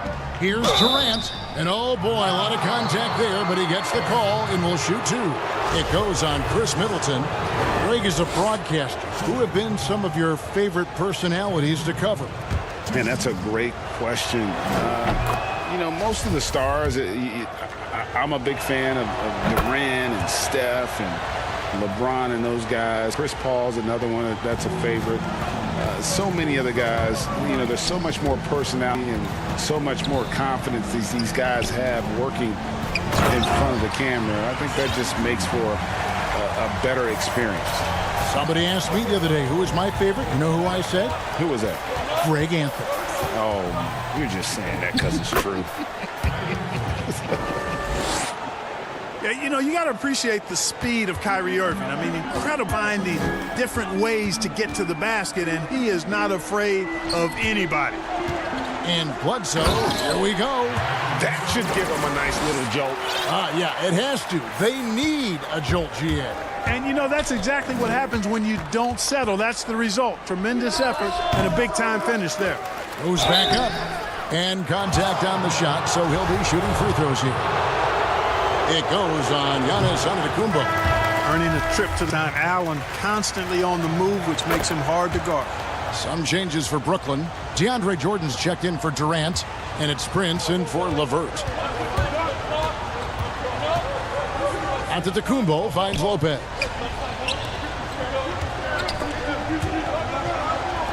And there's the pass to Matthews. Here's Giannis. And here's Bledsoe. 5 on the clock. Shots good by Middleton. They've given up a lot of three-pointers here today. And their defensive rotations have been non-existent. Irving from long range. Nailed from three-point land. Irving's got a pair of threes now here in the third for the Nets. Takes it down to Middleton. Bledsoe outside. It's Antetokounmpo on the wing. Middleton for 3. And a great assist by Antetokounmpo as that one goes in. Giannis has got assist number 5 here tonight. Shot and game clock separated by 5. Lets the 3 fly. And again, Brooklyn with the triple. Wow, unconscious has he been this quarter. They're riding that hot hand. Antetokounmpo passes to Middleton. And a lot of contact on that one. And now, yep, this will be a coach's challenge. We thought that might happen, triggering a review of the personal foul. And I think when it comes to some of the more difficult calls to make, personal fouls can be tough. The action is so fast that it's really tough to catch everything in real time. The wonder of technology, Greg. We've seen replay reviews so effectively and involving the coaches by now. A challenge like this is something a lot of people have been hoping for. And so the word is in. They've decided that the call stands as it was made on the floor. And, you know, even if a coach still feels this wasn't the right call, you got to acknowledge the effort being put in to reviewing it. The double checking, and the game continues on.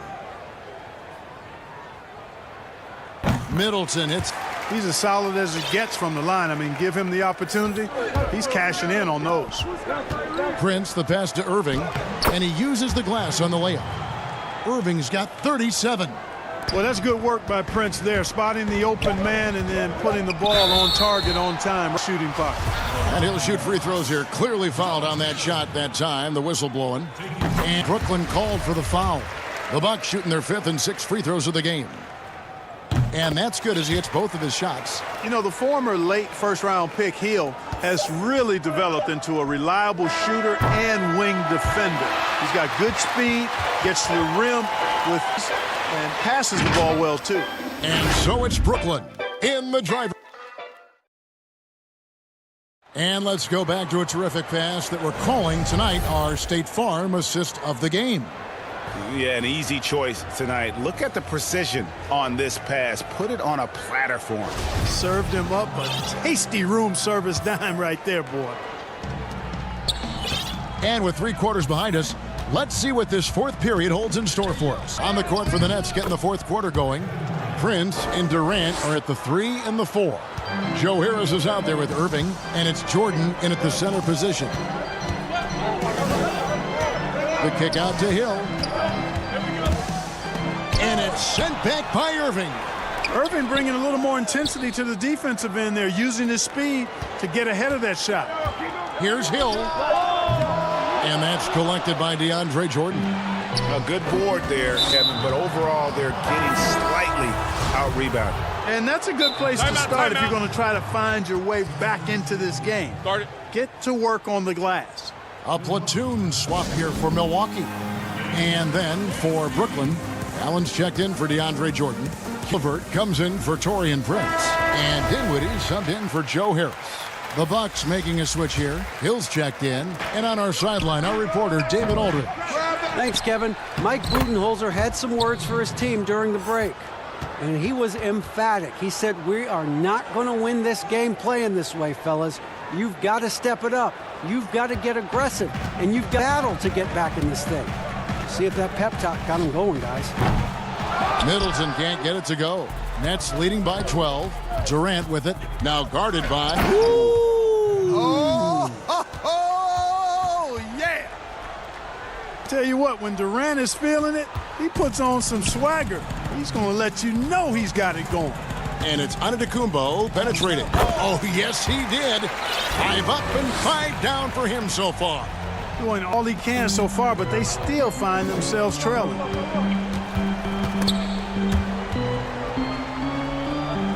To the paint, here's Irving. Shakes him. Lopez with the block. Great timing on Lopez's part there to slow down that attempt. Stolen by Durant. In transition, here come the Nets. Irving misses. Bucks trail by 12. It's Hill on the wing. Shoots it. Brooklyn with the rebound. Allen's got his 7th rebound of the game with that last one. Stolen by Bledsoe. And now, here comes Antetokounmpo leading the break. And Antetokounmpo slams it in. Good defensive instincts, and that wingspan that belies his size allows Bledsoe to come up with these steals. Here's KD. Good, and the assist goes to Irving. 14 points for Kevin Durant. And they're forcing the ball inside, and it's working like a charm. And Middleton kicks to Lopez. Over in the corner, Antetokounmpo. It's back to Hill. He dishes it to Lopez. Allen with the rebound. Allen's got rebound number 8 here tonight in the game. And that one's good, Irving. Irving's got 39. Boy, good luck trying to keep Irving down. I mean, he's more than happy to take the contact and finish right through it. And it's good, 2 points. Greg, when you played for the Knicks, I always heard that Charles Oakley would cook for the players. Is that true? Absolutely. Oak was very particular about his food. And I got to tell you, he knows his way around the kitchen. And to be honest, I would never tell him otherwise. Well, what was his specialty? Whatever he made, it was special. It wouldn't matter. Back to Middleton. On the wing, Giannis. Shot clock at 6. And it's sent back by Allen. It's really hard to shoot over Allen, which is probably why you shouldn't try to do it. And tonight's battle is going to end with a very clear winner, leaving nothing to chance. Impressive win for Brooklyn. They really lit it up in this one. Fantastic offensive performance. Definitely just simply shot the ball well. One of those games to be proud of. And we watched one guy all night long, guys, and looking at the stats just confirms what a dominant game he had. What a night tonight it was for Kyrie Irving. Every time he shot it, it seemed like it was going to drop in. And if it didn't, everyone was surprised. Here's what Milwaukee's going with right now. Robin Lopez is checked in for Lopez. Williams comes in for Antetokounmpo. Kyle Korver, he's checked in for Chris Middleton. And it's Matthews in for Eric Bledsoe. Kicks it out to Johnson. Crawford, no one around him. Good, and it's Johnson with the assist that time. And the Nets lead by 20. And they came in determined to take this one. It's going to be a happy flight home. Yep, to have a stress-free win on the road, very satisfying. The fans are already headed for the exits.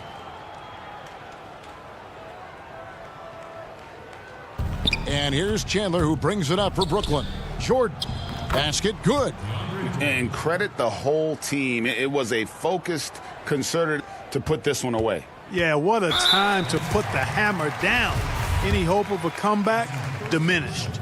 Really no idea why you're fouling in a situation like that. You know, maybe there's some bad blood between those two. Yeah, but that's no excuse for that kind of foul. I mean, that might be an explanation for it, but certainly doesn't justify it. And even then, it's just not a good play. And a new group out there on the floor for the Nets. Not quite enough defense. That time around, just lucky he was off. Here's Matthews. Shooting foul as the whistle blows. He'll shoot 2 free throws. Boy, Matthews, a guy who's after, is a crafty veteran now. Terrific at using his body to draw the foul. Both free throws good from Matthews. Brooklyn in control. Well, this one is winding down now. Brooklyn can watch the clock run out.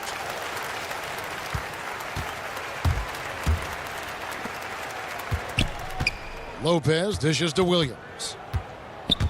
Back to Lopez, and the officials call him for a 3-second violation. Oh, costly error there. We'll see how they rebound from that miscue. Well, you know what? They're self-inflicted. I mean, you've got to play much smarter than that. And so it's Brooklyn easily grabbing this one. This one was over well before the final buzzer. Thank you, David. Great interview once again. And that's going to do it tonight.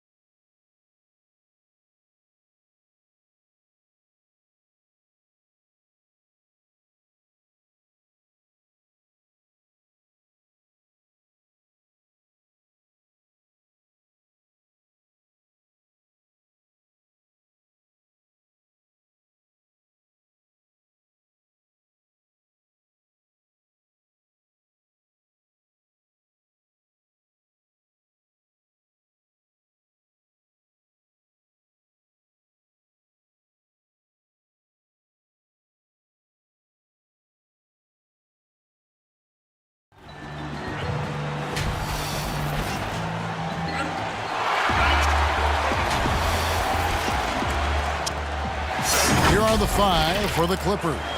They've got Ivica Zubac, Patrick Beverley out there with Paul George. Then there's Kawhi Leonard, and it's Morris in at the 4.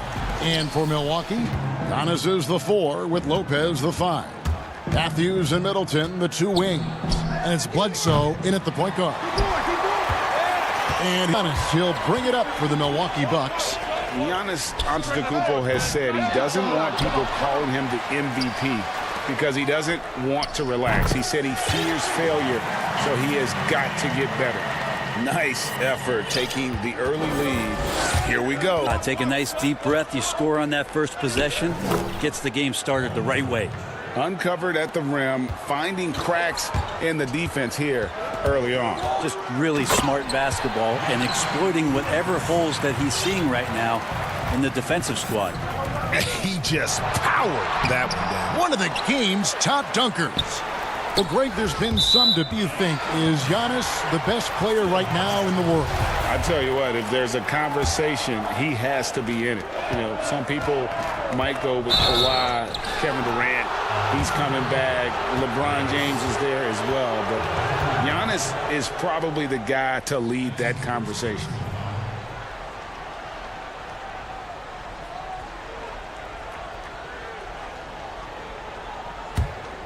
Clippers have gone 1 of 3 from the field to start this one so far.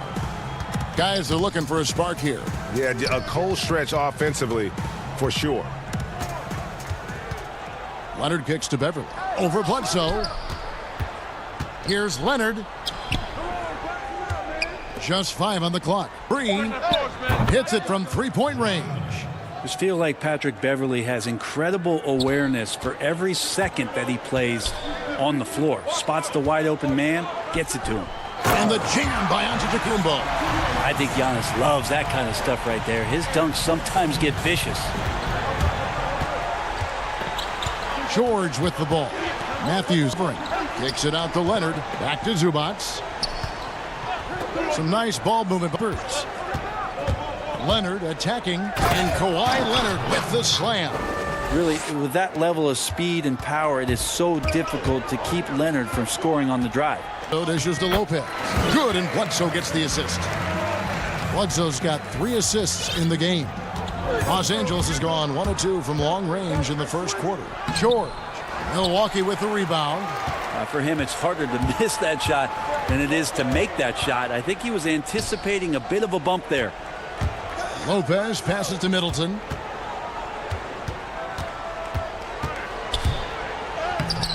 No good on that one. So Los Angeles get the other way. And here's George for 3. And again, Los Angeles with the triple. Greg, you're the all-time assist leader for the Big West Conference. In that frame, not some of the traits that make for a good floor general, a good point guard, a good facilitator. Yeah, I mean, listen, you have to be a leader because that's what the position calls for. Unselfishness, instincts, that stuff matters. But ultimately, your teammates got to feel like you play for them. And that's when you have a chance as a team to be special. I'm assuming you've always been like that. Am I correct? No, that is not. Really? I evolved into a leader. In all seriousness, I think some guys are natural. Others, like myself, had to evolve into it. Another miss by Middleton. And here's George. He'll bring it up for Los Angeles. Trailing by 2. And Middleton with the block. Well, the long arms of Middleton getting up there on defense and throwing that one away. Drills the 3-pointer. You know, that basket must be widening out right now, and he's making almost every shot he's putting up this quarter. Lopez kicks to Matthews. Bledsoe passes to Lopez. And here's Matthews for the 3. Rebound by the Clippers. George with the ball. Eric Bledsoe covering. Here's the 3. And again, Clippers from deep. And they're getting their points now almost exclusively from the triple. 4 of their last 5 makes are from beyond the arc. Now here's Middleton. 6 points for him. The shot's good. And there's a pattern starting to take shape here. They're working inside and getting good shots from close range. Leonard dishes to Beverley. They get a hand on it. Now the Bucks moving it up. And 2 free throws coming up, unable to get that one to go with all the contact. Well, an aggressive Antetokounmpo is a good thing for this team, taking it in with force to the rack and getting the foul. And we heard Shaquille O'Neal bestow his Superman nickname on Giannis Antetokounmpo, and rightfully so. The Greek Freak, the most dominant paint scorer since Shaq himself. Here's what Milwaukee's going with right now. Ilyasova checked in. Pat Connaughton comes in for Chris Middleton. Dante DiVincenzo, he's checked in for Wesley Matthews. And it's Hill in for Eric Bledsoe. Here's Giannis. Solid play in the low block, and that one's good. Giannis has got 8. I like how Giannis is inviting a little bit more contact and no longer shying away from it. And Jackson throws it down hard. So far, both teams scorching the Nets. You gotta love it. Yeah, made for TV game here. Pace is great, scoring is coming in bunches, and both of the teams feeling confident right now. And just a perfectly designed play. Anytime you can get a dunk on the inbounds, you know the X's and O's were in the right spot.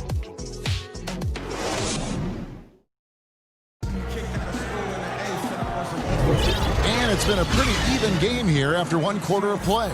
And let's quickly break down the game we've seen from the Bucks, guys. Boy, their offense looks really good when everyone's in sync.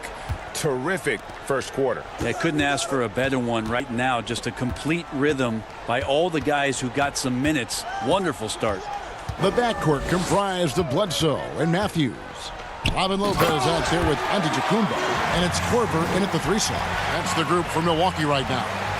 At 7 feet tall, dunking very easy for Lopez. Once he's this deep, the defense is in trouble.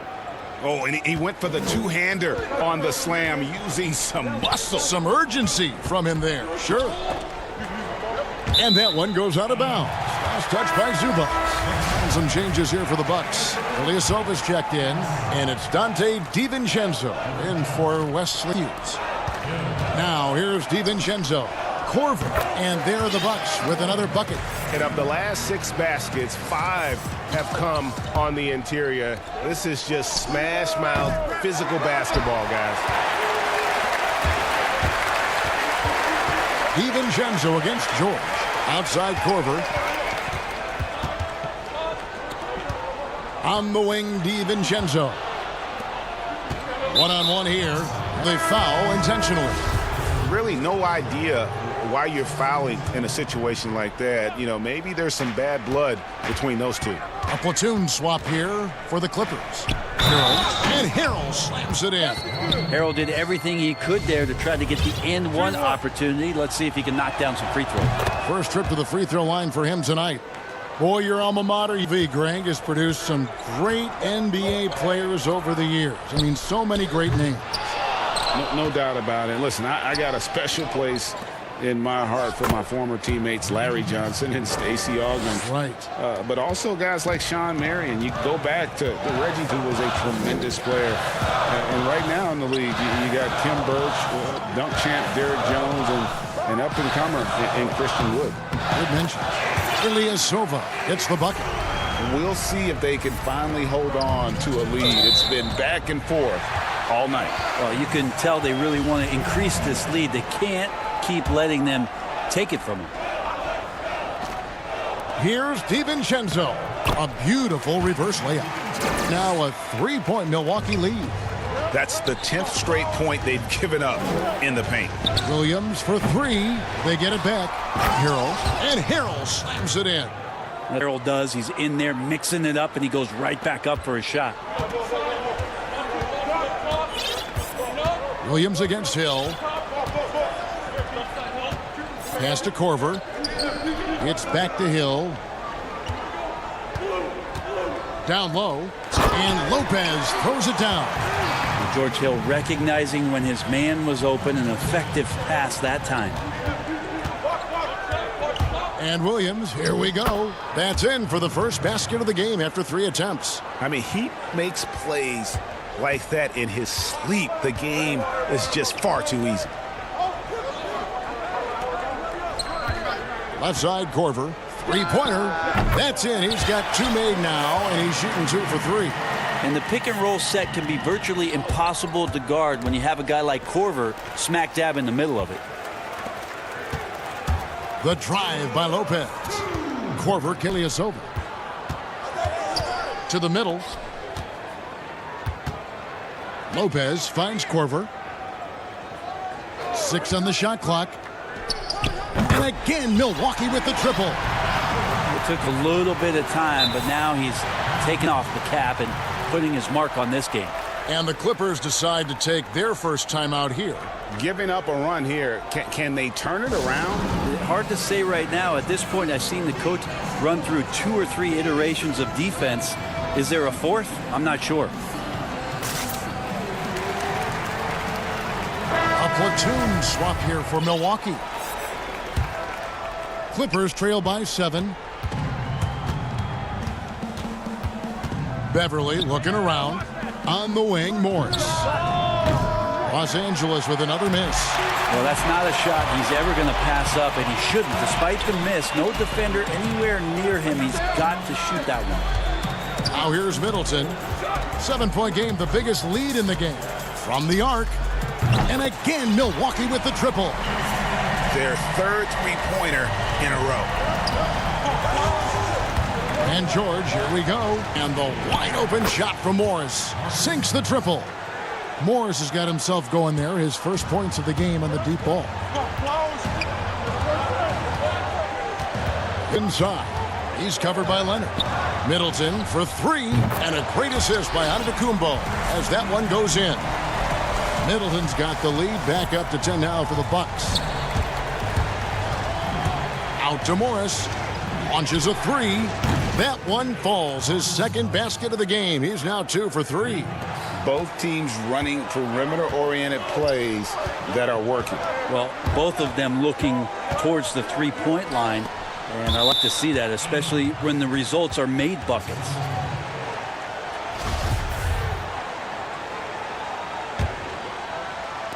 And here's Beverly. He brings it up for the Los Angeles Clippers. 7-point differential. Morris passes to Beverly.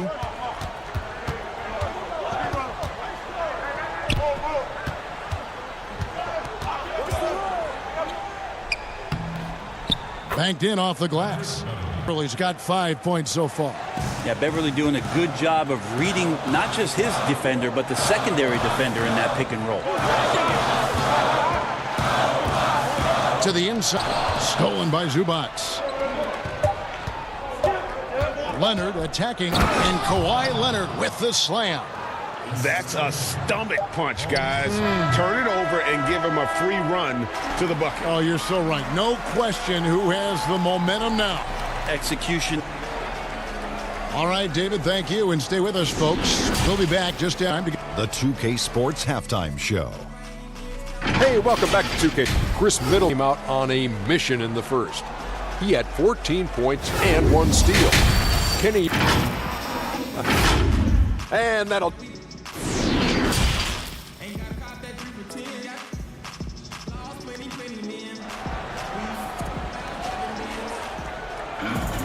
And after a fairly even first couple of quarters, the second half could turn out to be as both teams try to gain an edge.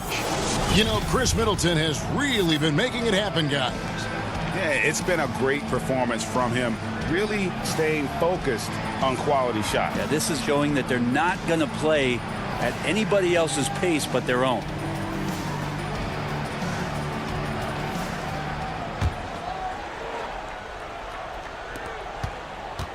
Milwaukee leading by 3. And now let's check out the lineups courtesy of All fueled up and ready to go for the second half of basketball. Taking a look at Los Angeles. Paul George is out there with Patrick Beverly. Then it's Montrezl Harrell. Then it's Mark. And here we go with the coach's challenge. Not surprised in a competitive game like this. And he's disputing the personal foul call.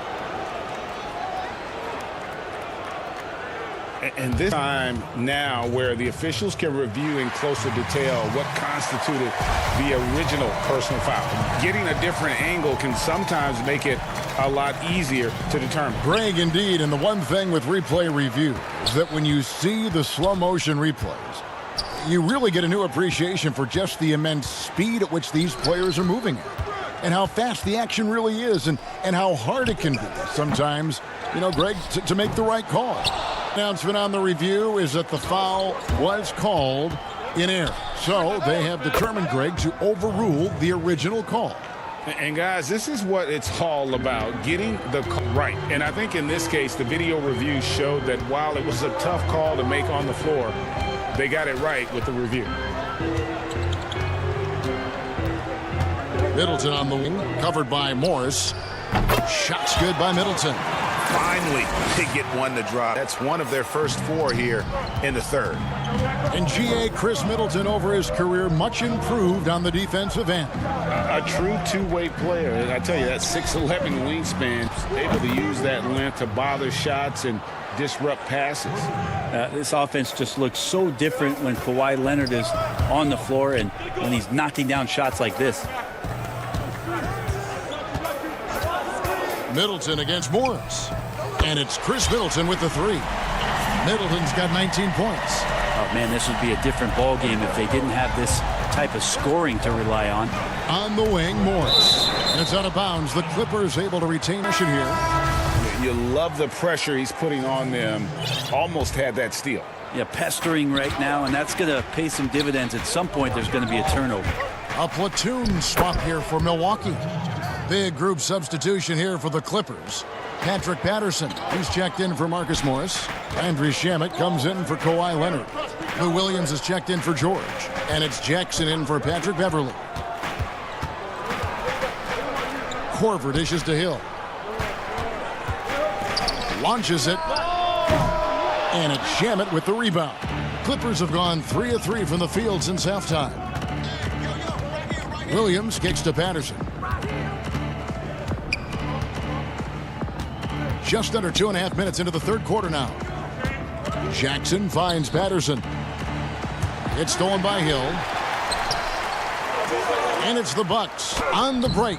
DiVincenzo gets the bucket. Traditionally, that's how you want to finish the break, right at the rim. Yeah, anything other than a layup in that situation, probably disappointing. Had numbers, took advantage. And Defleet, they are on their heels every time the ball comes inside. Patterson against Hill.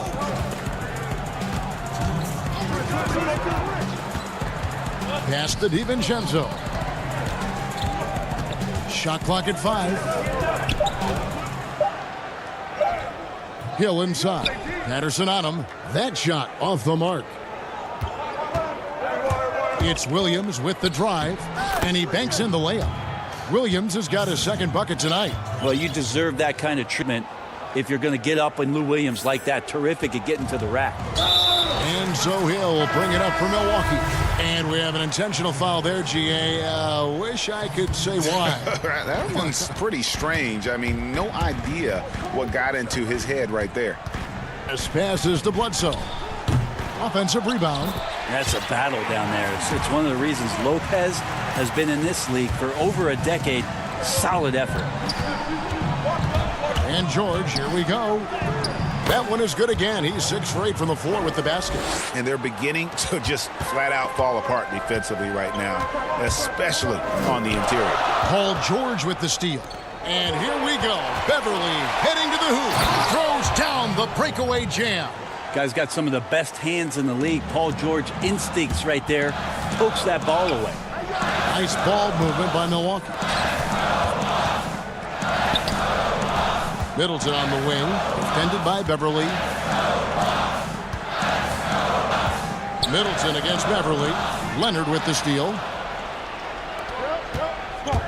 And George, here we go. That's good, and it's Leonard with the assist.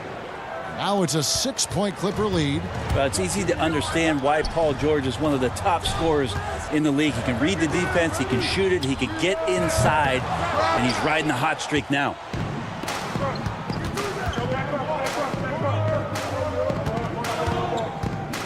Morris finds George. Lets it go.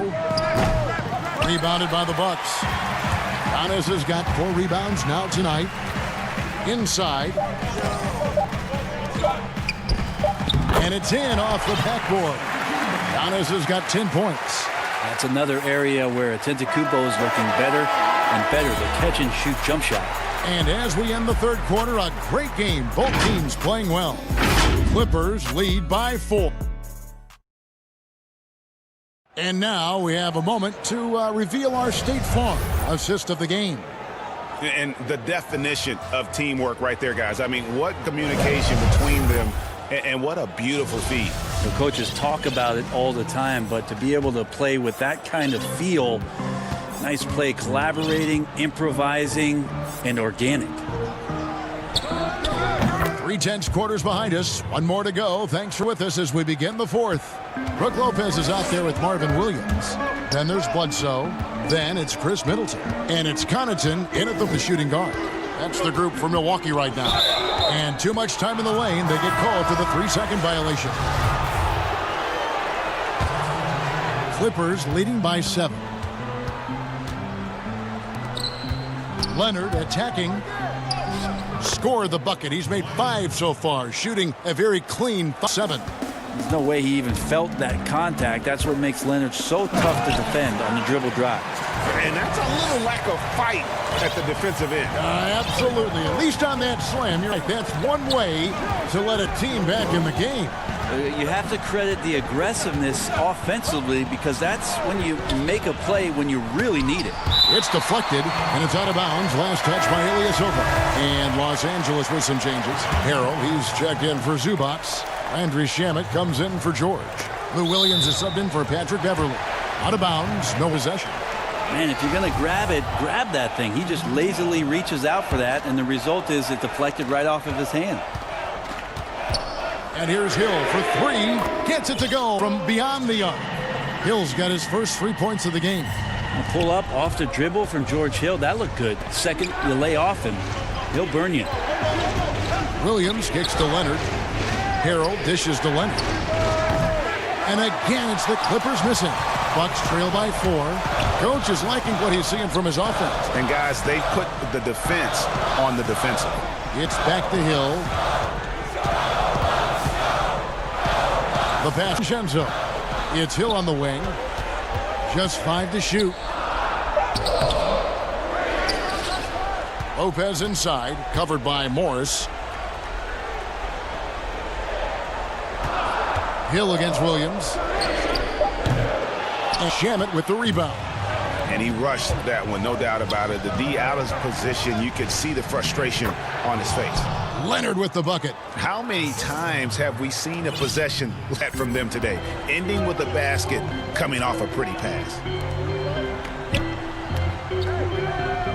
On the wing, DiVincenzo. He's covered by Shamet. Good on the shot. And won't find many more games as entertaining as this one. No, this is about as high octane a game as you're going to find. Lopez. And Lopez throws it down. A decent passer for a point guard. Not traditional. I'd like to see George Hill keep on making good, decisive plays like that. And Williams, here we go. And he converts the layup. And the Clippers lead by 4. Wow, huge in a big moment there. Getting the ball to Lou Williams, not a bad idea. An intentional foul committed, but for what purpose, Greg, I'm not sure. A scene of confusion right there. I can't imagine why he thought it was a good idea to foul there. Here's what the Clippers are going with right now. Zubac is checked in for Montrezl. Paul George comes in for Landry Shamet. And it's Patrick Beverly in for Williams. Leonard attacking. Takes a 3. And Patrick Beverly good for 3. And it's a 7-point Clipper lead. What awareness there from Kawhi, waiting for his teammate to break free and then finds him. At the top of the key, Lopez. Middleton for 3. Rebound by the Clippers. Yeah, not a fan of that one, guys. If he wants to help his team cut into this deficit, he should not be attempting those kind of shots. Nobody near George. Off target there. That would have pushed the lead to double digits. Middleton looking it over. 1:21 left in the fourth. Here's Giannis. The Bucks working the ball around. No good with the layup. And here's Beverly. He brings Los Angeles Clippers. They lead by 7. And he hits it and gets hacked on the play. A three-point penalty if he can convert the free throw. In the early years when Paul George came into the league with the Pacers, you wondered how his frame would fill out. It's filled out nicely. Wesley Matthews checked in for the Bucks. That's good from George. For Milwaukee, they've gotten just under 45% of their attempts to drop in the fourth. 4 of 9. Middleton for 3. He gets hauled in by Paul George. I think if I was coaching these guys right now, especially him, I'd tell him, you take one more three-point shot, and we're going to have some conversations here side by side. Leonard attacking. Pass to Zubac. And here's Morris for 3. Drains the three-pointer. Morris has got the lead up to 13 now for the Clippers. Finishing strong. This is how you want to close things out. Yeah, definitely stamp on this one. A very, very decisive victory for the club tonight. Lopez, no luck. The defense as tough as it comes right there. He's a hard man to deny when he gets the ball to the rim. Shot clock and game clock separated by less than 6 seconds. And the dunk by Zubac. And they came in determined to take this one. It's going to be a happy flight. Yeah, when you step into an opposing team's arena and you can play with this type of composure, boy, that food tastes good on the way out of town. Middleton can't get it to go. Leonard on the wing.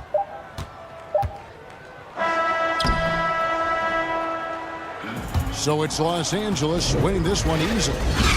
All right, David, great job. Thanks so much. Well, folks, that's your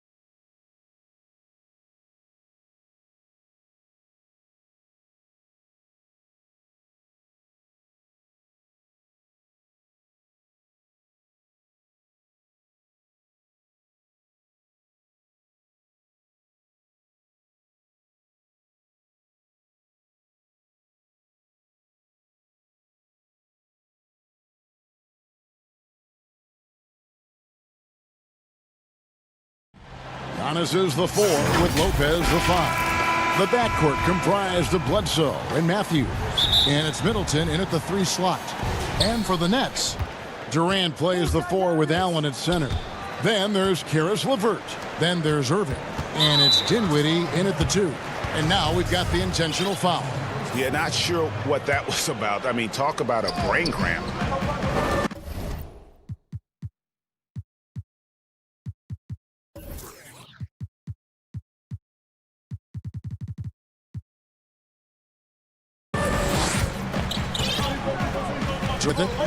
And the foul called on Antetokounmpo. That is his first foul of the game. Ref's calling it close already as he picks up a quick early foul. Here's KD. 5 to shoot. Stolen by Middleton. That's just phenomenal defense. The defense feels like it's all over the place and knows exactly how to guard it. And here we go. Dinwiddie heading to the hoop. Flushes it down to finish the break. There's no doubt Kyrie Irving has proven to be more active as a defender now. He has a good feel for when to go after steals. Now here's Middleton. A 3-ball. Buries the long-range jumper. Pick works well there. Not much resistance from the D. It takes incredible effort to stay connected to the hip of the offensive player. You've got to want to work. Just setting the tone with an aggressive move to the rack. And where's the help defensively? To meet the complete lack of communication on that side of the ball, these guys need to be talking to each other. And now just over a minute played here in the first. Bledsoe dishes to Lopez. Matthews passes to Lopez. Nice ball movement by Milwaukee. 5 on the clock. Over in the corner, Matthews. Rebounded by the Nets. And he thought he had a clear path to the hoop, but the defense didn't give up on that play and cut him off. Allen kicks to Irving. Back to Allen. And it's Allen slamming it down. Kyrie Irving doing work with the pass. That's pretty. And so it's Bledsoe with it, bringing it up for the Milwaukee Bucks. 4-point game. Shots good by Middleton. And I like to see this. They're calling his number early, and he's delivering. They know that if this guy goes off, their chances of winning rise exponentially. And early on, they look great. They've made all 4 of their shots to start this game. For 3, Middleton. That's in, and he's now 3 for 3 sharp. The real. Come at us, and we're coming right back at you. And you would expect nothing less from these two, taking pride and making plays. Now here's Dinwiddie. Irving surveying the floor. Makes it off the glass. Irving's got 8. You guys know it's pick poison when you are trying to cover Kyrie out of the pick and roll. Pass to Middleton. From deep 3-point range, and no good that time. And Brooklyn will come the other way. Here's KD. Great D that time from Middleton. Bucks trail by 3. Hey, Greg, you played in a different era of NBA defense. When you look defense is played now in the league, how do you feel about it? You know, Kevin, I think the introduction of the zone, by and large, has been great. You get a lot more switching, and I think it brings more skill into the game. Don't get me wrong. I do miss the physicality that we had back in the 90s, but I tell you what, right now, my body wishes I had the opportunity to play in this era. I bet it does. That one off the back iron and out. Well, certainly not the best defensive effort, but this guy can't make them pay for their laziness. Durant with a wide open look. Drops Ray. Well, Kevin Durant goes right up with it. Doesn't give the defense a chance to react. Giannis passes to Matthews. And the 3 off target. And so it's Durant with it. They'll bring it up for Brooklyn. They lead by 4. And denied. He sends it right off the glass. Dinwiddie against Middleton.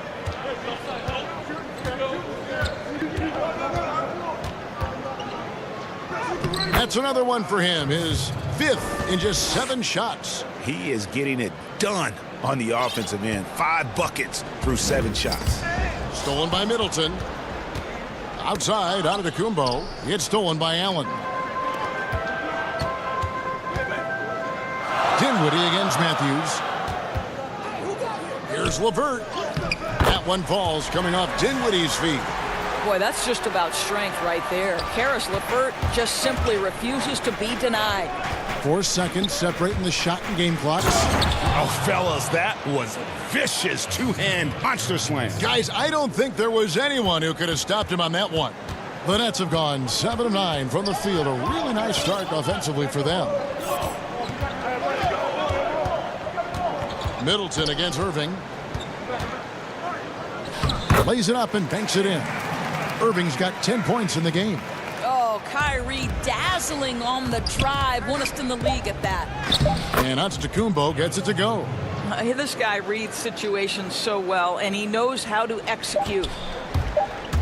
Got it off in time. No good that time. And that concludes a back-and-forth, high-scoring first quarter of play. Nets lead by 2. And the second quarter.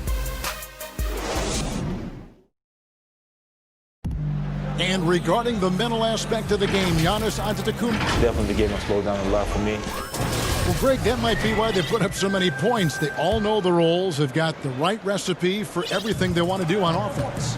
Yeah, his awareness plus unselfishness put us in a no-win situation. And close game underway so far. We'll see if either of these teams can jump out in the second quarter. And taking a look at the numbers here, guys, what jumps out to you, stats-wise? Playing inside out in that first quarter led to some high percentage shots in the paint. It is great when you can get that established early, because to me it opens up every other aspect of your game. And Milwaukee, looking at who they've got Robin Lopez, Dante DiVincenzo. He's out there with him. And folks, the coach's challenge has been initiated for a personal foul. Close game like this, and he thought it wasn't a good call. I think when it comes to some of the more difficult calls to make, personal fouls can be tough. The action is so fast that it's really tough to catch everything in real time.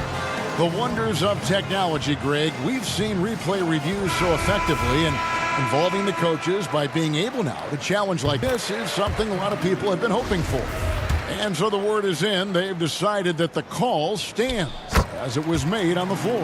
And, you know, even if a coach still feels this wasn't the right call, you got to acknowledge the effort being put in to reviewing it. The double checking, and the game continues on. Harris against DiVincenzo. Here's the pass to Connaughton. Lopez right side. And here we go. The fast break with Dinwiddie. And he stuffs it. What a pass to set him up. Well, fast off his feet and up at the rim in a hurry. Taurean Prince with an easy one. And Dinwiddie overhelped. Dinwiddie with the steal. And he's going up for the alley-oop.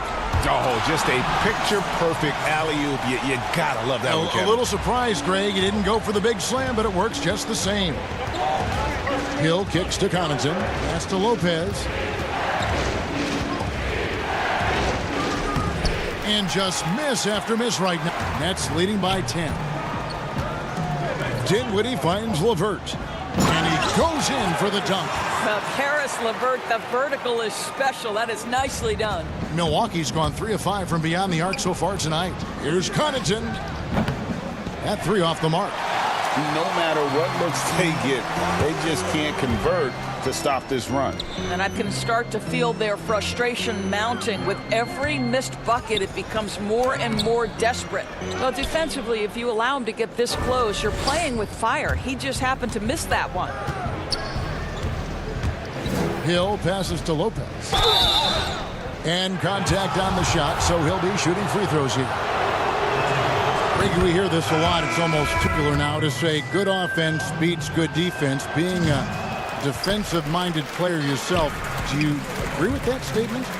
Absolutely, Kevin. And the thing is, in today's game, when I played, there was an era, you know, you could hold teams in the 80s and 90s. You could go a quarter and keep them at 12, 15 points. You can't do that now. It's different. You've got to be able to win stretches of 2 and 3 minutes. And honestly, you're right. The off does dictate far more, but it doesn't discount the importance of defense. And if you still look at the reigning champs and the teams that have won titles recently, that's still one area that they're consistent in is their defensive approach. Passes it to Lopez. Here's Connaughton. And again, the Bucks miss. And here are the Nets. They're on a 14-1 run right now. Prince misses. Bucks trail by 15. They need a bucket and a beer to regain some confidence. Strong move to the 10, trying to get his guys going. Hard not to get motivated, GA, right when your teammate makes that kind of play. Where was the defense? No help. You can't afford to give up these kinds of buckets. Irving with a clean look. Cans the shot with nobody near him. Irving's got 14. Oh, great ball movement there. It's Williams with the drive. Well, what you like about Williams is how he's changed his game over time. Now he's a fantastic stretch 4 in this league. Trip to the free throw line for him in this one. Jared Allen's checked in for the Nets. Kevin Durant comes in for Taurean Prince. And then for Milwaukee, Giannis Antetokounmpo's checked in for Lopez. Middleton comes in for Pat Connaughton. And it's Eric Bledsoe in for Dante DiVincenzo. Here's Irving. Count that as his 7th field goal in 9 tries. He's shooting 78%. And now you see them starting to really work the ball inside. Korver, no luck. And with the success they've had rebounding the basketball, they're right where you'd expect them to be, firmly in the driver's seat. Back to Irving. It's Solomon to Kumbo. Middleton with it. Now Chandler defending. Durant with the steal. Oh, and a fast break for the Nets. Shoots it up. They get the rebound. Irving, good look. Nice spin off the let and in. Irving's got 8 points here in this quarter. And 10 of their last 12 coming off assists. Just 2 seconds between shot clock and game clock. And here are the Nets. They're on a 20-5 run. It drops. That's his 9th field goal of the contest. A blistering hot 9 for 11. How easily scoring comes for Kyrie Irving. So intelligent, such a good decision maker. And the dunk by Giannis. That is a product of pure effort, guys. I agree, and that's nothing new coming from him, GA. He loves going to work on the rebounding, going to work on the board. What about the decisive finish? Great timing, tremendous force. So as we conclude the first half, thanks, Dave, for the great interview. Don't go away, folks. We'll be back for the second. And now, the 2K Sports Halftime Show. Hey, everybody. Good to see you. Kyrie Irving was red hot to start the first. He had 23 points, 2 assists, and...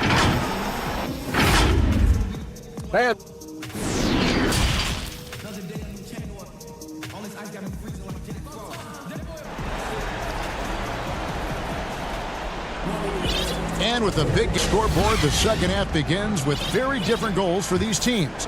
One side trying to mount a comeback, one side trying to protect their lead. You look at Kyrie Irving in this game, he has been everything. And you know he's going to put up points every time out, but boy, he made it look so easy in that first half. Now let's see if he continues that trend the rest of the way. He certainly has the talent and the endurance to do just that. Durant plays the 4 with Allen at center.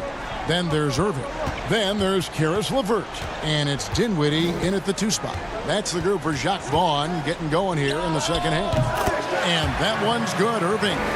This guy is cooking right now. He is leading them on the offensive end as they remain in front here. Giannis dishes to Matthews. Bledsoe for 3. Rebound, Brooklyn. Allen's got 5 rebounds tonight. The edge on the glass is the difference. It's allowed them to build this lead.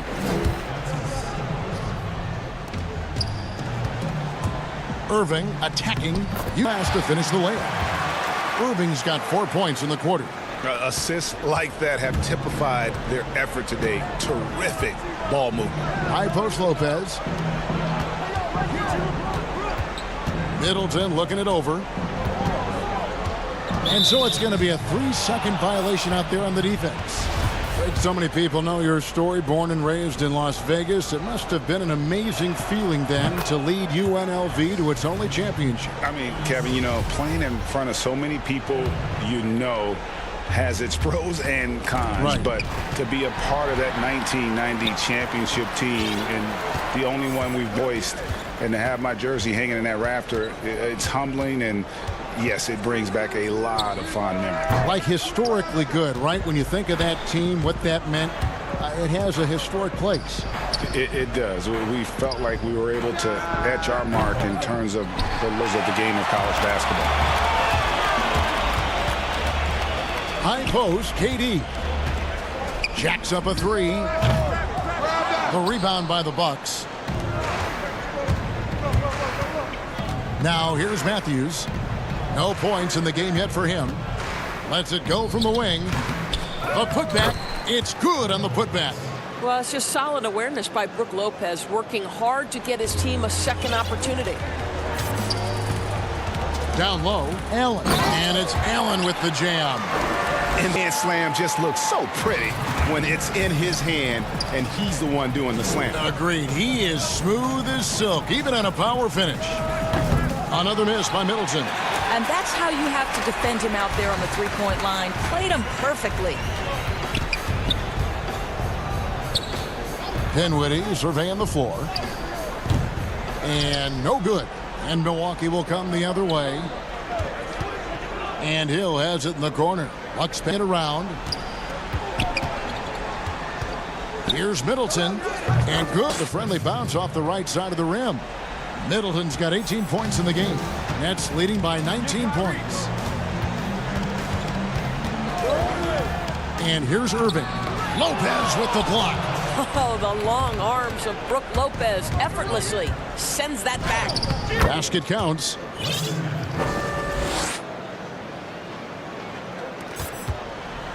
And so it's Irving. He brings it up for Brooklyn. 22 is their big. Good work there as it goes. And giving up some inches inside, but makes up for it with an aggressive style. Well, he's attacking, he's forcing the issue, and that's simply stated a terrific play. Middleton on the wing. LeVert defending.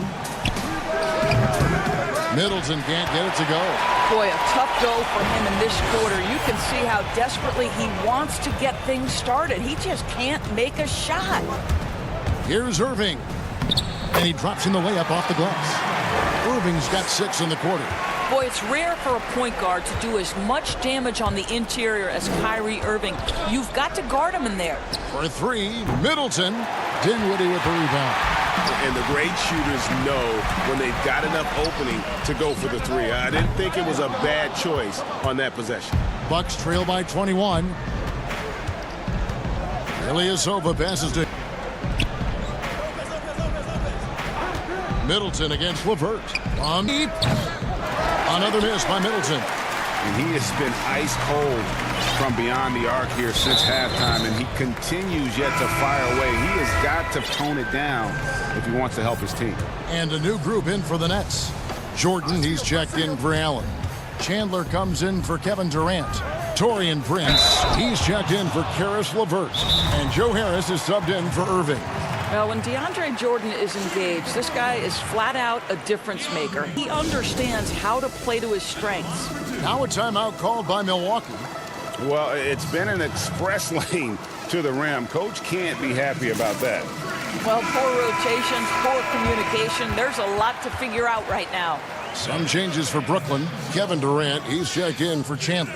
Karis LeVert comes in for Taurean Prince. And it's Kyrie Irving in for Joe. The first free throw is good. And so Jordan nails both of them. Well, the Bucks shooting 41% for the game. Pass to Middleton.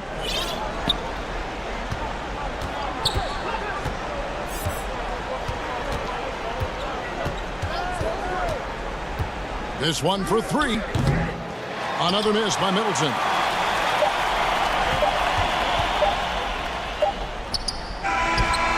And so it's Brooklyn in very good shape with a 23-point lead at the end of the quarter. The scoring has And there may not be a lot of drama down the stretch as we head into the fourth quarter, but stranger things have happened.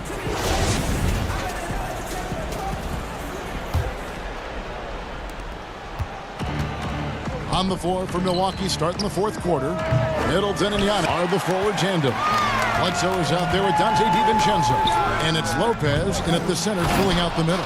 Well, he had the defense's attention, dropping 2 threes in the first half, but he hasn't made one. To the inside, and to Antetokounmpo. That shot no good. Durant with some nice D. +8 in the rebound differential. One more reason why they're in control. Irving with the ball. Out guarded by Giannis. And that one's good, Irving. And defensively, they are on their heels every time the ball comes inside. And the double up on Antetokounmpo. And the wide open shot from Bledsoe. It's good from long range. Bledsoe's got himself going with the triple, his first basket of the game. Middleton against him. Passes it to KD. Irving dishes to KD. Yes, and it's Irving picking up the assist. Irving's got 5 assists tonight. They're finding lanes to the hoop now with consistency. 5 buckets in a row from the paint. Middleton up top, guarded by Prince. Middleton against Prince. Lopez controls the rebound and puts it back up and in. This guy is a silky smooth operator on offense. Middleton can score effectively on all 3 levels. Milwaukee has gone 1 of 2 from three-point range here in the fourth. Giannis with it, picked up by Harris. DiVincenzo gets the bucket. Watch out, that assist. That's a pair of teammates that are clearly on the same page. Irving against Middleton. Goes up on the wing, and he buries that one, drilling the rim on the way down. Irving's got 33 points. Well, you love that they've been able to rely on him time and time again. You love the effort here late. For 3, Middleton. A rebound by the Nets. Jordan's got his 4th rebound in this one. He started out strong. 3 threes in the first half, but the long ball has disappeared on it since. And the dunk by Jordan. How many times have we seen DeAndre Jordan take it off the window and convert? Boy, he is so good. Brooklyn leading by 23. Now Kevin Durant, and the foul called on Antetokounmpo. That's his 3rd foul of the game. You know what? You've got to always be in control of your emotions. So for the Nets, Allen's checked in for DeAndre Jordan, and Dinwiddie subbed in for Prince. Irving's shot good. You have to respect the in-between game of Kyrie Irving. Straight up. Yeah, that's how you have to play this guy. You got to play him straight up and be balanced. Bledsoe passes to Lopez. Out to the right wing. Shoots the 3. Allen with the rebound. The Nets have gone 5 of 8 shooting as we've come down the home stretch in this final quarter. Here's KD, and KD throws it down. Yeah, they're only right now. That lead continues to grow. And one of the things that's helped that is they're getting it done on both ends. Terrific focus on offense, and they're locked in defensively. Yeah, I mean, the ball handling and body control for a guy that's Giannis's height, it's really impressive. Well, guys, this was never really a contest, just a total obliteration, if you will. You can safely say mission accomplished now for the Nets. It was a standout performance across the board. I mean, it was like watching a cat play with a mouse. They were able to do more or less whatever they wanted. And what a tremendous standout performance it was for Kyrie Irving. What a selfless effort tonight. He's done such a great job finding guys in their appropriate spots. How about the concentration? He gets hit but stays with the play and gets the finish. A platoon swap here for Milwaukee. Well, MVP is already attached to Kevin Durant's name. But what I love, he continues to excel and improve. And now they decide to foul intentionally. Yeah, not sure what that was about. I mean, talk about a brain cramp. And a new group in for the Nets. Allen's checked in for Chandler. Karis LeVert comes in for Rodions Kurucs. Dinwiddie's checked in for Jamal Crawford. And Irving subbed in for Tyler Johnson. Irving drives in. Dinwiddie finds Irving. Here's LeVert. Nets passing it around. Shots good by Durant. Making every effort to put this game on ice. Well, just terrific teamwork. Each guy doing his part. You love what you're seeing from them tonight. Williams against Durant. Williams looking over the floor. The three from Hill. Rebounded by the Nets. And even without that three ball dropping for him, the defense should have done more on that last play. They made the most of their opportunities, looking comfortable and locked in throughout the night. What an impressive performance, to say the least. At this point, it looks insurmountable. And it's sent back by Allen. And it's out of bounds. Last touch by Allen. Korver passes to Hill. Over Irving. Well, you got to love the defensive effort, contesting that shot by Kyrie, just trying to frustrate his man on the defensive end. And folks, he did not luck into that one. He knew just where he wanted to be to grab that backboard. Here's Irving. Plays it up off the glass. And with the lead, I like the strategy here. Continue to get the ball to guys who can do something with it. One thing we've learned in the NBA, the game is never over. So you've got to continue to score, continue to build your lead. And so it's Brooklyn. Thank you, David. Great interview once again. And that'll wrap it up, folks. For Greg Anthony, Doris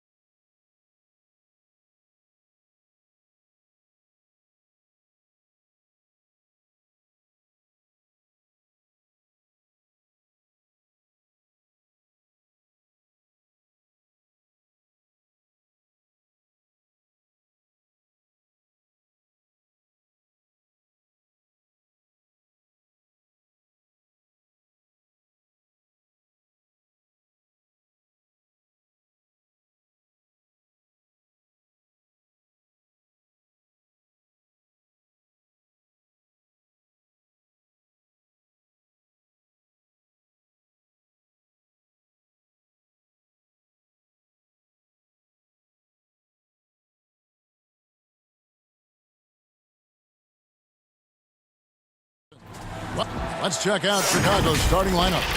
Levine at the 2 with Porter at the 3. Markkanen and Carter are up front, and it's White in at the 1. And for the Bucks, the backcourt comprised of Bledsoe and Matthews. Giannis is the 4 with Lopez the 5. And it's Middleton in at the 3 spot. And White kicks to Markkanen. Back to White. And White with the stuff. The height to see over the defense and the unselfishness. Terrific pass by Markkanen. And with Lauri Markkanen, the former 7th pick, you like him best when he's aggressive and looking for his own shot. You're right, Greg. I like angry Lauri Markkanen because he's dangerous when he has that type of mindset. He needs to have that mentality of a #1 option, even if he's not one. That's when he's the most impactful on the floor. And the Bulls with possession. And here's Levine. Outsider. Lets it go with the 3. Carter. Giannis grabs the miss. Pass to Middleton. Puts up a 3. Good on the triple. And this is Middleton's game. He's thinking of shooting it even before the pass hits his hands. White against Bledsoe. Outside Porter. There's the 3. Bangs home the trifecta. Both teams running perimeter-oriented plays that are working. How often do we see this these days? Clubs answering each other from range. A solid playmaker. Bledsoe has the vision to take advantage of an imbalanced defense. To the paint. And then Carter with the jam. And the one-hand slam just looks so pretty when it's in his hand and he's the one doing the slam. Agreed. He is smooth as silk, even on a power finish. Got a piece of it. And that one goes out of bounds. Nice touch by Porter. You love the pressure he's putting on them. Almost had that steal. Fantastic anticipation. He has active hands. Even though he doesn't come away with the turnover, he's disrupting their offensive flow. Really no idea why you're fouling in a situation like that. You know, maybe there's some bad blood between those two. White the pass to Carter. And then Carter with the jam.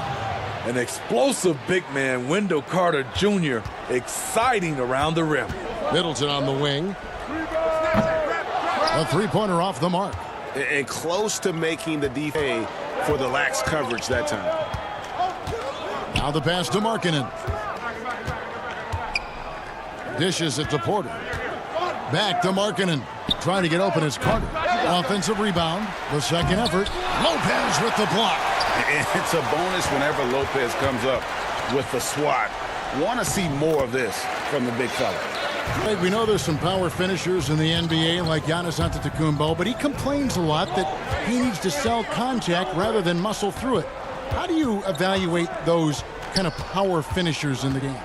Well, I mean, there's still power will always play a role, especially when you can add in quickness and athleticism. And I think you start right there with Giannis. I mean, he's kind of epitomizes that.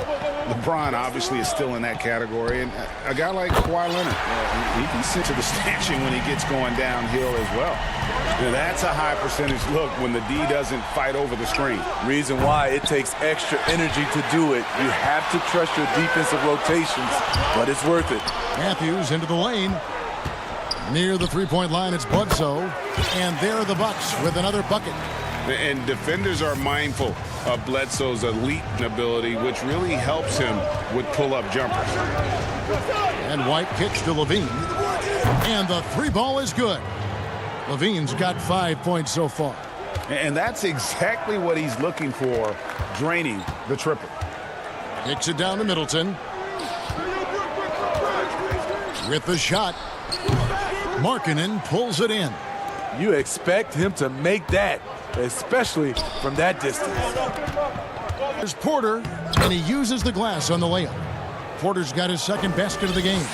And there's a pattern starting to take shape here. They're working it inside and getting good shots. It's range. Middleton for three, sinks it. What range from outside. Wow. 9 points in the game so far. And this is what Middleton does, hit trades. He's one of the best in the league at helping his team space the floor. They are just killing them on the interior. A platoon swap here for Milwaukee. So Chicago going with an almost entirely new group here. Daniel Gafford's checked in for Wendell Carter. Young comes in for Lauri Markkanen. Chandler Hutchison, he's checked in for Porter. And Dunn subbed in for Kobe White. Drafted 13th overall because of his great length and athleticism. Zach LaVine has really rounded out his skill set. Lopez with the bucket. And they've scored several times already here in the first quarter on the inside. Poked loose. Lopez with the steal. And there's the whistle, called a clear path foul there. Yep. And he'll shoot two at the line. The Bucks shooting their first shots from the stripe in the game. You know, the energy Robin Lopez gives this team is fantastic. He really goes all out on both ends. And Milwaukee calls their first time out of the game. Bucks call timeout.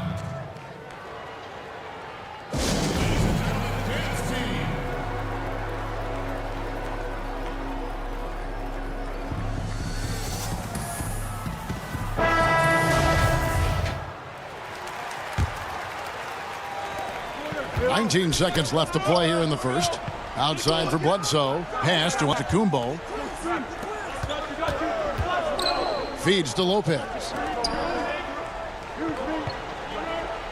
Middleton right side. 4 seconds left. Here's Antetokounmpo. And so it's Zach LaVine making things happen for the Chicago Bulls. He notched 8 points in the quarter and has that terrific basketball instinct on display.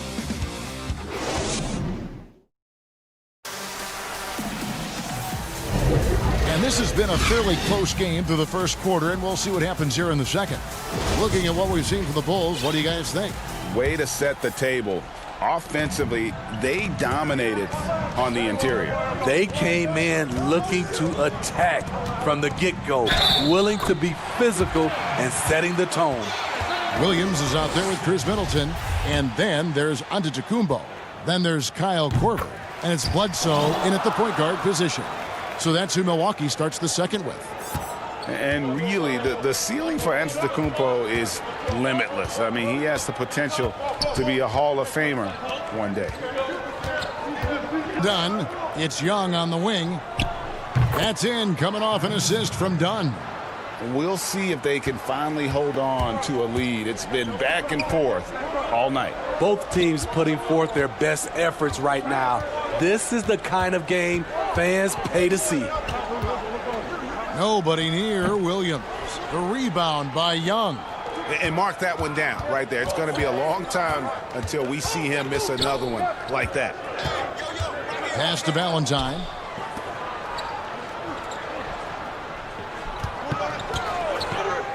Puts up a three. The rebound by the Bucks.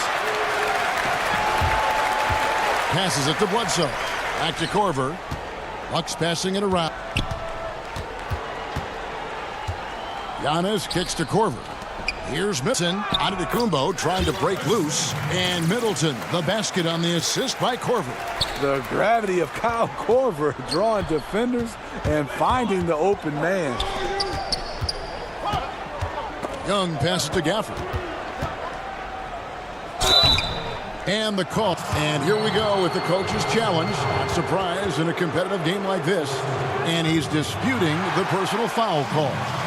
And I think when it comes to some of the more dip calls to make, personal fouls can be tough. The action is so fast that it's really tough to catch everything in real time. The wonders of technology, Greg. We've seen replay reviews so effectively, and involving the coaches by being able now to challenge like this is something a lot of people have been hoping for. And so the word is in. They've decided that the call stands as it was made on the floor. And, you know, even if a coach still feels this wasn't the right call, you got to acknowledge the effort being put in to reviewing it. The double checking, and the game continues on. I love his shot selection today. He set the bar for the rest of the team. Here's Dunn. Look at that one. The Bucks go the other way with it. Williams kicks to Middleton. Off target from three-point range. Well, he was red hot in the first quarter. Hit 3 threes. Now suddenly struggling to find the range. Count it. Good. Well, guys, this first half has been about as tightly contested as you could hope for. There have been a lot of lead changes. My goodness. Middleton left side. He's good on the 3-ball. Middleton's got the lead up to 2 now for the Bucks. And let's see, guys, if that triggers another little explosion from him after hitting 3 triples in that first quarter. What I like is when Chris Dunn keeps his poise, keeps his eyes up, good things happen. And there's the foul. It'll go on Denzel Valentine. That's his first foul. Here in the second quarter, we've played a little over 2.5 minutes now. Middleton can't get it to go. Chicago's gone 1 of 2 on 3-pointers here in the second quarter so far. And the pass to Harrison. Now Young. For 3. Drains it from beyond the arc. Now it's a 3-point Chicago lead. And that's one way to extend the lead. Continue light it up from long range. They have all the confidence in the world right now from the 3-point line. And the foul is called. He intentionally grabbed him there for some reason. I don't know. Kevin, all I can think of is that he's trying to slow the game down a little bit. Right. That's a stretch, though. Definitely a strange move on his part. Looking at who's out there now for the Bucks. Lopez, who's checked in for Williams. Matthews comes in for Kyle Korver. And it's Eric Bledsoe in for Hill. Middleton for 3. Bean with the rebound. And I think that one could have easily have fallen for him. All this means is he has to be careful. Don't want to pick up a cheapie and get sent to the bench with 3 fouls. Bulls shooting their 4th and 5th attempts at the free throw line tonight. And their free throw percentage as a unit last year, 76%, right around the middle of the road. Middleton outside. 1:12 left in the first half. Lopez. Here's Giannis. No good, unable to end this run. All the energy is on the other side right now, and every miss just makes it worse. You know what? This has always been a debate. Do you take the timeout, or do you let your guys try to fight through it? Yeah, the D with very little pressure on their perimeter shooters. 3 of the last 5 baskets they've allowed have been from beyond. And the dunk by Giannis. And guys, that's a sight we've become far too accustomed to see. Antetokounmpo throwing it down like it was just another day at the office. Chicago calls timeout. In addition to going over the game plan and making whatever necessary adjustments have to be made, Greg, this timeout also the time for players to get rehydrated or hydrate for the first time with some Gatorade. Plenty of basketball still to be played here, and they have to get recharged. It's a great point. Without proper hydration, a player can completely run out of gas down the stretch of a game. And that's something that none of these guys can afford to have happen. If you're going to battle all the way to the finish, you have got to be hydrated. So Chicago ends up going with the new group. And what a huge performance for him. I mean, he drained 3 3-pointers in that first quarter, and he's got 2 more here in the second. Dunn passes to Young. Antetokounmpo pulls it in. Antetokounmpo's got rebound number 5 here tonight. Middleton outside. And stolen by Valentine.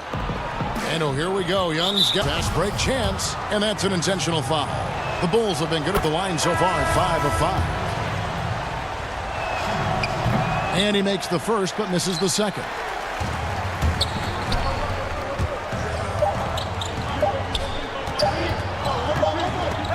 And so it's Chicago. Bring it. Thank you, David, for that interview, and we'll see you back here after the break. The 2K Sports Halftime Show. Hey, everybody. Good. Zach LaVine was the man in the first.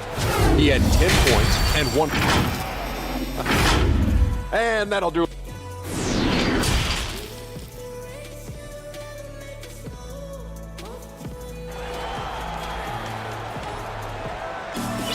And we've got third quarter of basketball for you. 2 quarters in the books. You know, Chris Middleton has really been making it happen, guys.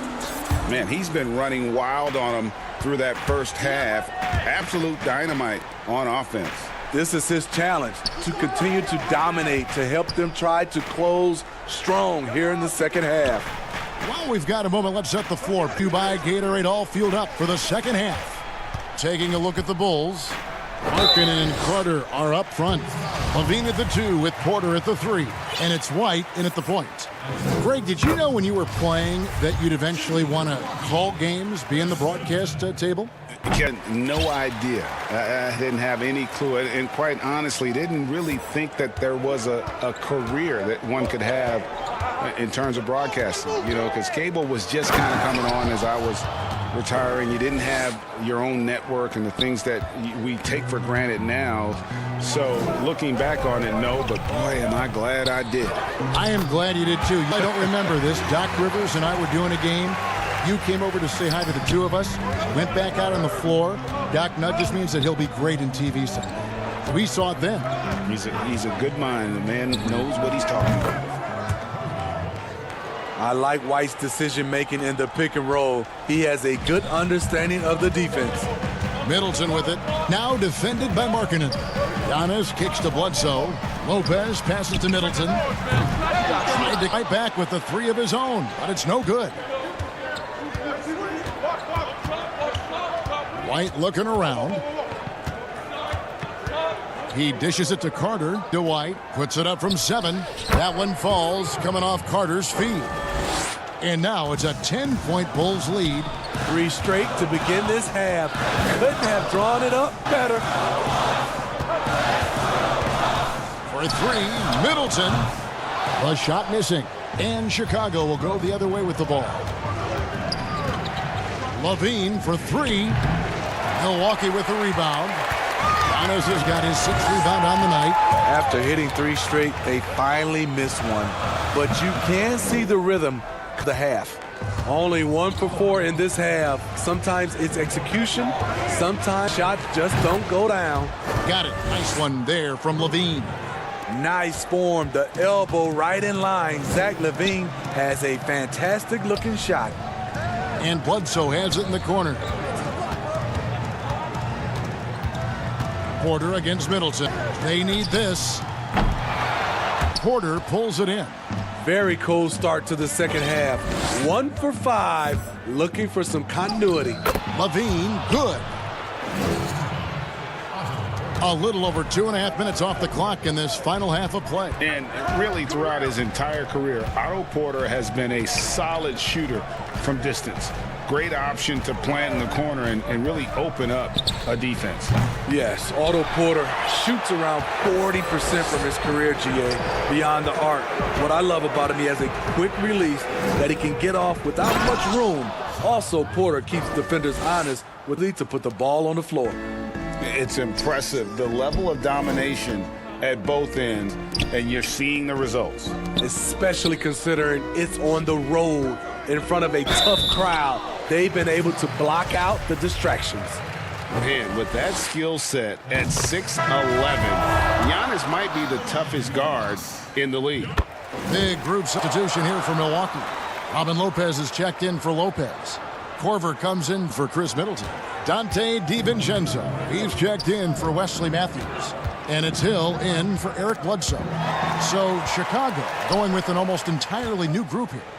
Luke Cornett, he's checked in for Kobe. Young comes in for Lauri Markkanen. Chandler Hutchison, he's checked in for Otto Porter here. And Chris Dunn subbed in for Kobe White. He is 3 for 3 from the free throw line. And no, you'll take what he can give you from the free throw line. Looking at his numbers, just really not one of his strengths. Shooting in the low 60s last season. Back to Dunn. Good ball movement here by the Bulls. Here's LaVine. That's in for his 8th bucket tonight. A hot 8 for 11 shooting so far. And he's starting to show that killer instinct this quarter, looking to extend the lead. And foul on the shot, so he'll get a chance at the line. Wow, they've made every free throw here in the second half. He's had 4 chances at the line, made them all. Yeah, I like that they haven't lost their aggressive here in the second, despite being down. Catching up on the changes for Chicago. Danford comes in for Luke Cornett, and it's Harrison in for LaVine. And the shot goes down. And the Bulls lead by 15. Yeah, they're going to have a nice little run here. Here's Giannis. Outside for Korver. And the Bucks miss again. I'd love to see them impose themselves a little more on the backboard. That's a great way to find confidence. Always a surefire way to get back in the game. Well, overall, they're the team getting the better looks here in this second half. For them, the first half was maybe more of a filling out process. Now it's winning time. This will be his 5th trip to the free throw line. And they are making it look easy at the free throw line here in the second half. Chicago leading by 16. Inside. And Young kicks to Harrison. There's 25 seconds left in the third. Whoops, anticipated the pass. Turnover. And he throws it down hard with one hand. He takes advantage of them in every way possible. And Greg, he lures them into a trap on the steal and then bang, straight to the bucket. Great activity at both ends. Great teamwork as well. Antetokounmpo, no good. Young for 3, and the last shot at the buzzer doesn't go in for him. And so it's Chicago with an 18-point lead as the quarter. Now let's take a look at our assist of the game presented by State Farm. And he sliced the D wide open with this feed. They had no chance to prevent that basket. Creating plays for others, it's an art form, but it's also a discipline. Fantastic job. And 1 quarter to go in a game that to this point has not been an evenly fought contest. We've got Robin Lopez, Dante DiVincenzo. He's out there with Hill. And it's Connaughton in at the 3, the small forward. That's for Milwaukee right now. And the first one drops. The potential is there for Coby White to be a scoring machine. I love the strides he's been making. Bucks trail by 20. Down low, here's Williams. Back to D'Zo. To the left wing.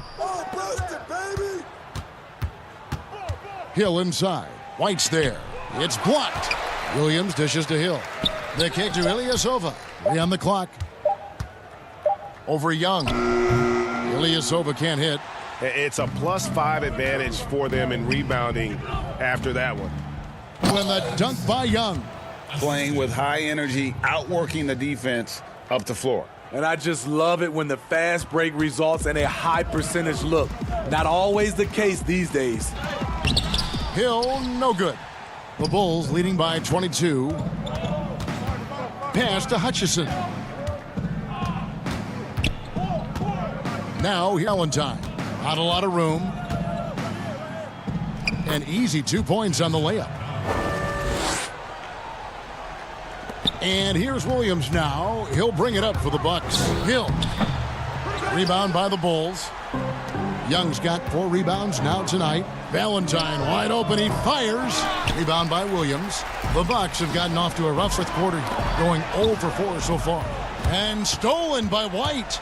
Jumps up. And White slams it in. You're not going to win a foot race against Coby White. He's a blur in the open floor.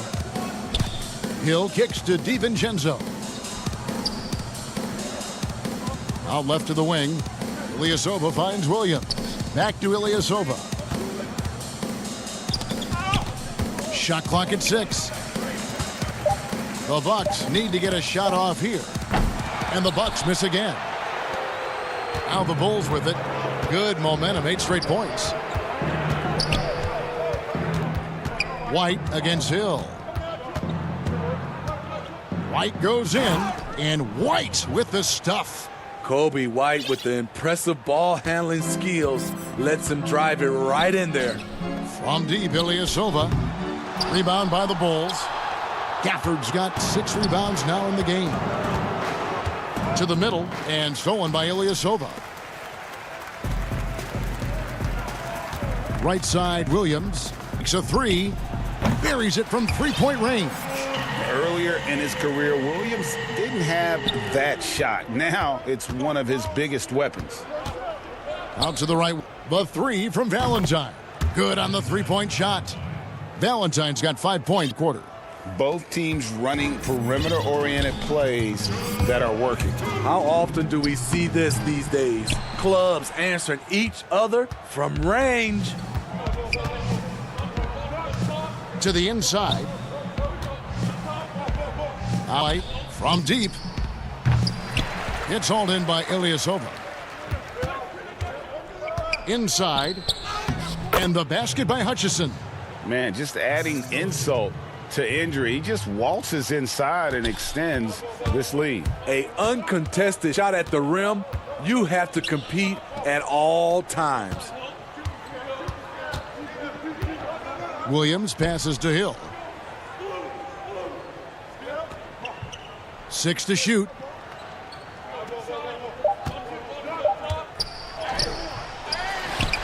The kick out to Ilyasova. Pass to DiVincenzo. The second chance effort. Count it. And as we head to the final buzzer here, a crushing blowout. Big-time dominance, and this will go in the record books as a gaudy win for the Bulls. You don't see this kind of a blowout often, but tonight this is a quality win across the board to deliver out this kind of punishment. They definitely never changed the approach. They just kept after it and were clearly the better team in just about every single category. And you know, when you look at the impact he had, just a monster game for Zach LaVine. You can't look back at too many major moments in this game and not see his imprint put all over it. Hill looking it over. And Connaughton has it in the corner. Ilyasova inside the line. No good off the back of the rim. Now the Bulls with it. They're on a 17-5 run here. Now here's White.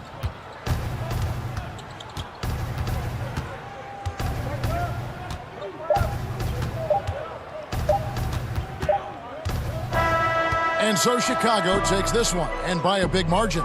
This crowd was stunned by the manner in which their team was dismantled. You know what? Shocking. I don't care what the match.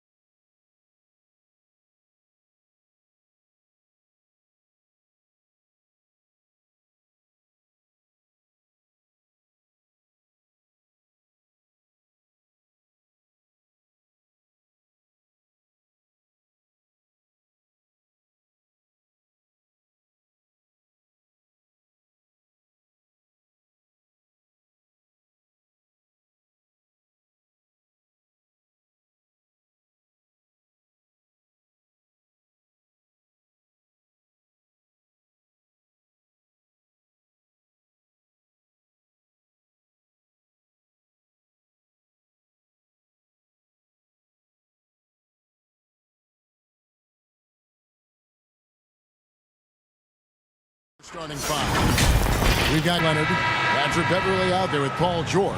Then it's Marcus Morris, and it's Zubac in at the pivot spot, manning the middle. And for the Bulls, White and LaVine team up in the backcourt. Markkanen and Carter are up front, and it's Porter in at the small forward. George, and it's George finishing it off. Yeah, Paul George, look out, hammers that one home. The kick out to Porter. The shot, and good, as it just snugs right down through the net. And so Beverly will bring it up for the Clippers. George with the ball, now guarded by Porter. Leonard attacking. Here's Beverly. That's good, and it's Leonard with the assist. And in a player empowerment era, no greater power move than Kawhi Leonard's last year. Off a finals MVP with the Raptors, he signed with his hometown Clippers and compelled a trade for Paul George. Think about that 14-month run where Kawhi Leonard made his way to Toronto, a team that was on the cusp for many seasons, goes there, wins the MVP and the championship for the Raptors, and then ends up in his hometown of Los Angeles, try to do the same for the Clippers. Now that's getting it done and writing your own story. And that one's good, George. And right out of the gates, they are locked and loaded. 3 straight scores early. White inside, defended by Beverly. No one covering. And really a quick thinker with that sound jumper. LaVine capitalized in catch-and-shoot situations. Now, here's George. And the wide-open shot from Morris. Another one falls for the Clippers. And early on, they look great. They've made all 4 of their shots to start this game. And LaVine, here we go. What a jam! You knew something good was coming, Kevin, right? And there's a reason LaVine was a back-to-back champ at the slam dunk contest. He doesn't waste an opportunity to put on a show. Beverly wide open. Nailed from three-point land. Beverly's got 5. And he's not going to miss that sort of an opportunity from deep. Paul George with the steals. And oh, here we go with George. Nobody back. Over LaVine, and he wills that one in, sinking right through off the back iron. Paul George can be dangerous out in transition. Great job finishing there. White the pass to Porter. Back to White. Zubats against Carter. It's Porter outside. It's hauled in by Zubats. And you could tell he thought that triple was going to fall. Here's George. That one goes in for him, too, making it look easy. He's now for 4. A lot of great talkers over the years, trash talkers on the floor in this league. Do you think they do it more to get themselves going, Greg, or do they do it with the purpose of getting under their opponent's skin? And, Kevin, that's a great question. And believe it or not, you see both. I've seen guys who do it to get under your skin, and I've also seen guys that do it for their own benefit. That's how they derive their confidence. And so it's about you figuring out what works for you. I've seen some guys, they don't say smack. They don't say a word during the course of the game, but they will cut your heart out. So it's just about what fits your personality and making you play your best. Well, I'm glad you don't try. Oh!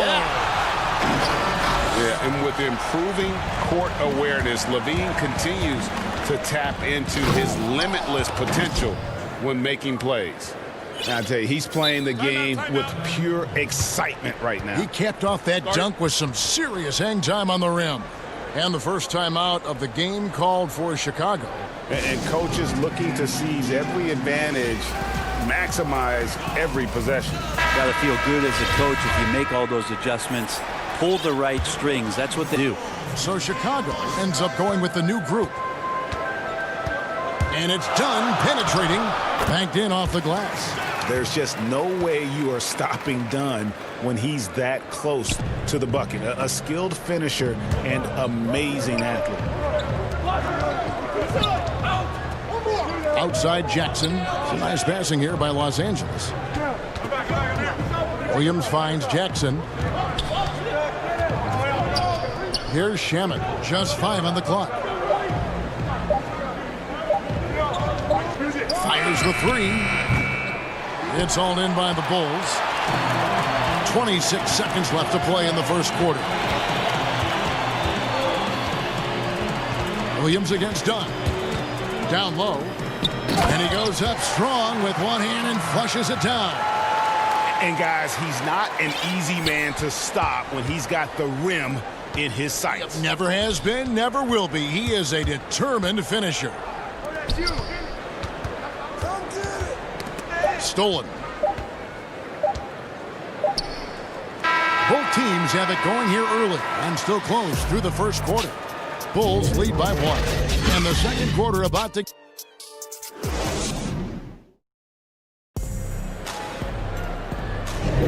And if you're just tuning in, it's been a pretty even game through the first quarter. And from what we've seen so far from the Bulls, what's your take? Throughout that first, just were aggressive on the defensive end, showing active hands. You know, they really made a lot of good quality reads down there. Took some chances, but feeling more calculated than risky. So for the Clippers right now, Harrell is out there with Patrick Patterson. Then it's Williams. Then there's Landry Shamet. And it's Jackson in at the point guard position. The Bulls making a switch here. Harrison's checked in. The Clippers shooting their first foul shot of the game. Well, Patrick Patterson had some great years where he showed his three-point shooting prowess, but if he can get down into the post and score there as well, it's another option for their offense. Dunn passes to Gafford, and that one good. Gafford's got his second bucket. And those are the kind of nice inside looks they've gotten here in the first half. Jackson dishes to Williams. Pass to Shamet. And the bucket is good. Point play chance here for him. Well, they're trying to take command of this game, but it's been competitive so far. Yeah, everybody trying to get away from one another, and the threads are keeping them close. This has been highly competitive. A three-time Sixth Man of the Year last season. Lou Williams named his newborn son Six in honor of his success in that role. We talk a lot about the Mount Rushmore of the game's greatest players. Maybe we could start to chisel out the sixth men of the year in the NBA. Lou Williams would have to get some serious consideration for that monument. And there's the call on Montrezl Harrell. That's his first foul. A fantastic mobile one block. This one deserves another look. Every basket's a big one in a tight game, and he is not about to give up an easy look. Dunn passes to Young. Now here on time. Guarded close. Gafford over Williams. Like to see when an offensive player takes some pride in the defensive play. Nice job by Lou Williams sticking to his man there. Clock at 6. Second shot opportunity, and that one clear. A foul gets the whistle, and 2 shots coming up. Hey, Greg, if you could coach one team right now, who would it be? That's a tough one. Clippers, Lakers, Bucks. I would probably go Lakers or Bucks because you would have an opportunity to coach someone who arguably might be considered the best to ever play the game, because I think Giannis is trending in that direction, and LeBron obviously already is. How about a guy like Kemba Walker and coaching the Celtics, having him to do what you want to do on the floor? He'd be brilliant, and Kemba, one of the most underrated in our game. Great human being. And Young with the stuff. Several lead changes going on here in the early portion of this game. It reminds me of that cameo song, Back Forth. And George kicks to Harrell. Beverly the pass to Harrell. Here's George.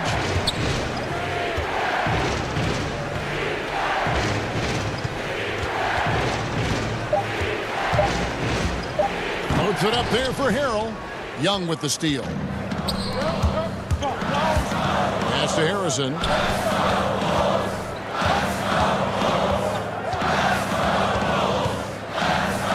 And he drops it in from the low post.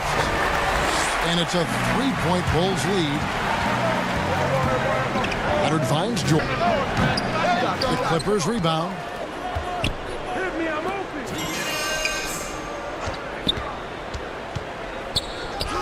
And they pick up 2. George has got 12 points in the game.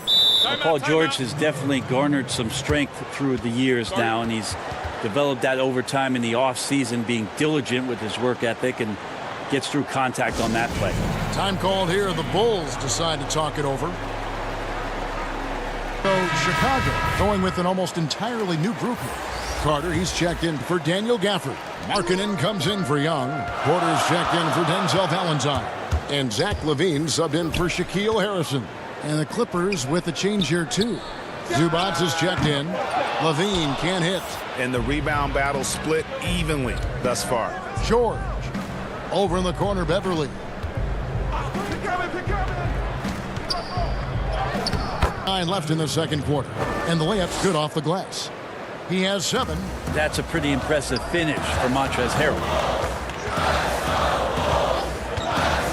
LaVine for 3. And the Bulls get it back.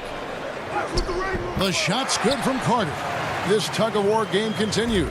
And, guys, that's lucky number 7 already in this game. And Zach LaVine gets the whistle that time. That is his first foul of the game. Here's Belly. 7 points in the game. Here's the lob to the hoop. Zubac, no good.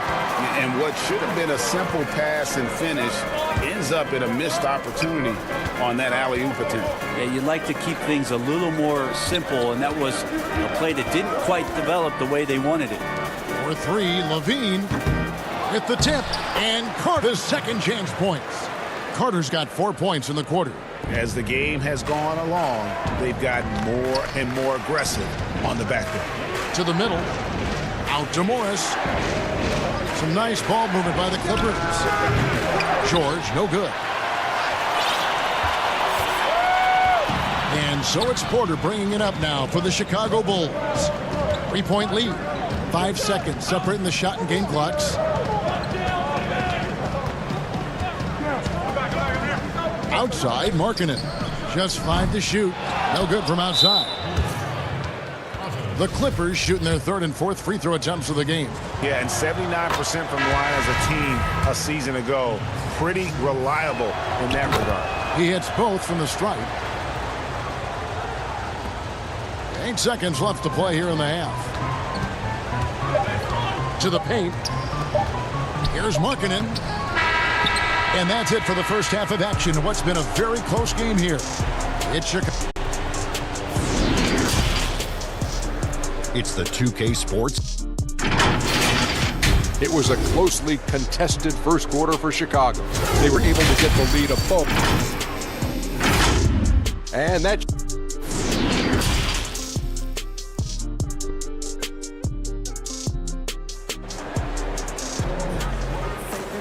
Second half of basketball upon us. We may be in for an exciting finish based on how close of a game it's been so far. It's been one outstanding game from George. Definitely been challenging the defense here early on, not settling for anything outside. Yeah, you want these kind of nights where you can start to see those openings before they happen. Our second half of basketball, and presented by Gatorade. Let's see who's all fueled up and on the floor to start the third. Taking a look at the Bulls. Porter and Markkanen, the duo at forward. White and LaVine team up in the backcourt. And it's Carter in at the 5, down low. What awareness there from Kawhi, waiting for his teammate to break free and then finds him. Chicago trailing here, down low. And then Carter with the dunk. And not even 3/4 out of the way. So many lead changes. The fans, guys, are getting their money's worth. Heck, I should have paid to watch this one. It's been a nail biter. Kicks it out to Leonard.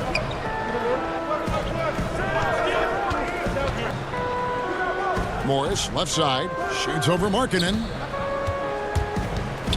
Clock is at 3. Leonard attacking, and it's sent back by Carter. How about the anticipation from Carter Jr.? Has a strong sense for when to go after that block shot. For 3, LaVine. Rebound by the Clippers. Zubac has got his 5th rebound right now in the game. George, no good. A lot of defenders choose to just back up off of him when he's in that tight, try to avoid the and one, and this time they're not backing off. LaVine, and the rejection by Zubac. A deep 3 from Leonard. And the Clippers miss again. 1 for their first 4 to start the second half. LaVine dishes to trying to get open as Carter. Markkanen, good. And the Bulls lead by 3. And Markkanen continuing to improve inside. I mean, utilizing his height. D has a tough time matching up with somebody with his skill set. LaVine finds White. Can't hit that one. Clippers have gotten just one of their first 4 shots to fall since coming out of the locker room at the break. And the shot is good. George has got 14. Yeah, Paul George anticipating contact, preparing for it, and just how smooth the finish was that, Kevin. Chicago calls timeout. Greg, you were drafted 12th overall by the New York Knicks and then 2nd overall by the Grizzlies in the expansion draft. So you've had a very unique view of being in that position in two different settings. Yeah, I mean, two very different cities, but really each beautiful in its own way. The New York draft, obviously coming out of college, that was like a dream come true to go and play for Pat Riley and then get the opportunity to go and be a part of a brand new team, a new country, if you will, was also a really cool experience as well. I hope we can take a petition started by you and me to get the NBA back in Vancouver. I miss and going Seattle, to right? Let's get back in both Seattle. those cities. Exactly. Over to the wing, and Patterson kicks to Williams. The 15-footer, rebounded by Gafford. Very dangerous to leave a guy like that open. Lucky break there for the D. Dunn shot's good. And once again, Dunn showing off his all-around game. Not just an incredible shooter, but an unreal finisher on as well. Here's Williams to the inside. Count that one. The Bulls' lead has been cut down. Now it's just 3 on the bucket from Harrell. And you gotta love the big bucket in the paint in this sort of a grinded-out game. The pass to Gafford. Knocked away. And that's out of bounds. Chicago will retain possession. And now another look at that mobile one-back defensive performance. The defensive awareness, the timing, when you have to face a defender that can reject you like that, it can alter your approach. Oh, reach and timing, that's all Montrezl Harrell there, throwing that one out. Here's Williams, and he banks in the layup. Williams has got his first 2 points. Yeah, the chemistry has been terrific. Really impressed with their offensive execution. 2 points, that one goes. Coaching staff would like shots from that range. Clippers trail by 3. Williams attacking. It's blocked. Here's Valentine, and he drops in the layup off the glass. And that's 10 straight points in the paint. The defense, nowhere to be found. Shemet the pass to Jackson. He kicks it to Patterson. Tipped away and stolen by Valentine. Oh, and there's the alley-oop. Hammers the alley-oop through. And the height Dunn possesses is what allows him to see the floor so well. So good at setting up his guys for quality shots. On the wing, Jackson gets the get and the foul. It goes on Denzel Valentine. Fantastic ball movement. They're picking them apart with their passing. Some changes for Chicago. Luke Cornett checked in for Young. Chandler Hutchison comes in for Denzel Valentine. And Zach LaVine subbed in for Shaquille Harrison. And a switch here also for the Clippers. Morris is checked in for Patterson. Not the kind of aggressive defense they need to cut into the lead. Yeah, you have to protect the rim, Greg, a little better. Good job to recognize the opportunity. That's just very solid offense. The kick out to Williams. Here's the 3. And the Clippers miss again. Throws it up high. Can't connect. And so it's Chicago with their lead standing at 6 points here at the end of the... And a chance right now to show you our State Farm assist of the game. Just true artistry right there. I mean, great decision on where to go with the ball, and how about the perfect delivery? Yeah, those are the kind of plays that you want to put in this. Just beautiful basketball. And it's been a very competitive game so far as we get rolling here in quarter number 4. And the Clippers, looking at who they've got, Kawhi Leonard is out there with Marcus Morris. Then it's Montrezl Harrell. Then it's Patrick Beverley. And it's Jalen Point. Harrell smashing through the defense to get inside. Chicago leading by 4. Bean passes to Cornett. And he takes the feed in stride and slams it home. And won't find many more games as entertaining as this one. No, this is about as high octane a game as you're going to find. Jackson down low. White's there. Jackson gets the bucket. And good to see Jackson finish close. And not a guard who just chucks up threes. Can find the creases with that handle. Chicago calls timeout.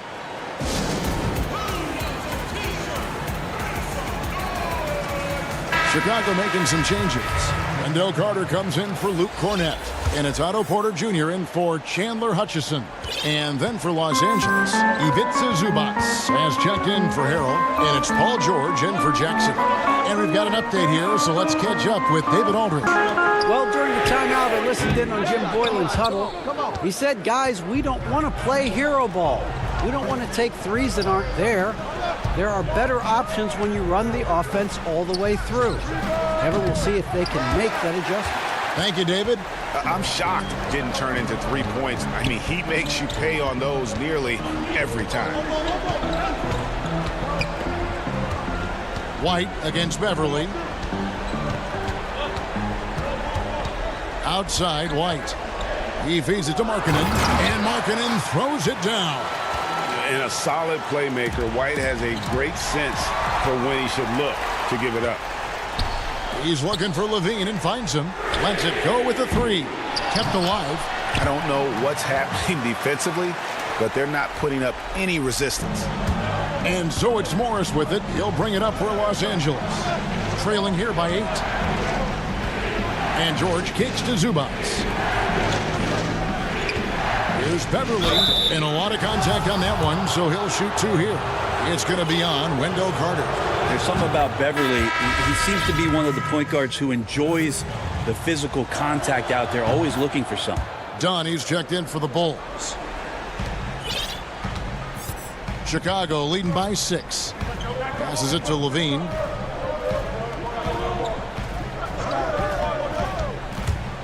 Feeds it to Carter. That's good, and it's Levine with the assist. Levine's got 5 assists in the game. This looks like he's got more feel tonight, like he's really got a good grip on that ball as he's letting it go. Just such a well-rounded offensive player. He's got a little bit of everything. And then Levine with the jam. Giving this team size out of the backcourt. Levine has enough strength to convert there through the contact. Thaddeus Young. He's checked in for Lauri Markkanen. Free throw good, Levine. Clippers trail by 9. Inside, Leonard. Oh, and the jam by Leonard. Well, it's the golden age of point guards, and Patrick Beverly trying to show that he belongs amongst them. Great awareness play. Pass to Levine. This one for 3.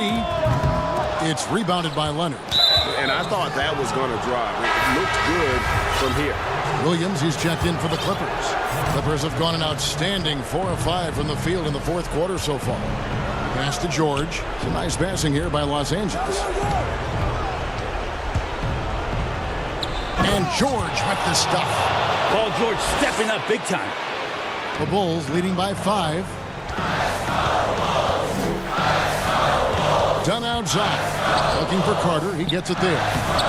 It's hauled in by Los Angeles.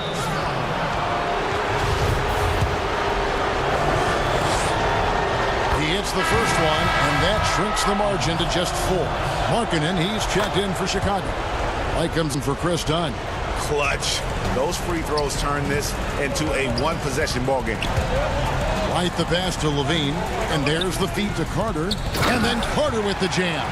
Yeah, undersized guys with athleticism do these kind of things, playing above the rim. Love to see him get up like that. Here's George, and George with the stuff.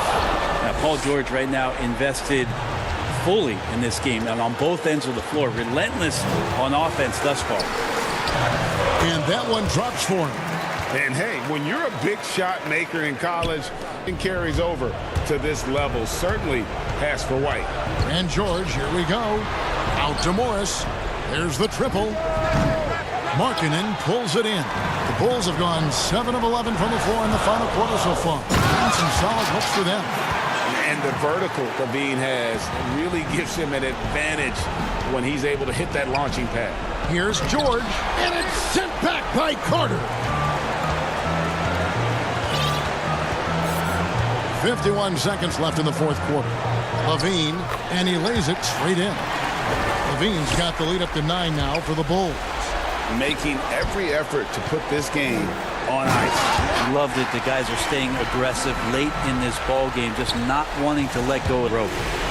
This arena was rocking throughout the night. You could really feel the energy. A huge motivation, always great for a young team, but veteran players also appreciate when fans come with that kind of energy and get into the spirit of the game. Drills it from outside. And you got to run LaVine off that line. He's a legitimate threat to do damage from deep. 1 second between the shot clock and game clock. Williams from outside. Los Angeles with another miss. Now LaVine.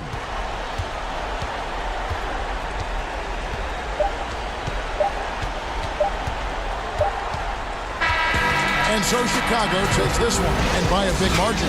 A confident win, and one where they...